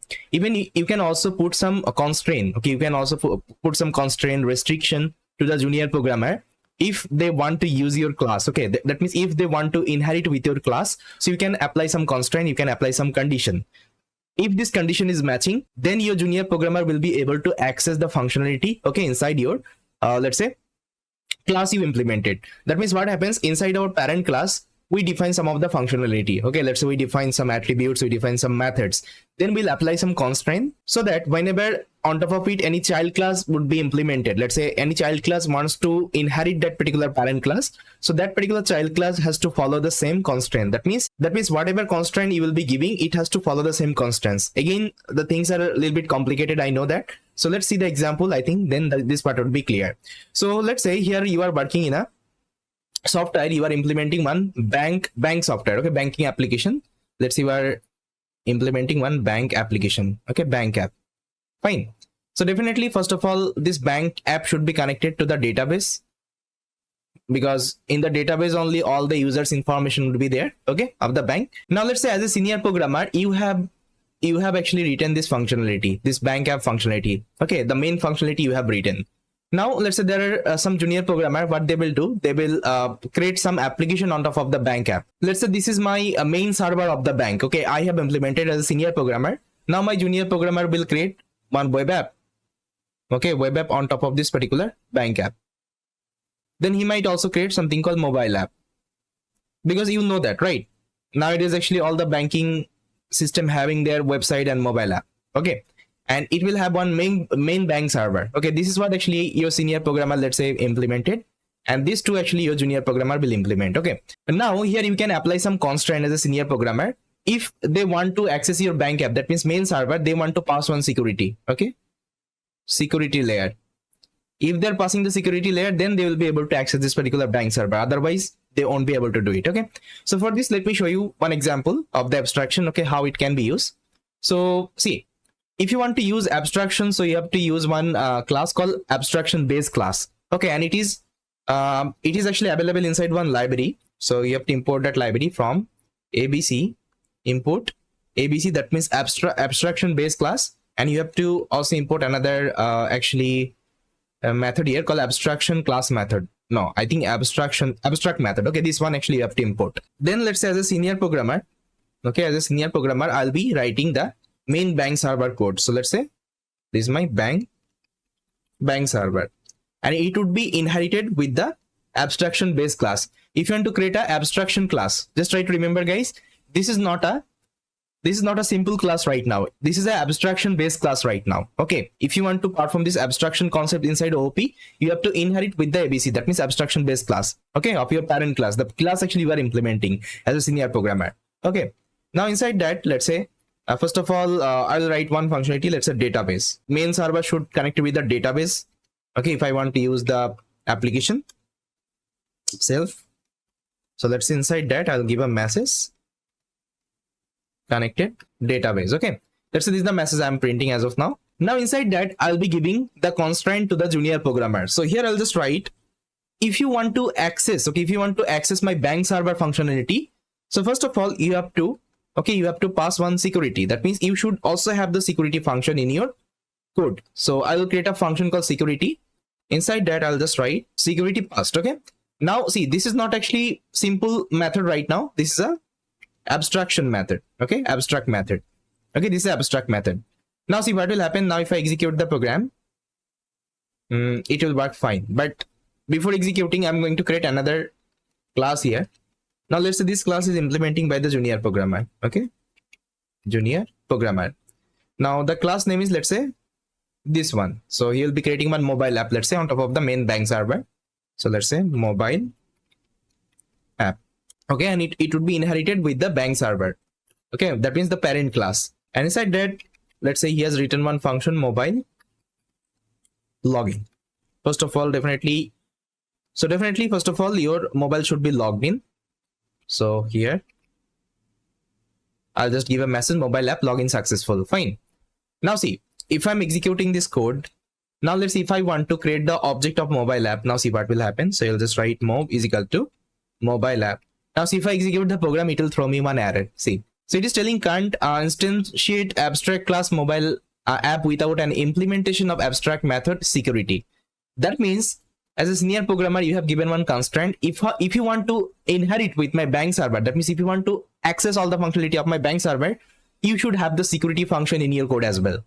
Okay, so that's actually you can put some constraint to the junior programmer. Otherwise, what will happen? They won't be creating the security. And again, this application won't be a robust application. Okay, it won't be a secured application. Okay, so as a senior programmer, you have to take care. Because it's possible junior programmer may mistake. Okay, these are the thing. Okay, now we are telling if you want to create a bank server, if you want to create some application on top of the bank server, security must be there. Okay, in your code, otherwise it won't be working. Okay, now what you will do, you will come here and you will create one security function here. Let's say security, and inside that, let's say you'll just write mobile app security. Okay, let's say this is the message I have given. Fine. Now see if I execute the program right now. Now if I want to initialize the object, see it will work fine. Okay, there is no error because now this security functionality you have also created, whatever actually your senior programmer suggested to you. Okay, this is the idea. Now let's see if I want to access the database right now, or let's see if I want to access the mobile login, I can do it. I'll just write mob dot, let's say, now let's say I will call this method mobile login. Now see if I execute, this is working fine. Okay, now let's say I want to access the database from my parent class. I think you know there is a method I created called database. See, I can also access this.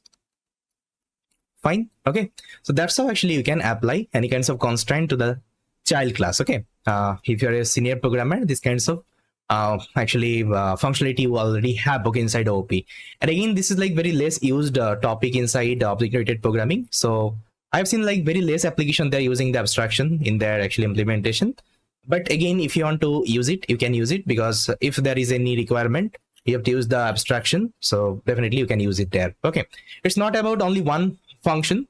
You can also put the restriction to the multiple function as well. Let's say if I create another method here, let's say display. Okay, so inside that I'm going to write, let's say displaying the data.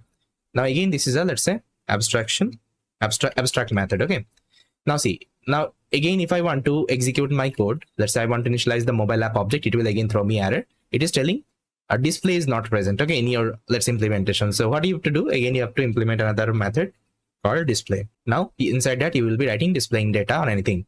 Now see if I execute the program right now, it is working fine. Okay, so that's how actually you can put restriction, you can put like constraint to the junior programmer. So yes, this is the topic I just wanted to let you know. And this was the last topic inside OP, because we have completed all the topics. Okay, all the topics present inside object-oriented programming inside Python. And now I think everything is clear. Now it's time to create one project with the help of OP. But before that, I'm going to teach you some more concept, like what is modular coding inside Python. Because many of you will have the like question, what is modular coding and how to write the modular coding. Let's say if I'm writing something in a file, how to import that particular code in any other file. Okay, this is called modular coding. So we'll be also discussing that part. Then we'll be implementing one amazing object-oriented programming project. Okay, with the help of all the concept we have learned so far. Okay, so yes, this is all about from this video. I hope you liked it. Thank you so much for watching this particular video, and I will see you next time. Hello everyone, welcome back. In this video, we'll be learning about modular coding inside Python. Again, it's a super important concept, because going forward, whenever you will be implementing any kinds of real world product, you will be following this particular modular coding approach. Okay, so inside modular coding, what we do, we just create lots of files and folder, and we write the code in a different files and folder, and we just try to connect, okay, all the file with each other. So here we usually, let's say, keep a different file for different functionality, and whenever we need it, actually we'll be just calling that particular functionality from that file itself. Okay, this is the idea. So again, let me show you the practical example, then I think this part will be clear. So let's say here I'll be creating a folder. Let's say the folder name is let's say ATM machine main. Let's say this is my folder name. So here I'm going to use the same I think code. I think you remember we created one ATM machine functionality. So I'll be using that particular example, and here I'm going to show you the modular coding, okay, how it can be done. So let's say you have created one folder called ATM machine main. That means inside this folder, my main, let's say, ATM machine code would be available. See, whenever you are creating any kinds of software product, you always need to follow this folder structure. That means, let's say this is my ATM machine main. That means inside ATM machine main, I'll be keeping all of my, let's say, necessary implementation. That means my root class implementation, I'll be keeping it here. So let me show you one example. Let's say PyTorch GitHub. See, all the like real world project implementation will follow this structure only. See, they also created one folder called Torch. Okay, inside Torch, they have kept actually all the main functionality, like what are the functionality they usually provides. Okay, from this particular package itself. This is the idea. So here we are creating, let's say, ATM machine. Okay, ATM machine application. So all the ATM machine, that means my main code implementation I'll be keeping here. That means whatever functionality my ATM machine provides, I'll be keeping it here. Okay, now inside that, see, if you check this Torch folder, so inside Torch folder, they created one file called __init__.py. Let me show you. See, this file actually they created, and this is called constructor file.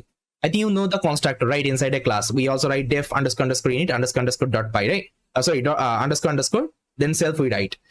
But if you are creating a folder, okay, if you are creating a folder, and if you want to perform the modular coding, and if you want to create a file inside that, and you want to write the code, so you have to create this particular file. Okay, it is recommended. So the file name is init, okay, __.py. Okay, this is the file. This is the constructor file. Okay, so what this file will do, it will tell you this is a folder, and this folder contains some code functionality. So let's say if I want to import later on, I can easily do it. Okay, now see here, I'm going to create a, let's say, file called, let's say, ATM_main.py. okay, now inside that I'm going to paste all of my ATM related code. Now I think you remember we created this class. I'll copy, and here I'm going to paste it. Okay, so this is the functionality we created. This is the class we created, okay, for our ATM machine.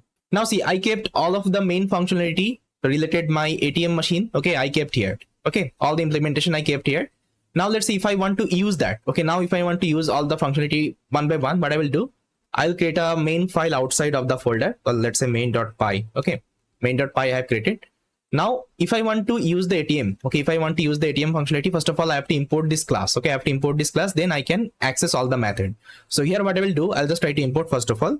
So you need to write from. Okay, from, it is present in which folder? It is present inside ATM machine folder. So you just need to write ATM machine main. Okay, now inside ATM machine main, in which file it is present? It is present ATM machine main.py. Okay, so here you have to write ATM main. Okay, this particular file name.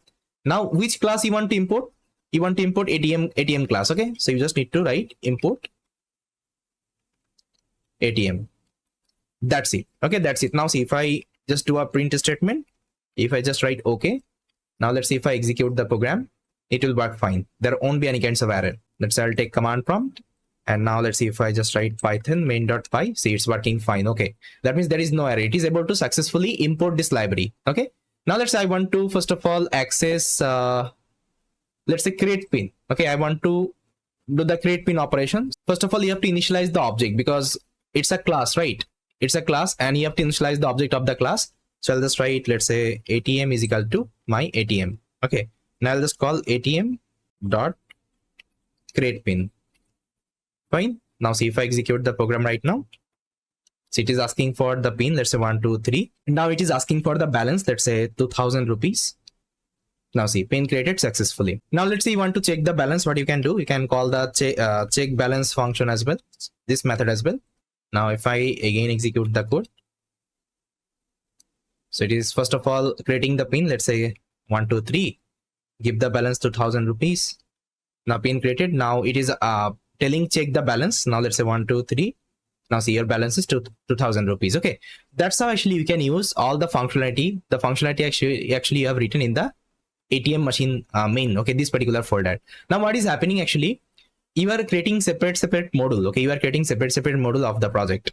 Like I showed you now, this Kera's PyTorch implementation. Okay, so they also kept different module. Like inside Torch, what are the functionality they can perform? They can perform, these are the functionality. Okay, so likewise, if you are adding more functionality inside ATM machine later on, okay, let's say you are getting another functionality. Let's say the functionality name is or let's say database connection. I can write db.py. Okay, now inside that, let's say you have written another class database And inside that, let's say you have one method def connection, and let's say I'll as of now print the message connection successful. Let's say this is the message I have given. Now let's say you want to connect with your database. What you will do? So you will come in the main file. See, I'm in the main file. Now you have to import this particular database connection first of all. And how to import? You can just write from ATM machine main. Okay, ATM machine main. And inside ATM machine main, in which folder actually it is, and inside ATM machine main, in which file it is available? It is available inside DB file. Just call DB. Then import. What? Import actually. If you open the DB database, okay, I need to open the database. I'll import the database. Okay. Now again, I will be creating another object. Let's say DB is equal to my database. Okay. Database class object. Now let's say before creating the pin, I want to connect with my database. So I'll just write DB dot connection. Now see what will happen before launching. Now see, before actually accessing my ATM, first of all, it will connect to the database. Now see, if I execute the program, see, the connection successful. Now you can give the pin. Okay, you can add the balance. You can also check the balance 1, 2, 3. Got it? I hope it is clear. This is called actually modular programming. Okay, this is called actually modular coding inside Python. That means instead of writing everything in one file, okay, you are creating a different files and folder, and you are creating one endpoint. Okay, main.py is my endpoint, and from the endpoint itself, I'm running my application. Whatever functionality I need, I will import it and I will be using it. So that's why sometimes actually you saw whenever I imported any kinds of library, I was using the from statement. Okay, from the, let's say, a folder name, then file name, then the class name. Okay, then I was using that particular functionality. Okay, I think you remember. So in future, we'll be doing lots of real world project implementation. There I'll be using this modular coding approach, and this part would be more clear there. And this was the basic structure of the modular coding. That's why I showed you the fundamental concept. And if you're able to understand this, definitely you can also follow the modular coding approach, okay, in your implementation. This is the idea. And you can also create some more folders. Okay, it's not about only you can create only one folder. You can also create multiple folder. Okay, like the PyTorch implementation did. Okay, they have created multiple folder. Inside that you can create multiple files. Okay, multiple Python files. And inside a folder also you can create another folder. Okay, it is also possible. And inside that you can create your main code file. Okay, again, this is your actually design principle. So whenever you are designing the folder of your software, whenever let's say you are defining the structure of your project, that time you have to decide how many folders and file you will be creating, okay, to manage your entire code. This is called actually code management at the end. Okay, so I'll show this inside my project implementation. Whenever I will be doing the modular coding project implementation and all, there actually I will tell you how we can create the project folder structure and how we can okay, how we can actually decide, okay, how many folders you need, how many files you need. We'll be discussing each and everything. So yes, guys, this is all. I hope you liked it. Thank you so much. Hi guys, welcome back. In this video, I'm going to discuss another very important topic inside modular coding. So let me just write the topic name here. So I'm going to create a file called readme.md. So it's a markdown file. If you want to keep anything, let's say information related to your project, you can keep this everything inside this particular file. Okay, readme.md. And whenever you will be using Git and GitHub, okay, so there actually you need this file, because with the help of Git and GitHub, it will render. Okay, it will render to the GitHub. So let's say I showed you one GitHub now here, I think you remember. So if I go to the project, so this GitHub is also having readme.md file. So let me show you. See, readme.md file is available. Okay, with the help of that, they are rendering this actually information, like whatever information they have written inside readme.md, everything is rendering here, okay, in the GitHub, so that other people can come here and they can read about your project. Okay, what is the project you implemented, how to install it, how they can use it. Okay, every information it will kept. So that's also whenever you are creating your project, you just need to create this readme.md file, and all the information you have to keep here. So as of now, I'm going to only paste the topic actually I'm going to discuss here. See, the topic actually I'm going to discuss, this is the topic. Okay, inside Python actually we are having this statement, if __ name is equal to __ main. Okay, so what is the use of this particular, let's say, statement inside like modular coding? So here I have written the if __ name is equal to __ main. It's a common pattern used in Python script to determine whether the script is being run directly or it's being imported as a module into the another script. Okay, that means I think you remember inside main.py we imported some of the functionality, okay, from my another file. That means some module actually imported. That means here we are using different script, okay, different script of the code, and here we are trying to use it. I hope you cleared. Okay, now instead of calling them directly, see here I'm calling them directly, this particular function I'm calling them directly. So what you can do, you can write this particular statement. So before so after initializing all the class, what you have to do, you have to write this statement: if underscore underscore name is equal to underscore underscore okay, main, this particular statement, and inside that you have to call the function. Okay, inside that you have to call the function. Okay, now any of the programmer can get to know the method you are using. Okay, the method that you're using, it is imported from any other module, it is imported from any other script. Okay, this is the idea. And you are separating out some of the code snippet. Let's say this is my initialization code, this is my object initialization code. So here I'm initializing the object of my class, and inside that actually I'm calling all the methods, okay, one by one. Now see, if I execute the program, it will work fine. I'll just run main.py. See, first of all, connection successful. Okay, then it is asking for create min. I'll create the min, give the balance, let's say 2000 rupees. Then check the balance, 1 2 3. See, balance is 2000 rupees. Fine, I think you got it. What is the use of this this particular statement inside modular coding? And going forward, whatever implementation you will see, like real world implementation, you will see people are using this particular statement, okay, in their code as well. So that's why I showed you, because if you are seeing for the first time, definitely will get surprised. And now I think you got it. Okay, what is the use of it? So going forward, we'll be using this particular statement in our code, and whatever, let's say, function calling or whatever function initialization actually we're doing, everything will be writing inside that only. Okay, this is the idea. So yes, this was a quick topic. I just wanted to let you know. I hope you liked it. So in the next video, we'll be implementing one OOP project. Okay, thank you so much. Hi guys, welcome to this video.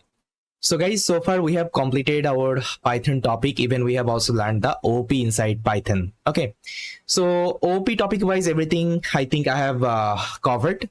Now it's time to implement one mega project on top of this. So in this video, we'll be implementing one amazing project with the help of OOP concept.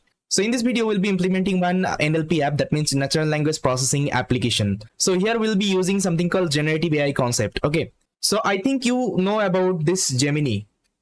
Yes or no? I think you know Gemini. So Gemini is actually application you can use for the conversation. Let's say you want to generate a text, you can use Gemini. Let's say you want to translate any kinds of text, you can use Gemini. Let's say you want to perform, let's say, conversation, you can also do it with the help of Gemini. Okay, so this is similar kinds of your chat GPT. Okay, similar kinds of chat GPT. Even you can also generate the code, okay, from the Gemini. It is also possible. So we'll be implementing this kinds of one NLP app. So I'm not going to create the real product of Gemini, but like the way they created the user interface and all, but I'm going to create some functionality of the Gemini. So let me show you how Gemini works. So here you have to pass one prompt. Okay, let's say I'll give a prompt. So here I've given a prompt, give me a sentiment of this particular sentence. Now just tell me what is the sentiments. I hate this movie. I think you know that it's a negative sentiment. Now see, if I give it to my Gemini, so it will tell me the sentiment of the sentence, I love this movie, is a negative. Okay, that means it's a negative sentiment. Now let me provide another prompt. Let's say I'll give this prompt, give me a Hindi translation of this sentence, I love this movie. Now this is the Hindi translation of this particular sentence. Okay, that's how we can give different prompt. So let me give another prompt. So I'll give this particular prompt, detect the language of this sentence. I think you know it's an English language. Okay, it's a English language. So that's how we can pass different prompt and you can get the response from the Gemini. Okay, so these kinds of actually functionality will be implementing inside our application. Okay, and the entire application will be implementing with the help of OOP concept, whatever we have learned so far. And I think I implemented one project. I think you remembered we implemented one mega project called this one, multilingual AI assistant. There I also showed you how we can use the Gemini API. Okay, from the Google AI Studio.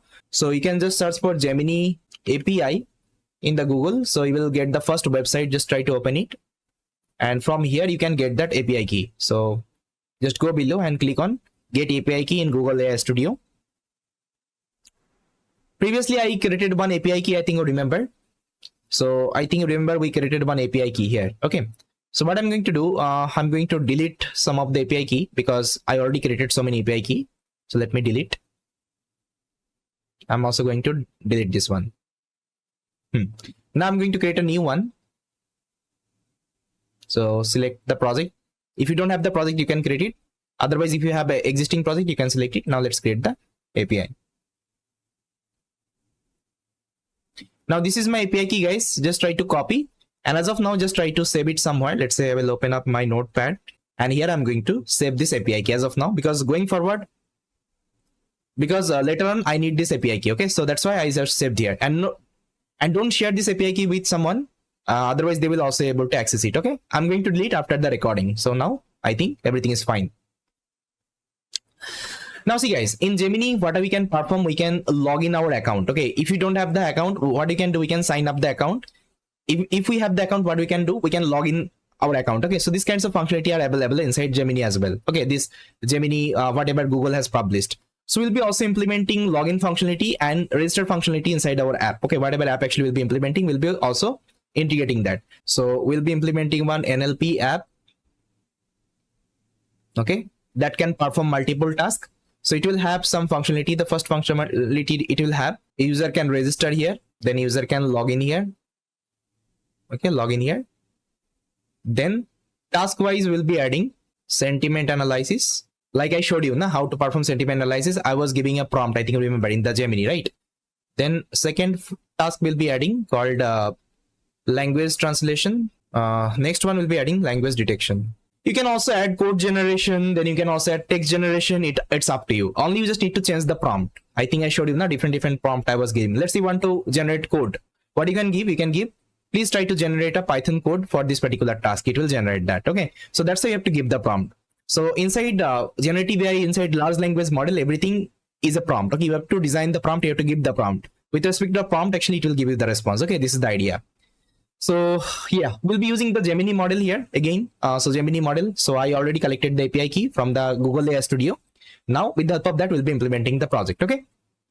And the functionality we'll be implementing, these are the functionality: register, login, sentiment analysis, language translation, and language detection. Okay. One by one, everything will be implementing all of them. So before starting the coding, guys, I think you know what we have to perform whenever I want to start with any kinds of project. First of all, I have to create the environment, okay, for this. So what I did, I already opened up my VS Code, and you can see here I created an empty folder called OOP project. Now inside that, I'm going to create my code file.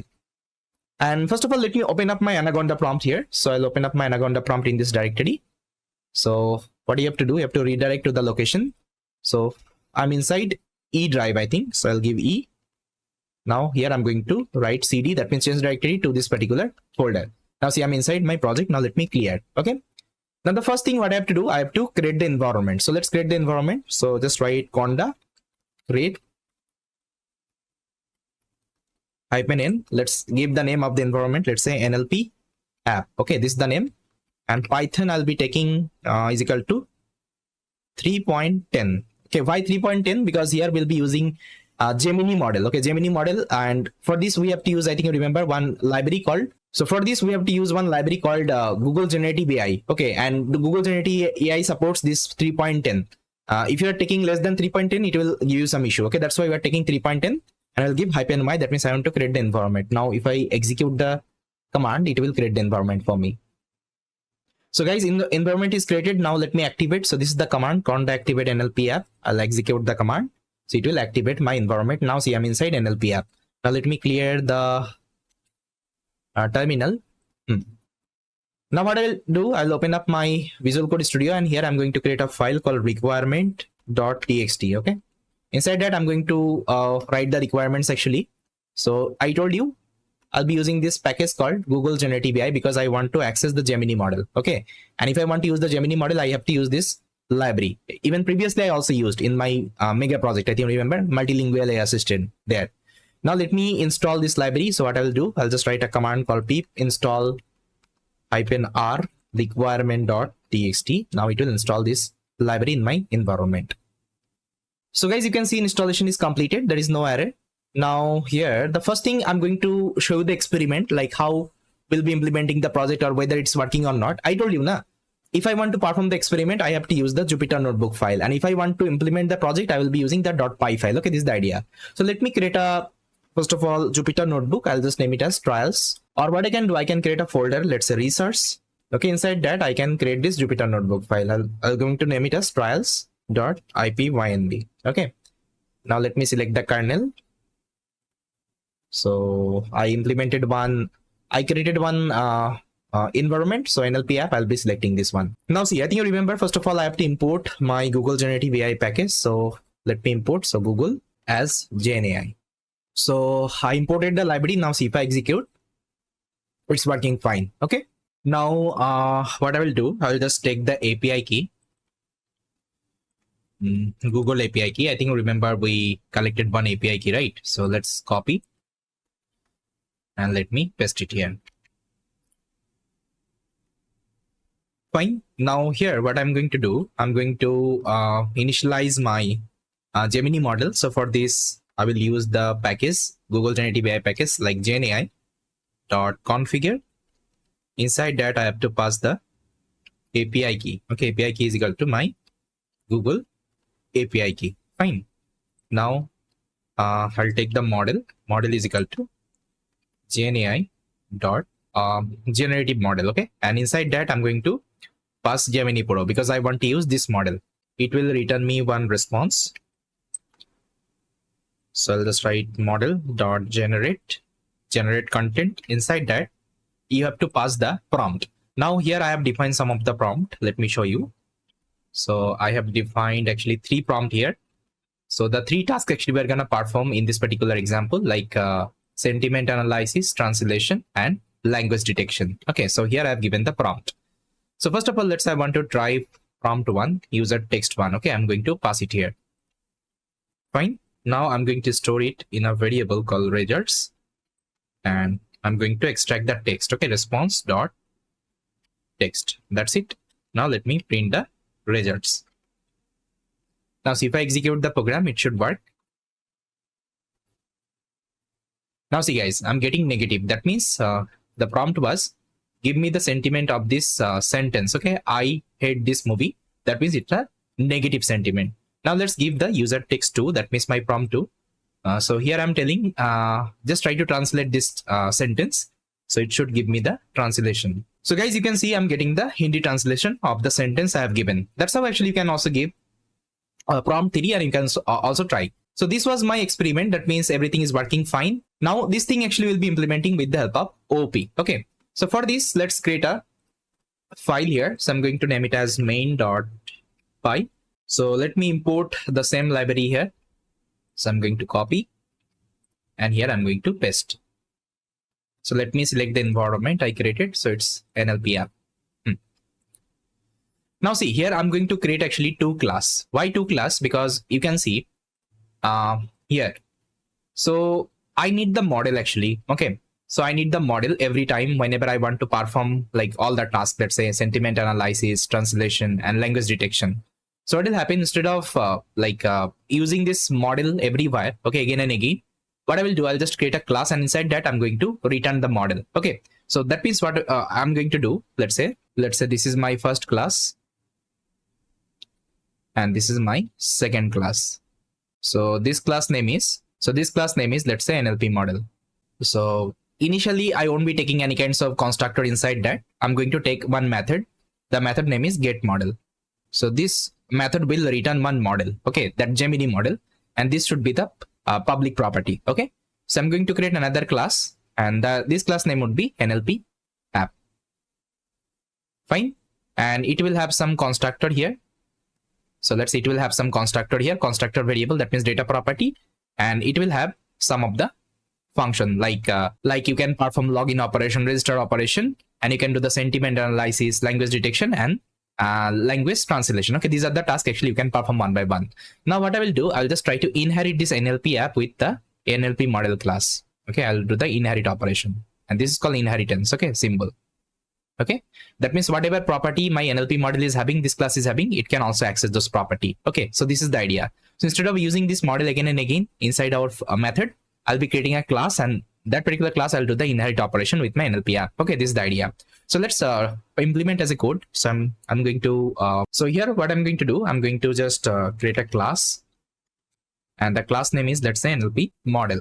Inside that I'm going to define a method. Let's say the method name is get model, get underscore model. Inside that I'm going to return the model only. So I'll copy the same code as it is. I can also copy the Google API key from here. Now it will return me the model. Okay, return the model. That's it. Now I'm going to create another class and I'm going to name it as NLP app. And I will do the inherit operation with my NLP model. Okay. Now inside that, I'm going to create a constructor def init. So here I'm going to take some instance variable, that means my class variable. Now just try to think what are the class variable you need here. So here I told you we'll be performing something called login and registration. For this, I need to store the username and the password, right? That means the email and password. So for this, I need a variable. But here I need to store actually two kinds of data. One is the email and another is the password. But I can't use the simple variable here. If I'm using simple variable, I can't store two data property there. So for this, what I'm going to do, I'm going to take a actually dictionary here. Okay, so the dictionary name would be database. Let's say database. See, whenever you will be implementing this project in an actual way, that means in the industry, there you'll be using actually database. Okay, database, different database. But here I'm not using any kinds of database. So that's why I'm considering this dictionary as my database. Okay, inside dictionary, I'm going to store all of the data. Okay, this is the idea. But whenever you'll be doing the actual implementation, that time you have to use the database. You can use MySQL database, you can use MongoDB database, Cassandra database. It's up to you. Fine. Okay. And again, it's a, let's say, sensitive variable. So I'm going to make it as private property. Okay. I'm not going to make it as public. Otherwise, what will happen? That junior programmer story. Okay, so junior programmer might come here and he might have seen something else. Okay, in this particular data property. So that's why I've made it as a private property. Fine. So here, first of all, whenever let's say someone will execute my application, so he will get one menu. Okay, so let me just create this menu. So I'm going to name it as let's say first menu, because I'm going to create two menu. One is for my login and registration, another is for my task. Like what are the tasks actually user can perform, like sentiment analysis, language detection, and language translation. Okay, so for this I'm going to name it as first underscore menu. Okay, so this is my method. So inside that I'm going to take an input from the user. So I'm going to just write first input first, and again it's a multi-line string, so that's why I will be taking in a triple quotation. Now I already written the message actually I want to print here. So this is the message, guys. It will tell the user, hi, how would like to proceed. So that means if you are not a member, if you want to register, you have to press 1. Okay. And if you are, let's say, if you are already a member, if you want to log in, you need to press 2. And if you press 3, actually, you will exit from the application. Okay. And here I've given a message by galti se aa gaya kya. Okay. So you can give anything. It's up to you. Now here, what I'm going to do, I'm going to check a condition. If my first input is equal to, if it is 1. Okay. If it is 1. So what I want to perform, I want to perform the register operation. Okay.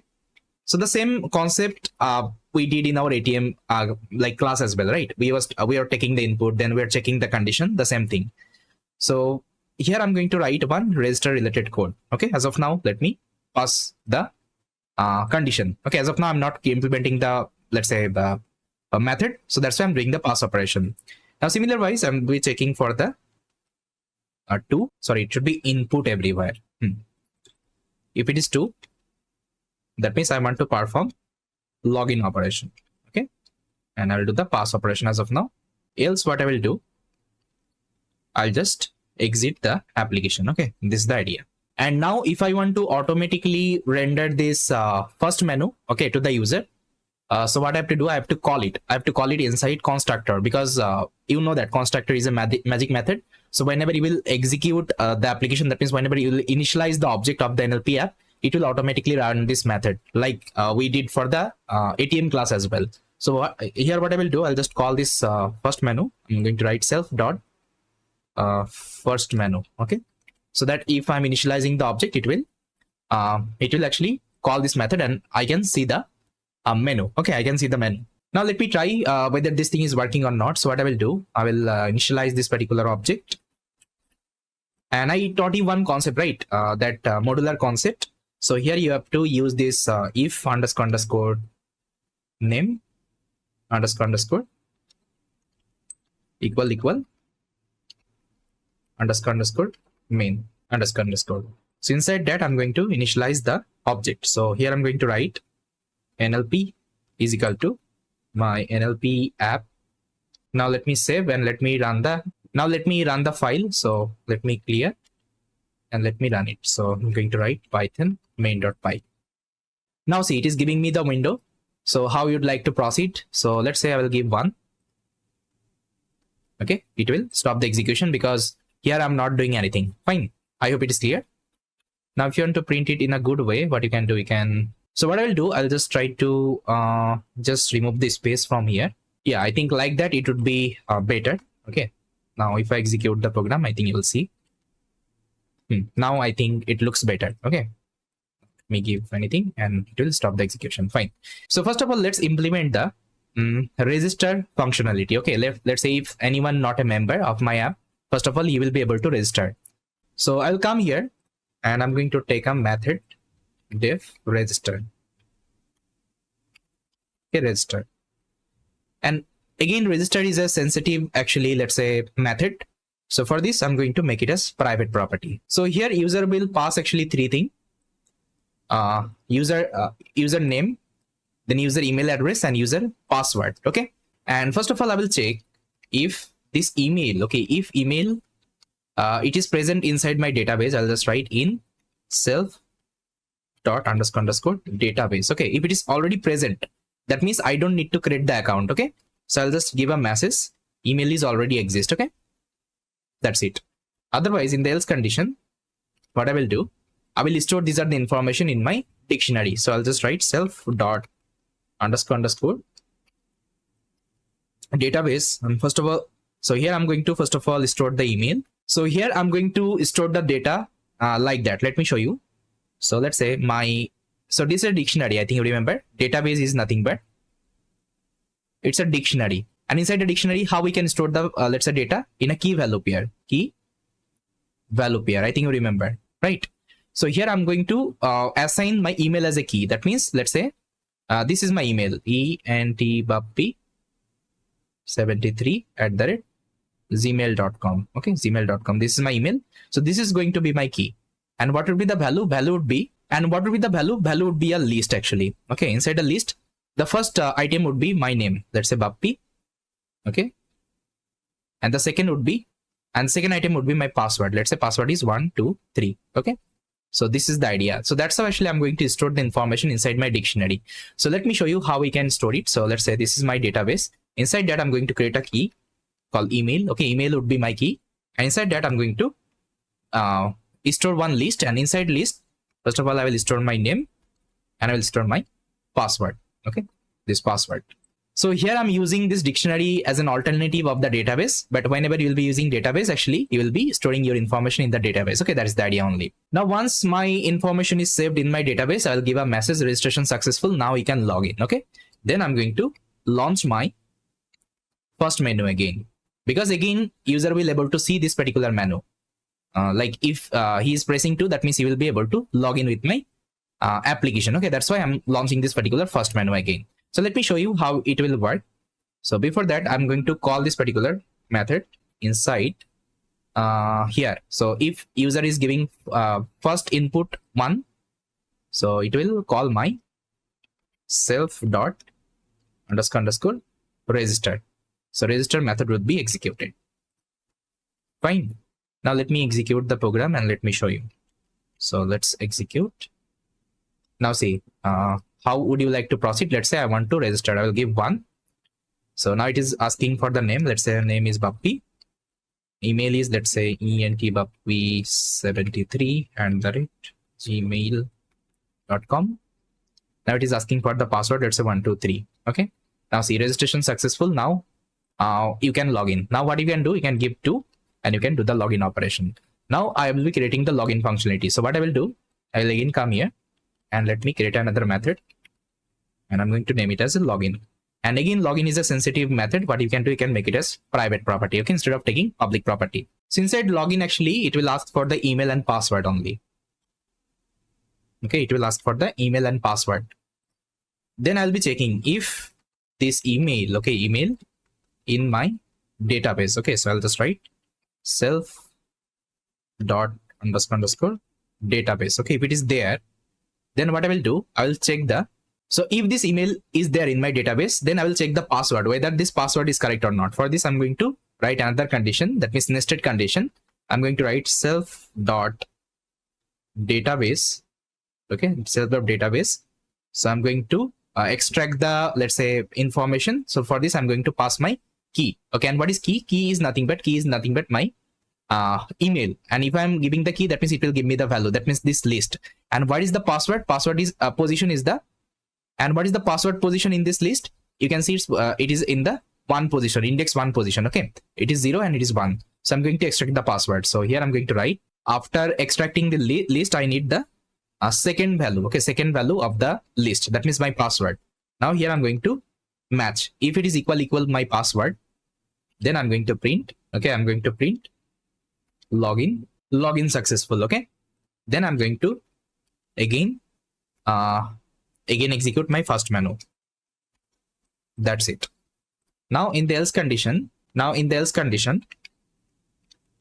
I'm going to write incorrect password and again try to log in. So I'm going to call self dot underscore login. Okay, that means login method will be again executed.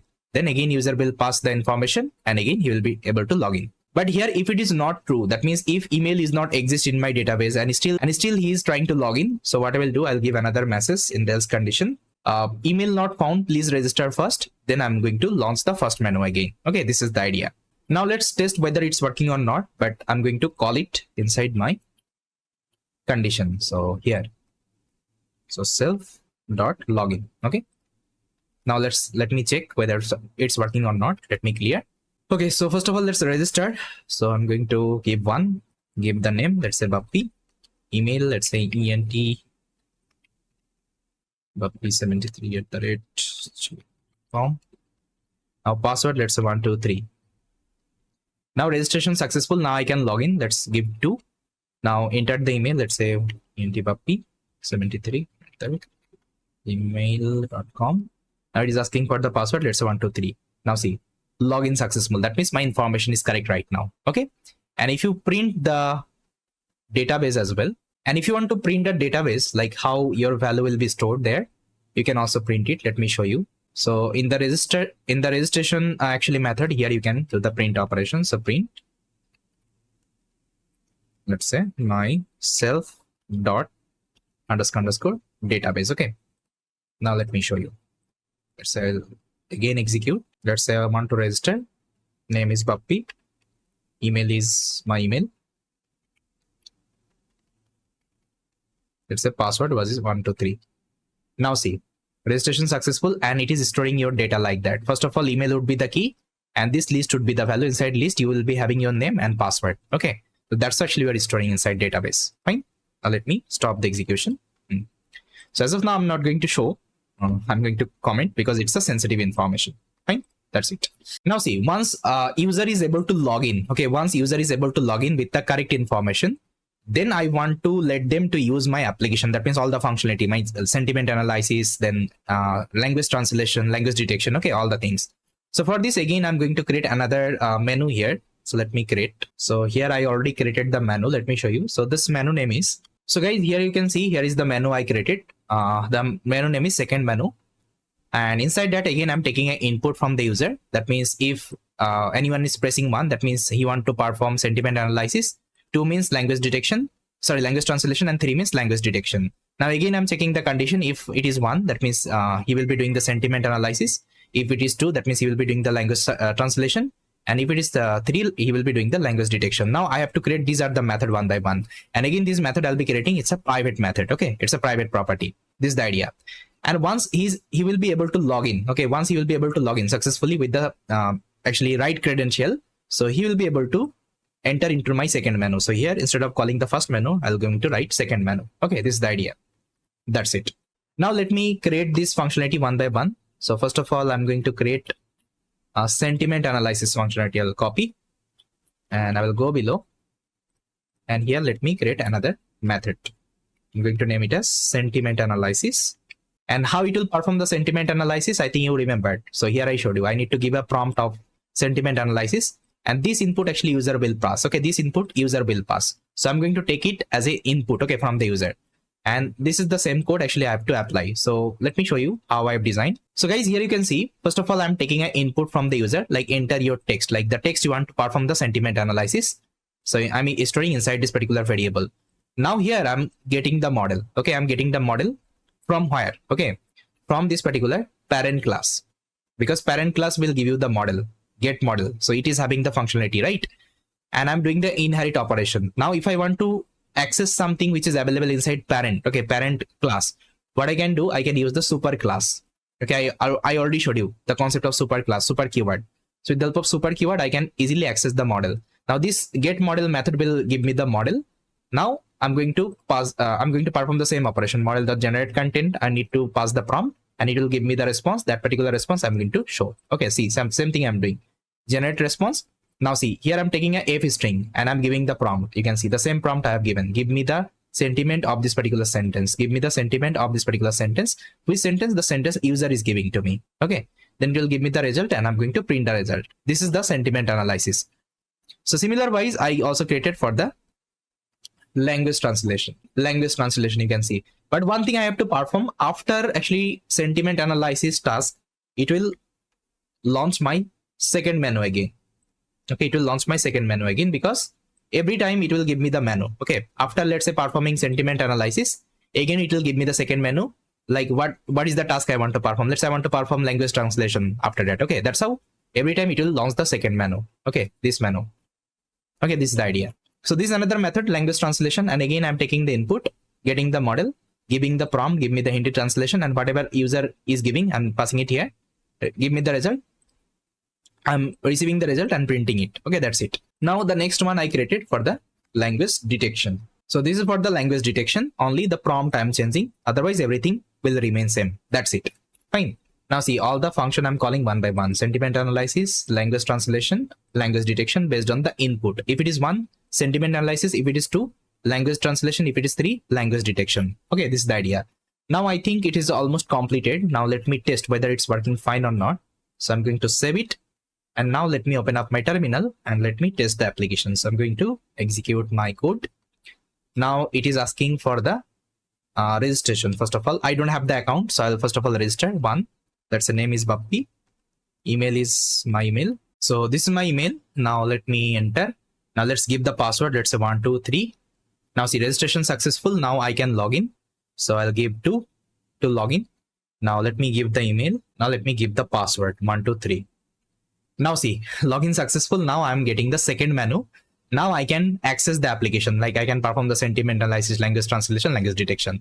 Let's say I want to perform sentiment analysis at the very first. I'll give 1. Now enter your text. Let's say I'll give I love this movie. Let's say this is my text. Now it will give me the sentiment. Now see, it's a positive sentiment. That means it's correct. Now again, it is giving me the menu. Now let's say I want to perform language translation. Again, I'll give I love this movie.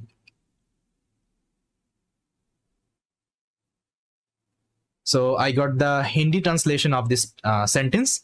Now let's say I want to perform language detection. I'll give my name is Bappi.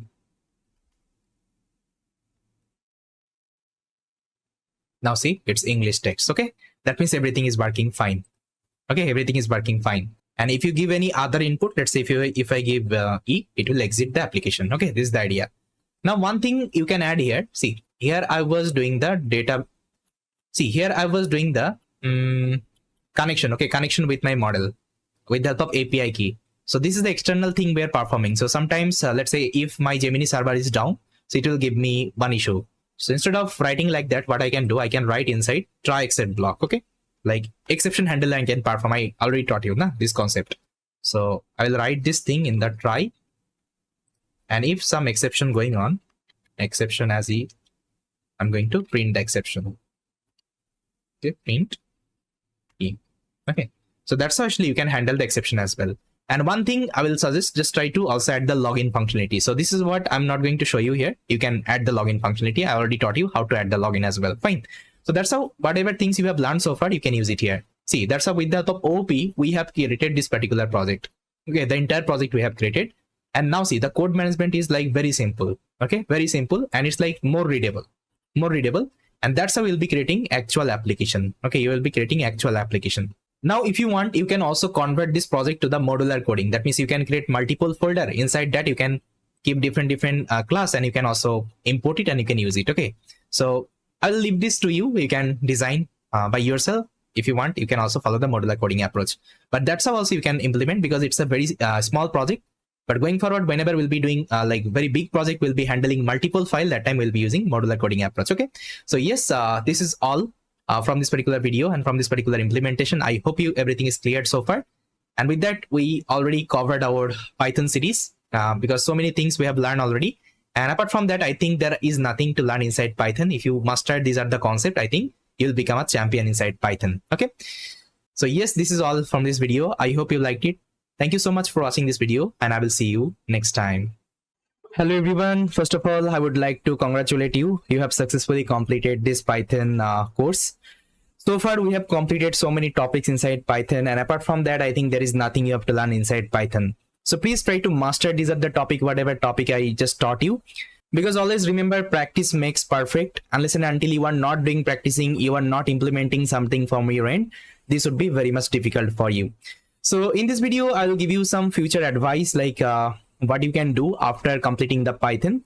See, the first advice I can give you, practice. So there are different websites actually you can do the practice. So I already showed you one website called HackerRank. So please try to create one account in HackerRank, and there you will see different problem statement with respect to the topic you have learned. So try to solve different problem statement there, and the solution is also available, but don't try to see the solution. First of all, try to attempt, then try to complete it. Then there is another amazing website you can follow called LeetCode. So LeetCode will help you if you want to be a SD, that means software developer engineer. So that time LeetCode will help you a lot, because in LeetCode actually will get advanced kinds of question, and you will also have something called data structure and algorithm related question. Okay, but first of all, I will suggest you start with HackerRank. Then if you feel like, okay, now I'm good with the problem solving, then you can start with the LeetCode, because LeetCode is a little bit advanced than your HackerRank. Okay, this is the idea. Apart from that, just try to implement different projects. Just try to get different project idea. Try to solve your day-to-day life problem use cases. Okay, that's how also you can practice the Python programming language. And after doing this, if you feel like now I'm in a position I can solve any kinds of problem statement, now you can start with any kinds of domain. Either you can start with data science. So in data science, you can learn machine learning, deep learning, generative AI. Okay, natural language processing, everything you can learn. Okay, with the help of Python, because inside this particular domain, Python is being used. So if you see anywhere people are using Python inside data science domain, okay, inside artificial intelligence domain. So if you are interested in data science, if you want to be a data scientist, so please explore this data science as well. Okay, and no need to worry, in this channel I will also start data science related actually playlist. So you can also follow this particular channel if you want to be a data scientist. Then the second thing, you can start with web development. If you're interested learning web development, so you can also start with web development with the help of Python. So inside Python, we are having some framework like Flask is there, Django is there, Fast API is there, Falcon is there. With the help of that, you can perform the web development. Okay, you can do the web development. So you can also explore web development. Then I told you, if you want to be a software developer, you can also use Python programming language. Because whenever you will be going for any kinds of, let's say, product-based company, there they will tell you which programming language actually you are good with. That time you can tell them I am good with Python. So they will give you the Python language to choose, and that time you can choose the Python and you can solve different problem statement. And again, if you want to be a software developer engineer, so you have to learn another concept called DSA, okay, data structure and algorithm. So here actually you have to learn some more advanced technique inside the programming, like how to handle the time complexity, how to handle the, let's say, space complexity, how to use efficient algorithm, okay, for a particular, let's say, product. That's how actually you have to learn. These are the thing. And no need to worry, even in this YouTube channel also I'll start this DSA concept as well with the help of Python, so that you can also learn here. So yes, this is the actually future advice I can give you guys. And again, I'm telling you, just try to practice, because just you have completed the playlist and now you need lots of practice. Okay, unless and until you are not practicing, things would be more difficult. Always try to remember one thing, consistency is the key here. If you are consistent enough, so you can achieve your success. With that, guys, thank you so much for completing this particular video, and I will see you next time.